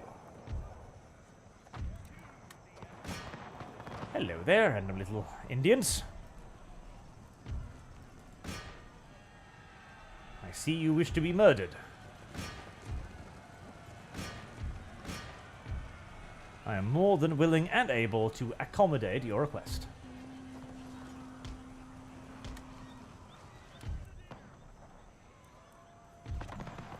Right, well, that was a pretty economic way of dealing with the first stack of enemies.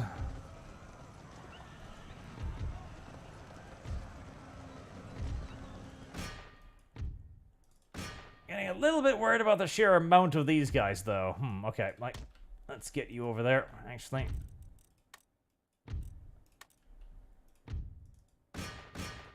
Melee mode. As that is going to be a pretty big fuck-off clusterfuck. Right. And deploy those to face off against the reinforcements that are coming.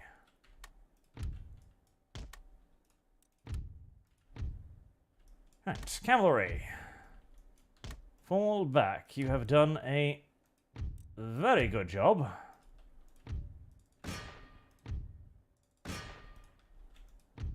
But I'd like it if you didn't all die.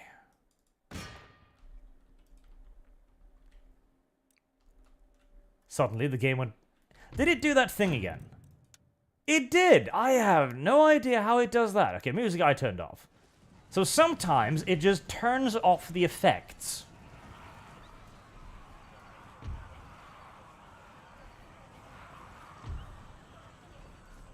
Good, good. Dead Americans.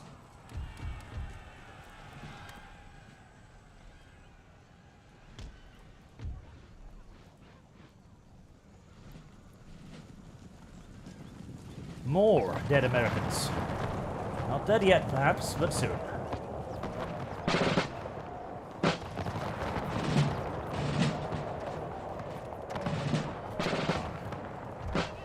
Are you going to charge me straight up, are you? Okay. Oh. Well, let's see if you have the morale to charge me after that. Nope. No, you do not. Get dicked. Should have thought about that before you ran screaming towards the guys with all of the guns.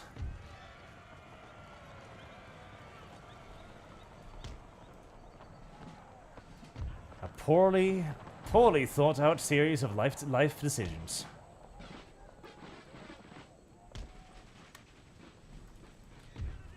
See, your brethren have brought bows. That's much smarter.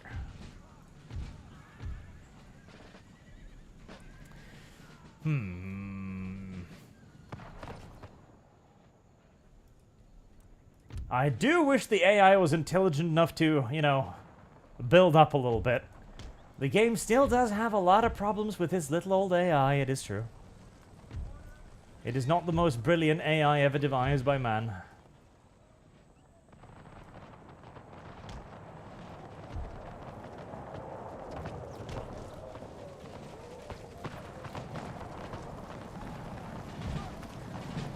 Massed volley fire.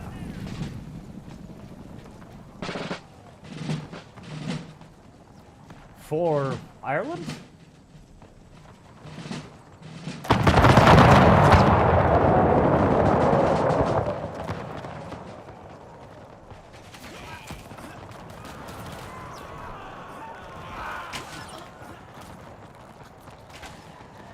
The countless brothers of the one Indian bowman.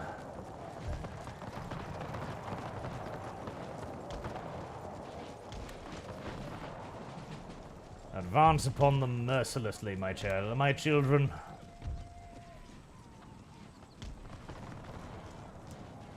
They shall not be allowed to live much longer on this land that is ours, ordained by God. Get off my land, you filthy savages. It's our land, actually. My musket says otherwise.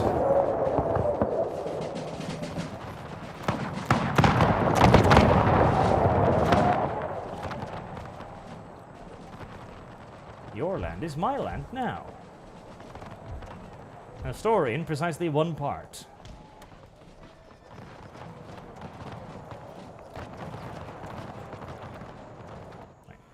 Did you? No.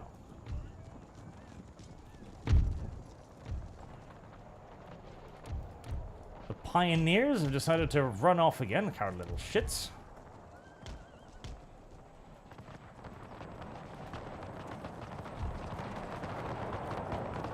This is a nice little cul-de-sac we've created here.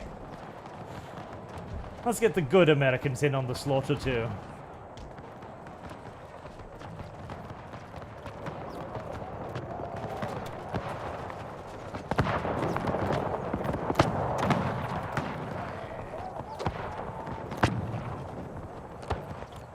If God intended the Indians to keep the land, he would have given them machine guns and a working immune system. Yes, Solid Slug, they would.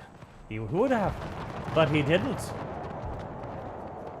I do not believe any further evidence as to their the unfit nature of them to own these lands are needed. If they were truly fit for America, they would at the very least have invented the automobile. But they didn't.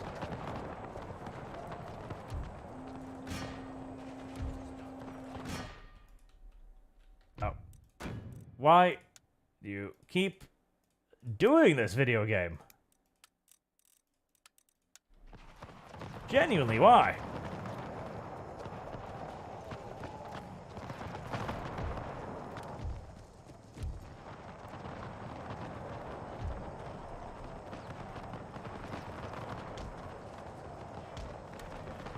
Cavalry's almost reorganized for another push.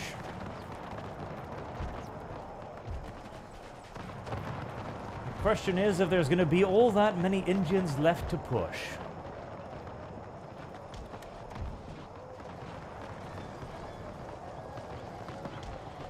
Reform and push up the lines.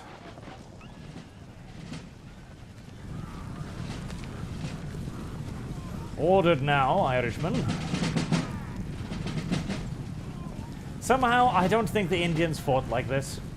I don't think the Indians fought in like little block formations, opposing mass organized ranks of musketmen. It seems like a rather suicidal way to fight for them.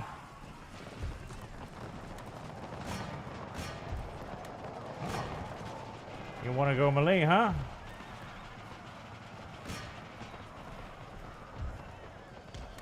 Oh, we can do that.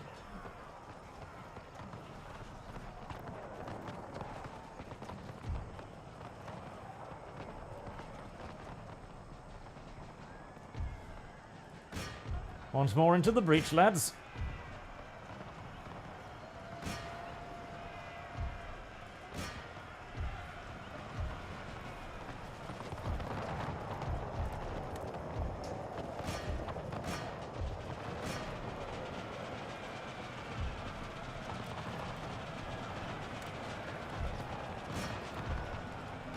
Your bent sticks with twine will avail you not.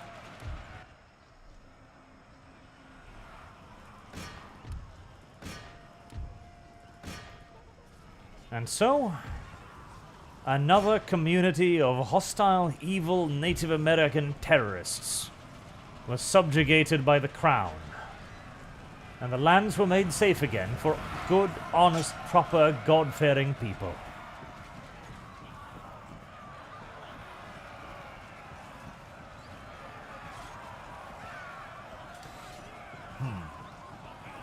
Belial says, I don't know, maybe y'all are thankful that the Indians kept us here, or maybe y'all have like happy kick a Swede day, or thankful you're not a Swede day.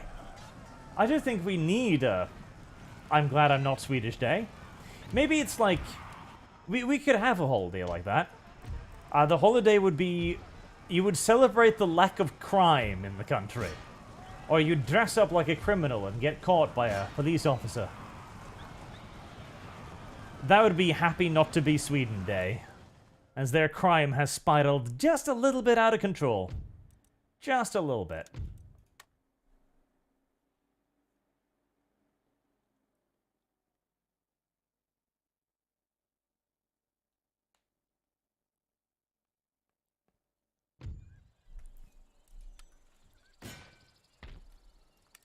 Another 4,000 Indians purged. Ah, God's work. Waiting for your orders. Forward. Ready for orders. No! Not Why the fuck would you do that, you humble servant. halfwit? Is that within range? It isn't, is it? But it's actually still good enough. Okay, kill him. Victory! Thank you. Lord? Destroy them! Sir. Sir. Why would you do this to me, you silly little video game? Immediately!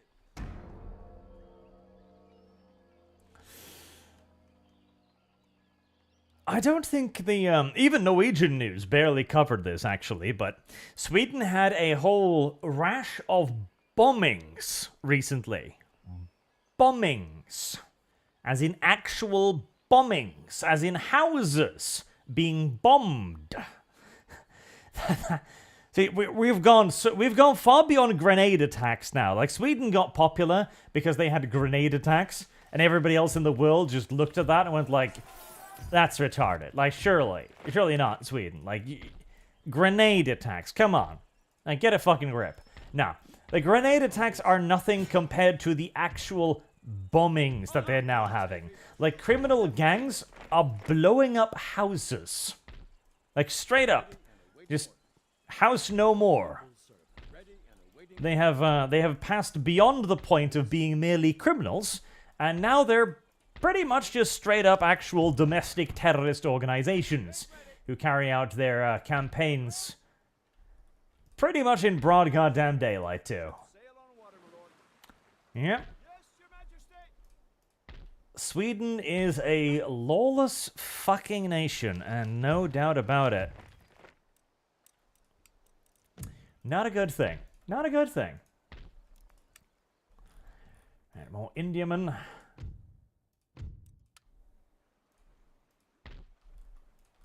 And you were building the late ones, weren't you? Right. Trade is definitely picking up. We might even want to start switching over to producing some more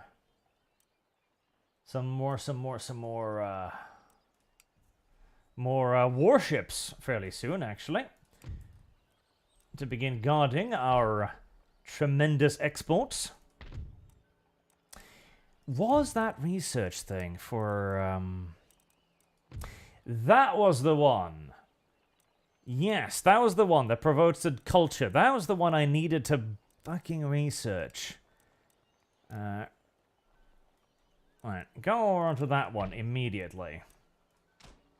Should have researched that already, as it's a very, very useful tool for not having everything and everybody rebel constantly, but, well, such is life on occasion.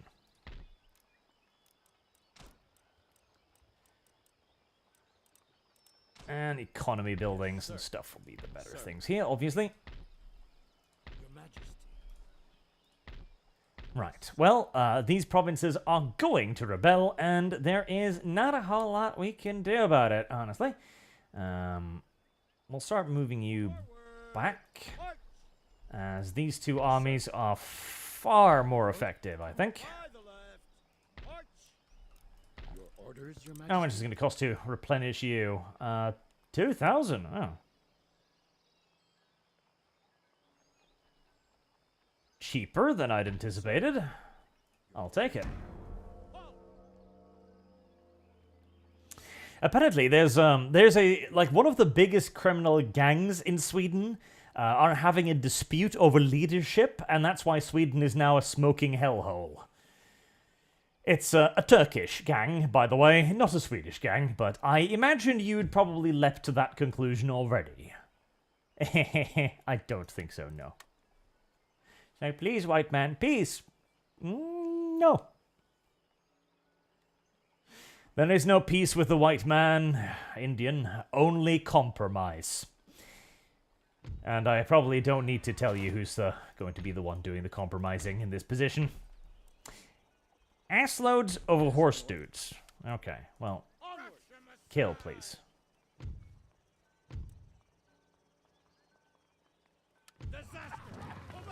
How on God's good fucking earth do you justify that one, video game? Your Majesty. How on God's good green earth do you justify that one, video game?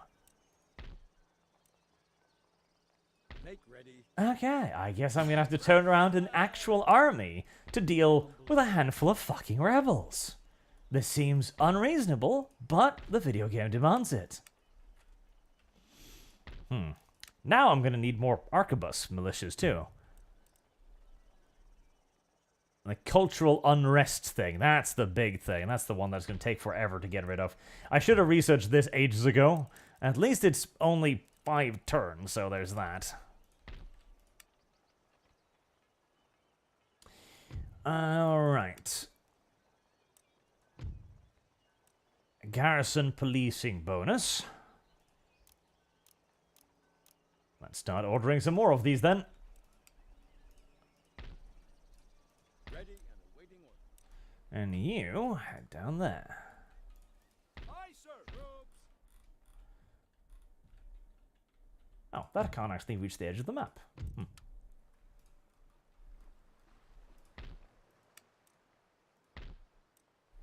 What are British ships doing up here? Is Britain finally going to start taking interest in the colonies, are they? A bit late now. The war against Spain has been over for a while. But hey.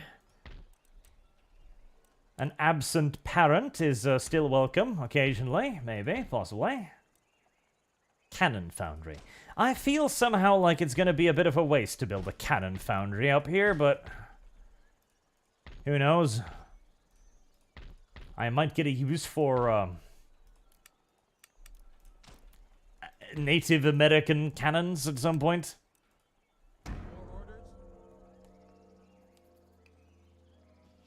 One of the big issues with the whole Sweden situation, too, is, legally speaking, and this is a thing in Norway as well, you can't punish children, which means under, I think, 15 or 16 or something, with proper prison sentences. So you can only give them slaps on the wrist or community service or fines, I think, and stuff like that, and nothing else. And the criminals latched onto that fact and figured, okay, well, are you fucking serious? Come on. You don't. Proud and victorious. Thank you. I was gonna choke you out if you fucking made that a defeat. I swear to God.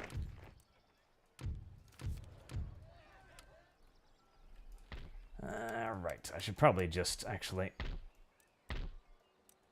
coalesce these units a little bit because they're all so beat up, and frankly, I don't want to pay to replenish them properly. Your Majesty. Ready and awaiting orders. Forward. One. I'm wondering if I even want to advance on the next city right now.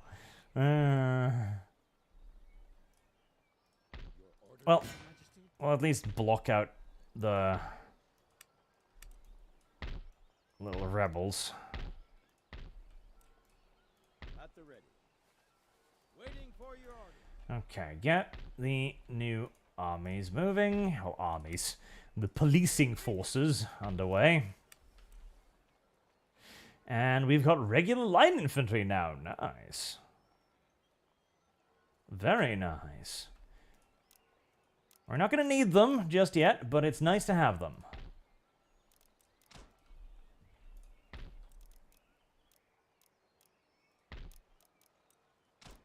Parliamentary chambers. Oh, we are civilized now. We are almost like a real country or something. Almost. Not quite, but still. Because, of course, if people who can't be actually punished by the law commit crimes, including just murder, straight up, then the criminal activity isn't criminal. And so they can keep doing it, to the point where this has become an initiation ritual amongst the gangs. So they will actually hand a 14-year-old child a weapon and just be like, yeah, go shoot somebody. And then you'll be in the gang. And Sweden has no way to deal with this just yet. Although, let's just say that the far-right organizations who are promising strident measures against this are rising in popularity rather rapidly. So I think Sweden will develop a solution to the problem eventually. Even though it is probably going to be a slow and painful-ass process to do so. Yes, my lord. Please die. Victory is ours. Thank you. Your Majesty. 9,000. Jesus, okay, that's expensive. And awaiting orders. Anything more? Okay, refurbish that, and let's get working on the roads here. I can filter in some more garrison troops.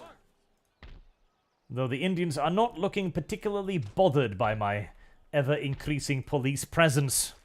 Almost as if they're, you know, used to incredibly violent situations like this. Where they're just kind of killing people for shits and giggles. How much longer? 3 turns. Oh boy. Well, 3 turns, then we can start enforcing proper English values upon the savages.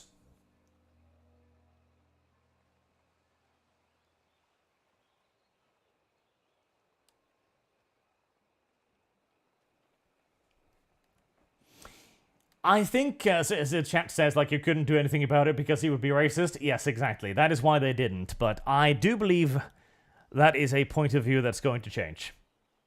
They've managed to block Sverigedemokraterna, which is the far-right party, out of power now, I think, twice? Your Majesty. I think. Where they were basically voted in by all reasonable measures, but through parliamentary finicky nonsense, they were blocked from actually getting into power. And this has happened, I think, twice now. And the people themselves are getting, well, pretty fucking unrestful about all of this, because the Swedish Democrats are promising that they actually have a solution for the problems that are plaguing Sweden, and the people in power, well, they don't seem to have any solutions, because the problem just keeps getting worse. Weird, I know. It's like, but we're continuously doing the exact same thing we've always done. Why isn't the problem being solved? It is what we can only describe as a motherfucking mystery, Sweden. A motherfucking mystery indeed. There was also, what was it? Alternative for Deutschland, the German far-right party. They were introducing legislation to try and ban that party outright, which... that's one hell of an admission, isn't it? It's like, well... we can't beat them. They seem to have a point, so I guess we're just gonna have to bang them. Democracy is in danger in America because of Trump, but not in danger because, you know, other parties are trying to ban their opposition or anything. That's entirely normal and natural. You just burned one of my... like, motherfucker, please don't. Please don't. I'm trying to research stuff to teach you goddamn savages your ABCs, okay? I am trying to help you. I really am. Okay, literacy, next turn. I love the fact that this still isn't enough. all of these men are there, mercilessly beating the shit out of every Indian they find. It's just not enough. Yes, my lord. It's just not enough beatings. We can't do that, sir. The beatings aren't coming quickly and swiftly enough. Alright, well, with the literacy thing kicking in, that is actually going to be a big help. You are going to cost 5,000. Yep, let's rearm those. I'm going to find it extraordinarily annoying to chase you down, aren't I? As you're now just going to keep moving onwards and burning down buildings and being annoying. This is one change I tremendously liked in Total War Warhammer, where the tiny little fuck-off stacks would just attack the nearest city. A do or die. If they take it, they take it. If they die, they die. Either way, you're done with them. And you don't need to chase their tiny little idiot stacks all around the map for 542 turns. That was a good change. Sandum says, didn't Norway have a bikie gang issue some time ago? Well, that was our biggest issue, yes. Oh god, they're actually gonna fucking do it too. They're actually just gonna keep moving and dragging my entire... Oh. Indians, you deserve to be wiped out. You deserve everything that I'm doing to you. All of it. Absolutely all of it. Okay, that should start changing the culture, though. Yes, massive downgrade. Thank fucking Jesus. There you go. With that, we can actually consider taking on new towns soon. Ready and awaiting order. At the ready. Speaking of taking new towns, I think Georgia is American. And I don't think there's enough Indians to dispute that.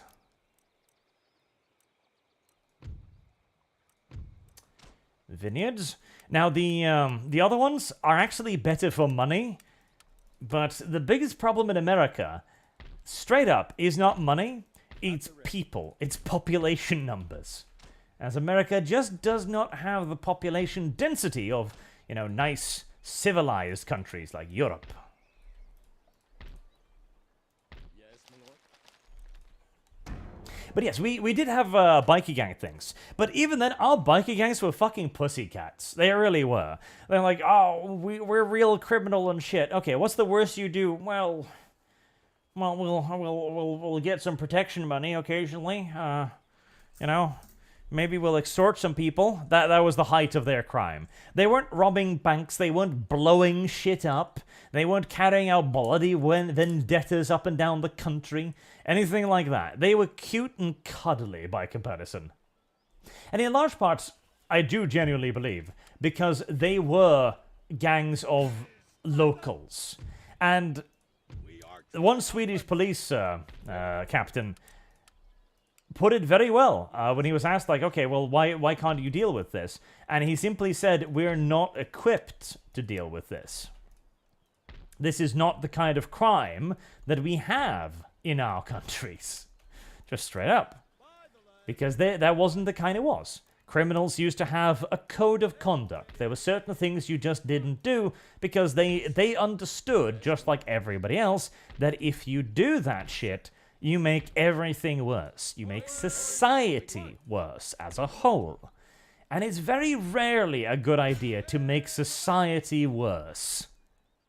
Very, very, very rarely. Because society, of course, even the criminals partake in society. Even the criminals participate. And so breaking everything is not going to benefit them either in the long run. This is, however, something that has passed our fresh countrymen somewhat past. Well, you know, if you live in a place where there is... See, I do get part of it too, though, because it is absolutely the idea of the high trust society, which just doesn't exist in many other places of the earth. 1, 2, 3, 4, 5. I have 5 research places. Would I like a 6th research place? You know, I think I would like a 6th research place. It is an unusual thing. It is not how humans normally behave on Mars, but we managed to get it to work in Scandinavia, and then we decided to make it not work. Unironically, yeah, so it's like criminal gangs be like, we live in a society.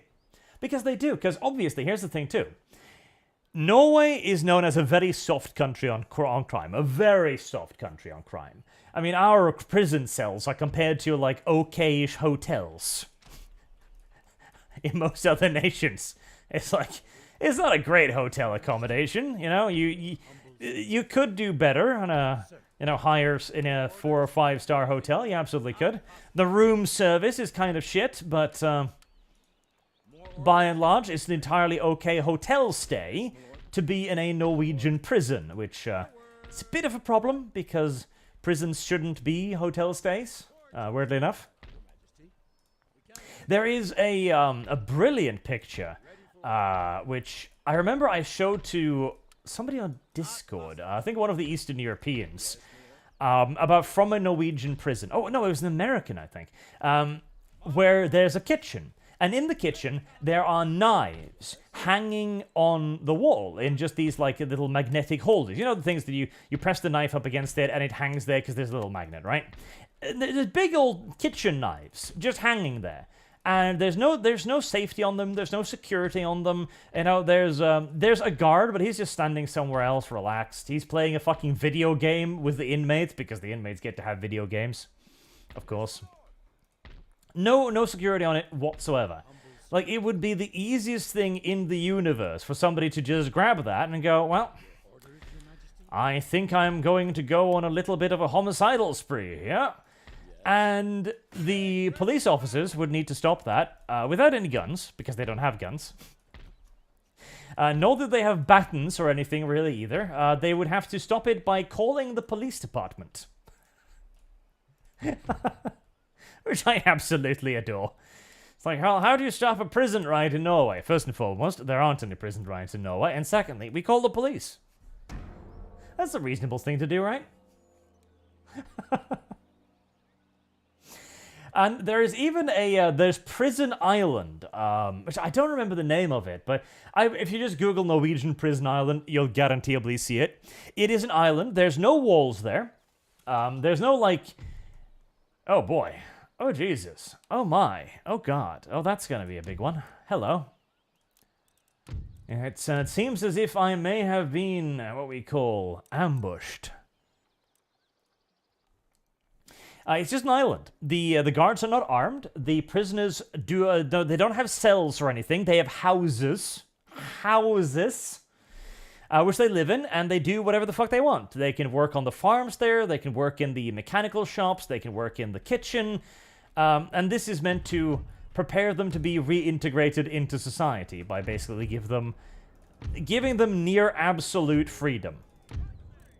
And the remarkable thing is that in Norwegian society, in a very high-trust society, this works. It absolutely works. We have an incredibly low reoffending rate. I think it was like sub 10% or something, 2 or 3% or something ridiculous like that. So it's clearly effective, but it is also clearly only effective in a society like ours, where the criminals themselves usually only become criminals because of some pretty extenuating circumstances, rather than a society in which becoming a criminal is, well, profit. I'm gonna have to deal with a lot of enemy stacks today, which makes me think that probably trying to outshoot them as much as possible is a good idea. Is that? You didn't just do that. Await my command. You did.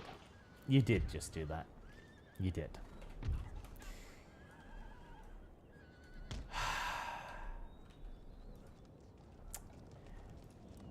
I keep getting the feeling that my artillery is a little bit of a hazard to myself, honestly.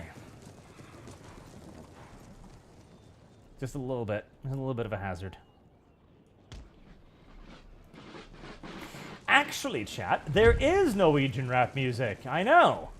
It doesn't sound like a civilization that would inspire a lot of rap music, and yet, in our desperate desire to be like America, we've actually produced quite a lot of rap music. Norwegian rap music, mind you, so it's in Norwegian. And I actually quite like it. See, I'm a big fan of rap. I know, not quite my character, I know, but I actually quite adore rap music.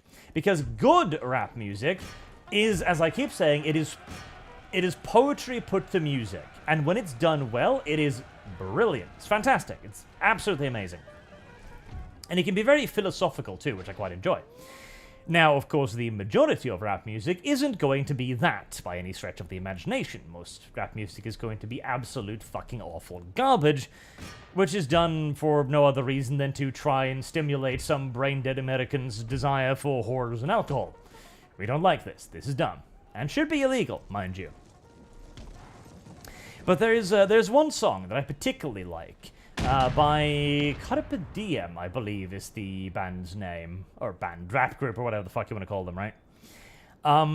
They've got a lyric where... what was it? Where they're basically questioning their existence as rappers in Norway, as you say. What was the sentences like? What was it? what was it? It's... I'm trying to remember the lyrics now, but I'm going to butcher them regardless, right? Because they'd gone to America and apparently met some, like, proper rappers over there, and it had given them a little bit of an inferiority complex. Because they were thinking to themselves, like, okay, what the fuck is the point of rap music in Little Norway? Like, the most dangerous thing I've ever done is receive a parking ticket. And that's true. That is the most dangerous thing they've ever done. And here they are, talking to people who are rapping about gangs and guns and police violence. And that was a real wake-up moment for them. Because, like, okay, what the fuck is this? Is there even any point in doing this? Or is it simply incredibly dishonest to even try it? Like, is it cultural appropriation to do it because, well, their culture isn't violence.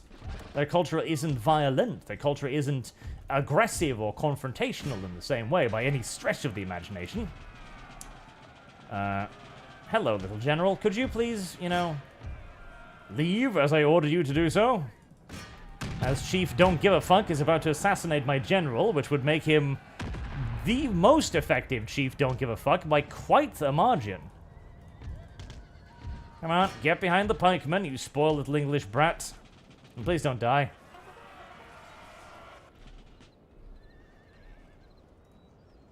There we are. Now please rally yourself. I know that must have been a scary experience for you, as of course the general never expected to actually get into combat or anything, but don't worry, the bad man who hurt you is dead now. In fact, they're all dead now. I have lost. They are all dead now, it's true. The bad men over there are mostly dead too. Alright, cavalry, you can begin the long, slow ride back home.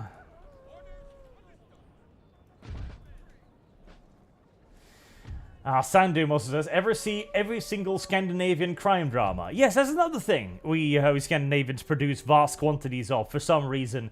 Crime dramas and, like, serial murderer stuff. We have so much of that. Like, we have, I don't even know. We must have dozens of authors who write, like, psycho serial killer stuff. Right, you know, the real crazy shit where there's a guy who's a forest and he's just got a real fetish for skinning teenage girls and leaving little dumbass toys behind himself. Real psychopath shit, right? We have so many stories like that. I think this is my go-to Christmas gift, yes. Gift for my mom, because I have no idea what else to get her, but she likes crime books. So it's just a countless slew of these psychopathic murderer books. The one crazier than the other, right? And I think the reason why we enjoyed this so much is because to us, this is complete and utter fiction of the most absurd kind. I mean, fuck the psycho killer stuff. Screw that. The idea of a violent man in Norway is in and of itself seemingly just nonsensical fiction. And so we're capable of writing the most absurd nonsense surrounding it. Whereas if you actually had a history with it, you'd probably, even if you didn't intend to, infuse it with a certain degree of real world. Which is going to take away from the horror aspects, because it's not going to be as bad. Because Scandinavian, like, horror and crime stuff is apparently very well thought of in the rest of the world. And I can only imagine it's because it's pure fucking fantasy. Of the highest order. Alright, well, the enemy are a little bit all over the place right now, which is both fine and not fine at the same time. Alright, double time it.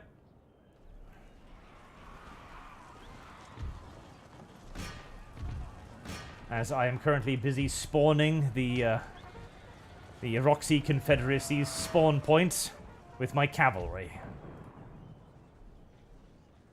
The demi-cannon continue to shoot at things. I haven't the faintest clue if it's hitting anything, but I hope it does.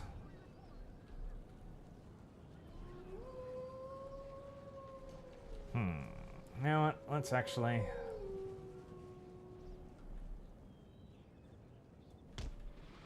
let's fold this back a smidgen or 3.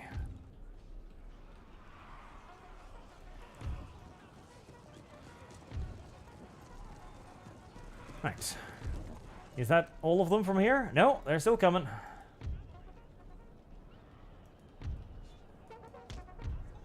I mean, on the downside, I'm not really going to be able to get a whole lot of, you know, permanent kills out of them here, because literally the moment they turn around, they're actually going to be safe. But on the other hand, they're also not going to have a whole lot of maneuvering options, are they? Okay, you should probably just return to the main line there.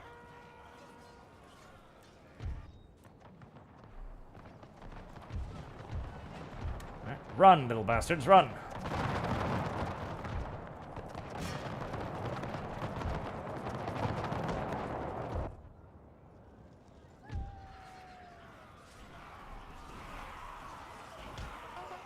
Oh, another unit spawn. Okay, well. This feels unfair for some reason. I might be able to kill one entire stack of enemy units by just having them slowly but surely spawn in, one by one over here. That would be mildly funny.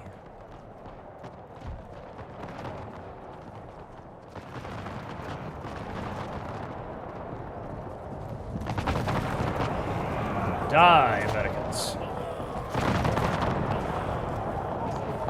Ah yes, the old AI strategy of walking very slowly in front of the wall of discharging muskets.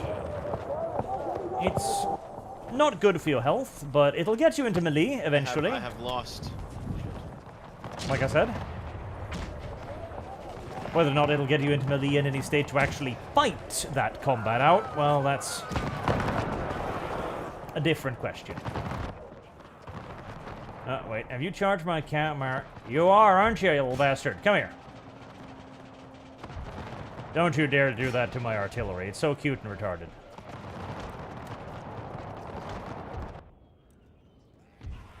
Alright, well, I am taking casualties on the horses, so I don't know if I can kill the entire enemy army by doing this, but I sure as fuck am going to try.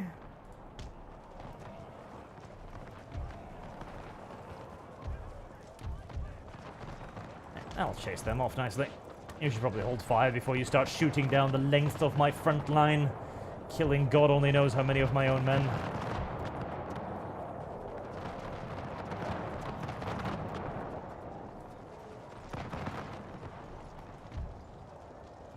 Alright, got 2 units of cavalry loose. Let's get them over there. Was that another unit? I think that was another unit. Right, well, I will sit here like a baby bird with its fucking beak open for as long as the game will let me. I see no reason not to.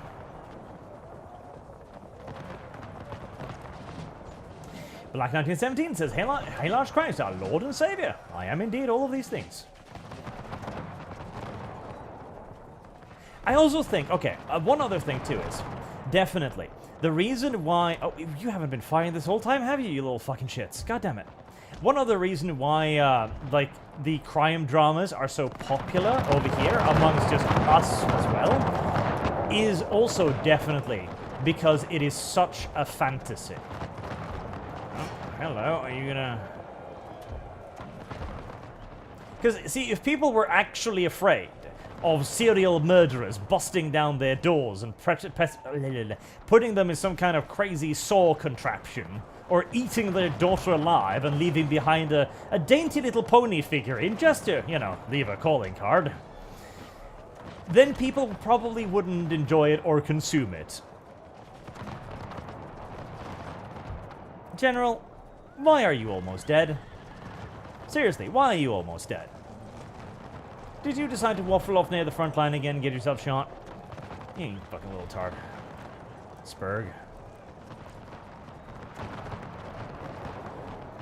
This general is not well suited for combat, I've come to the conclusion of. He seems hell-bent on getting himself dead.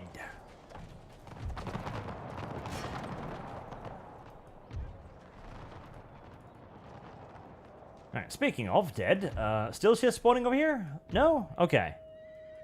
Right, we've exhausted whatever vein of Indians that was.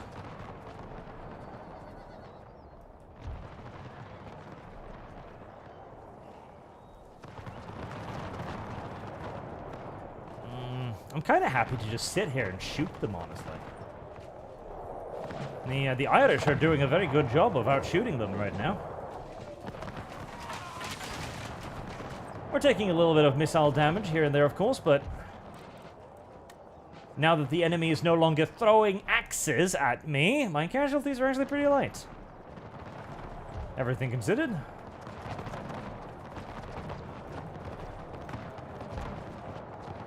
The axes. They were the real killers. Actually, do go murder those bowmen because they're in a little bit of a dumb position.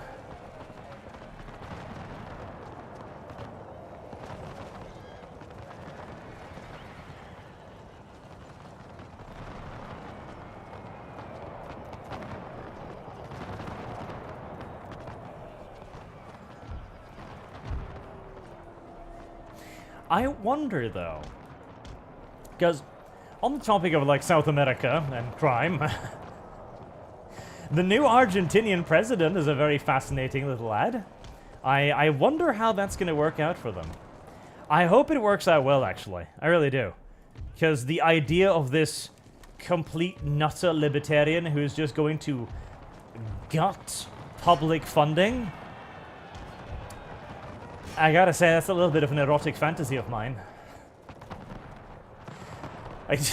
All of these wasteful fucking public institutions, the Bureau of Diversity, the Bureau of Transportation, all this, just yeet it all. All of it. Just throw it all on the dung. And then begin to slowly rebuild it. Like, let's see what we actually need, right? Okay. Bureau of Transportation. Do we actually need government-run transportation? Do we need that? Like, it's probably useful. Like, it's probably good for a lot of people, right? But how much do we need it? And how much are you willing to pay for it? And how much could private enterprise pick up the slack? Like, would private bus companies emerge? Would private railway companies emerge? Like, there seems to be no reason to assume they wouldn't, right? What about healthcare? Healthcare, private, public, and tourism. Like, the bureaus of tourism. Okay, see, this makes a certain amount of sense, because at least in an ideal world, right? In the world where this shit is actually working, a bureau of tourism is supposed to attract people to visit your country. And if you can attract people to visit your country, you can tax the tourist industry. You can have tremendous amounts of income of tourism. I mean, there are countries that literally live off nothing but tourism. It's very profitable. And so having a government organization specifically intended to boost that profit, well, that makes sense. It's trying to produce something. But again, how much does it cost? And how much does it taste? How much do you actually get out of it?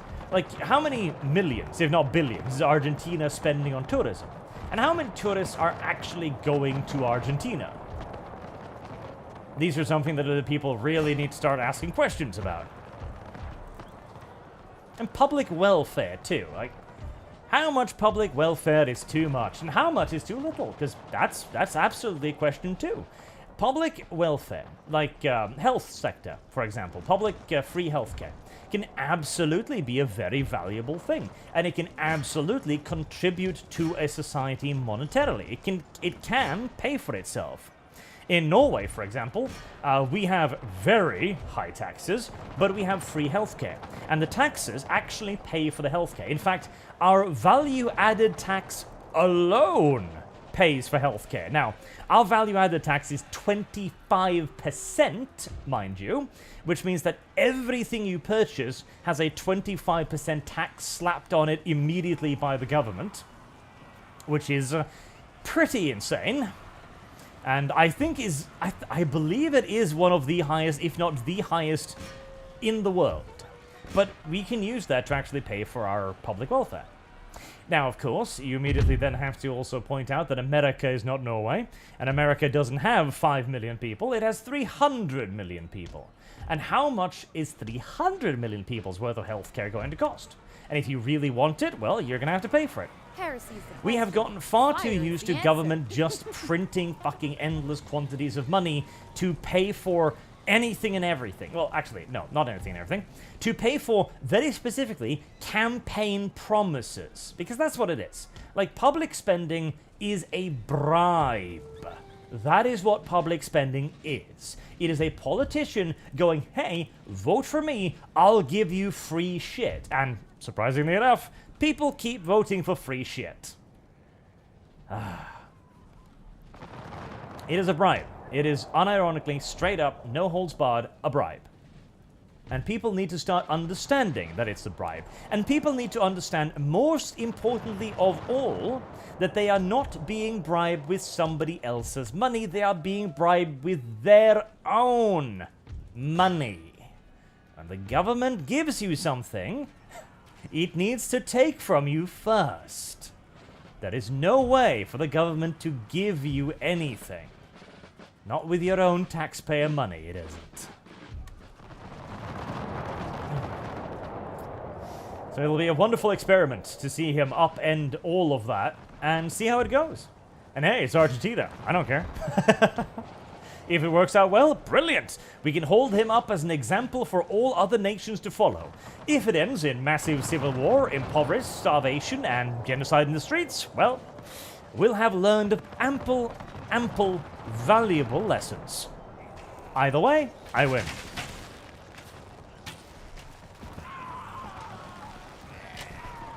A scream of victory.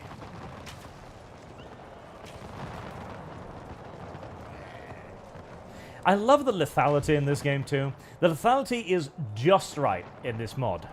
The lethality is just precisely right. Like, muskets should be picking away at units, as they absolutely are. And like units like these rangers, for example, with higher accuracy, should be way more effective, as they are. But all combat is slow. All combat takes a while.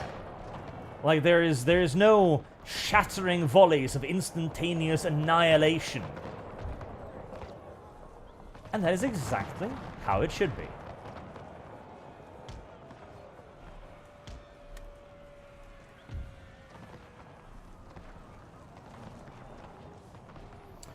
Alright, good little cavalry. Let's get you behind the lines. You're getting a little bit beat up here.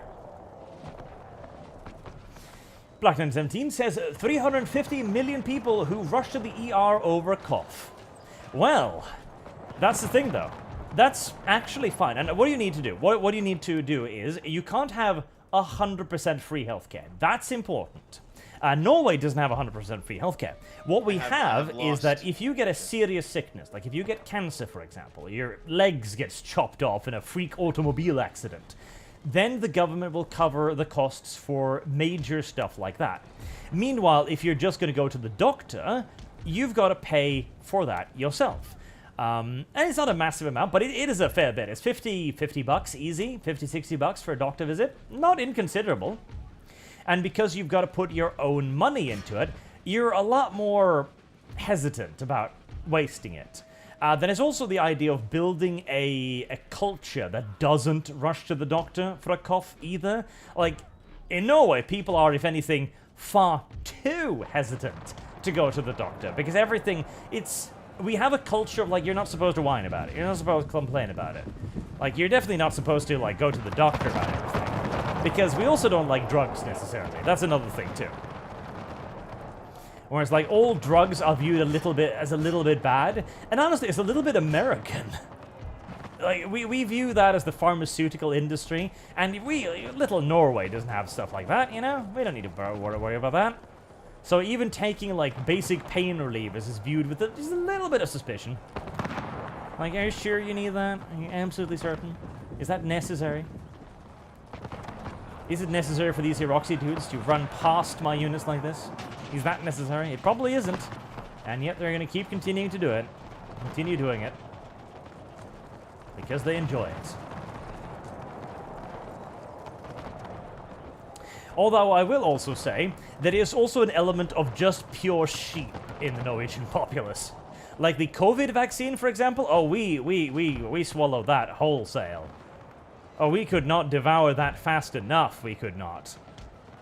Ah, silly, silly, silly, silly. This is one of the things that I vehemently disagree with my father about, because he's on, I think, his 5th shot now.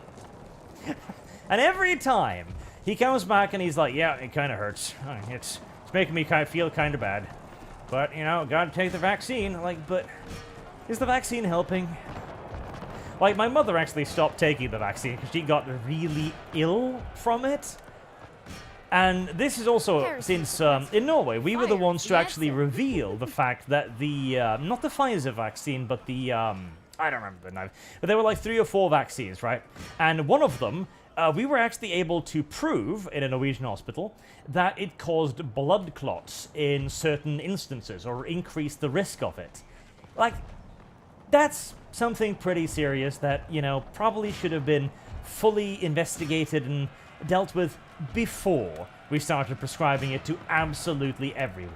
Before, in fact, we started handing it out for free like candy to everyone. But we didn't.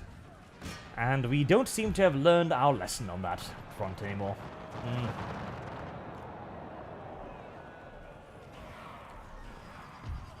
Not to mention the, I mean, even he himself is like, yeah, it's a very weird vaccine that requires continuous reapplications. But I think it's partially his stubbornness at this point, too. Like, he really doesn't want to get sick from it, and I'm like, okay, fair enough. Because we all had COVID, actually. We all had a bout of COVID. All of us, the entire family. The neighbors on their 2nd, or is it the 3rd bout of COVID now? And nobody's dying of it. Everything's fine. Like, we have extended family, too, that are even older than this side of the family. They had COVID. They're fine. We actually took COVID off the serious disease list recently, as well. I was just like, God, this was so dumb. This was so dumb. And there are going to be books written on this. There are going to be entire volumes written on the hysteria around this. And let's just hope that the books don't begin with, why did our ancestors allow billions of people to die of late onset after effects? Let's hope not. Oh, such a dumb thing. Such a dumb fucking thing. Oh hey, that was actually a sizable little stack down there. I didn't notice it. Well, I won the auto-resolve anyway, so I guess I didn't need to bother about it. Alright, you fuckers. Double time it. You have a long walk ahead of you. Speaking of long walk, I need some garrison dudes down here too. America Militia Infantry Mob. Okay. Garrison policing bonus, that's all I need to know. Let's recruit ourselves some mobs of American justice. Just the way Mom would have liked it. Oh, they just abandoned that, did they? Okay, well, I'll take the free city, I guess. Is that a... Oh, no, it's a town. I thought it was a place. Oh, never mind.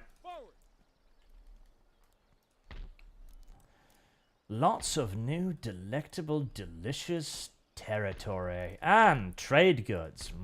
Trade goods. How's the income going out? 13,000 a turn? Yes. This is what we like. This is what we like to see. Alright, what are we researching? The division of labor. We do need that because we need rights of man. So we're going to go almost straight for rights of man because rights of man gives us America and allows us to actually become America. That'll be fun. And of course we're researching a little bit of military nonsense as well. We're actually doing pretty good advancements on the naval, on the military front. Dockyards?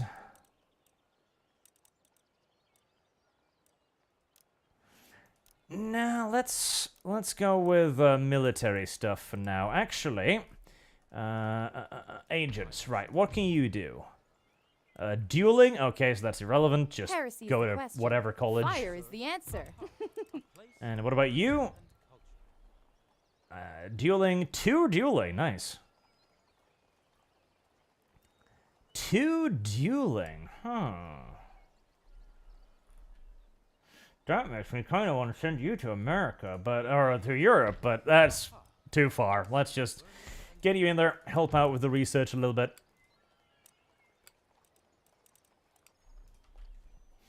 Black917 says Streamlabs. Thank you. He says, I would like to make a correction to your comment about JSDF using F4 as the gate. The reason is threefold. One, they don't have the instruction on this side, actually to use the high-stake stuff. And can't just put it in themselves. And 2, they're using second-rate equipment in case they have to cut and run. They won't leave behind anything that the enemy could use against them to any great effect. 3, even the second-rate stuff is vastly superior to everything on the other side of the gate. That is true. That is not a lie. But they're still using F4s, and they still need to be yelled at for it. Okay, right. Well, honestly, I was hoping to have finished the war against the Indians by now, but, you know, the war against France kind of put a little bit of a stopper in my plans. But this is going very, very extraordinarily, actually, well. The Indians are being driven in front of us, the Roxys are almost dead, the Cherokee are not having a grand day themselves. And we'll be able to move on to becoming America very soon, too. This is actually not a bad start at all, I think. It's quite good. But I will wrap this one up there. We're going to continue this. We're definitely at least going to form America, at least. And we're going to have at least one nice war in Europe, I think. Because I want to fight some line infantry battles, goddammit, with some proper infantry units. That's what I want. Not this silly-willy chasing down the little tiddly-fuck African-American Indians or whatever they are in the woods. No. That's for something else. That's for the slavery to look at. I do like the fact that I'm earning a killing in slaves. That is rather funny. Until next time, I have been Arch. Thank you all very much for watching, and let's see if there's anybody to raid today. Let's see who's streaming today. Also, in case you're wondering about D&D, it is probably going to be Friday this week. Probably Friday. Not guaranteed yet, but probably Friday. I'll do an effort to schedule it well in advance so everyone can see it when it pops up. So that you will have a bit of an idea. It's supposed to be on Thursdays, and we will try to keep it on Thursdays, but holidays, etc. Alright, well, Kibbs is streaming, and he doesn't deserve a friend like me, of course, who gives him so much, so many things that he can't have himself, but sometimes I'm just going to have to be the bigger and better man. Be sure to tell Kibbs that, by the way. Have a good day.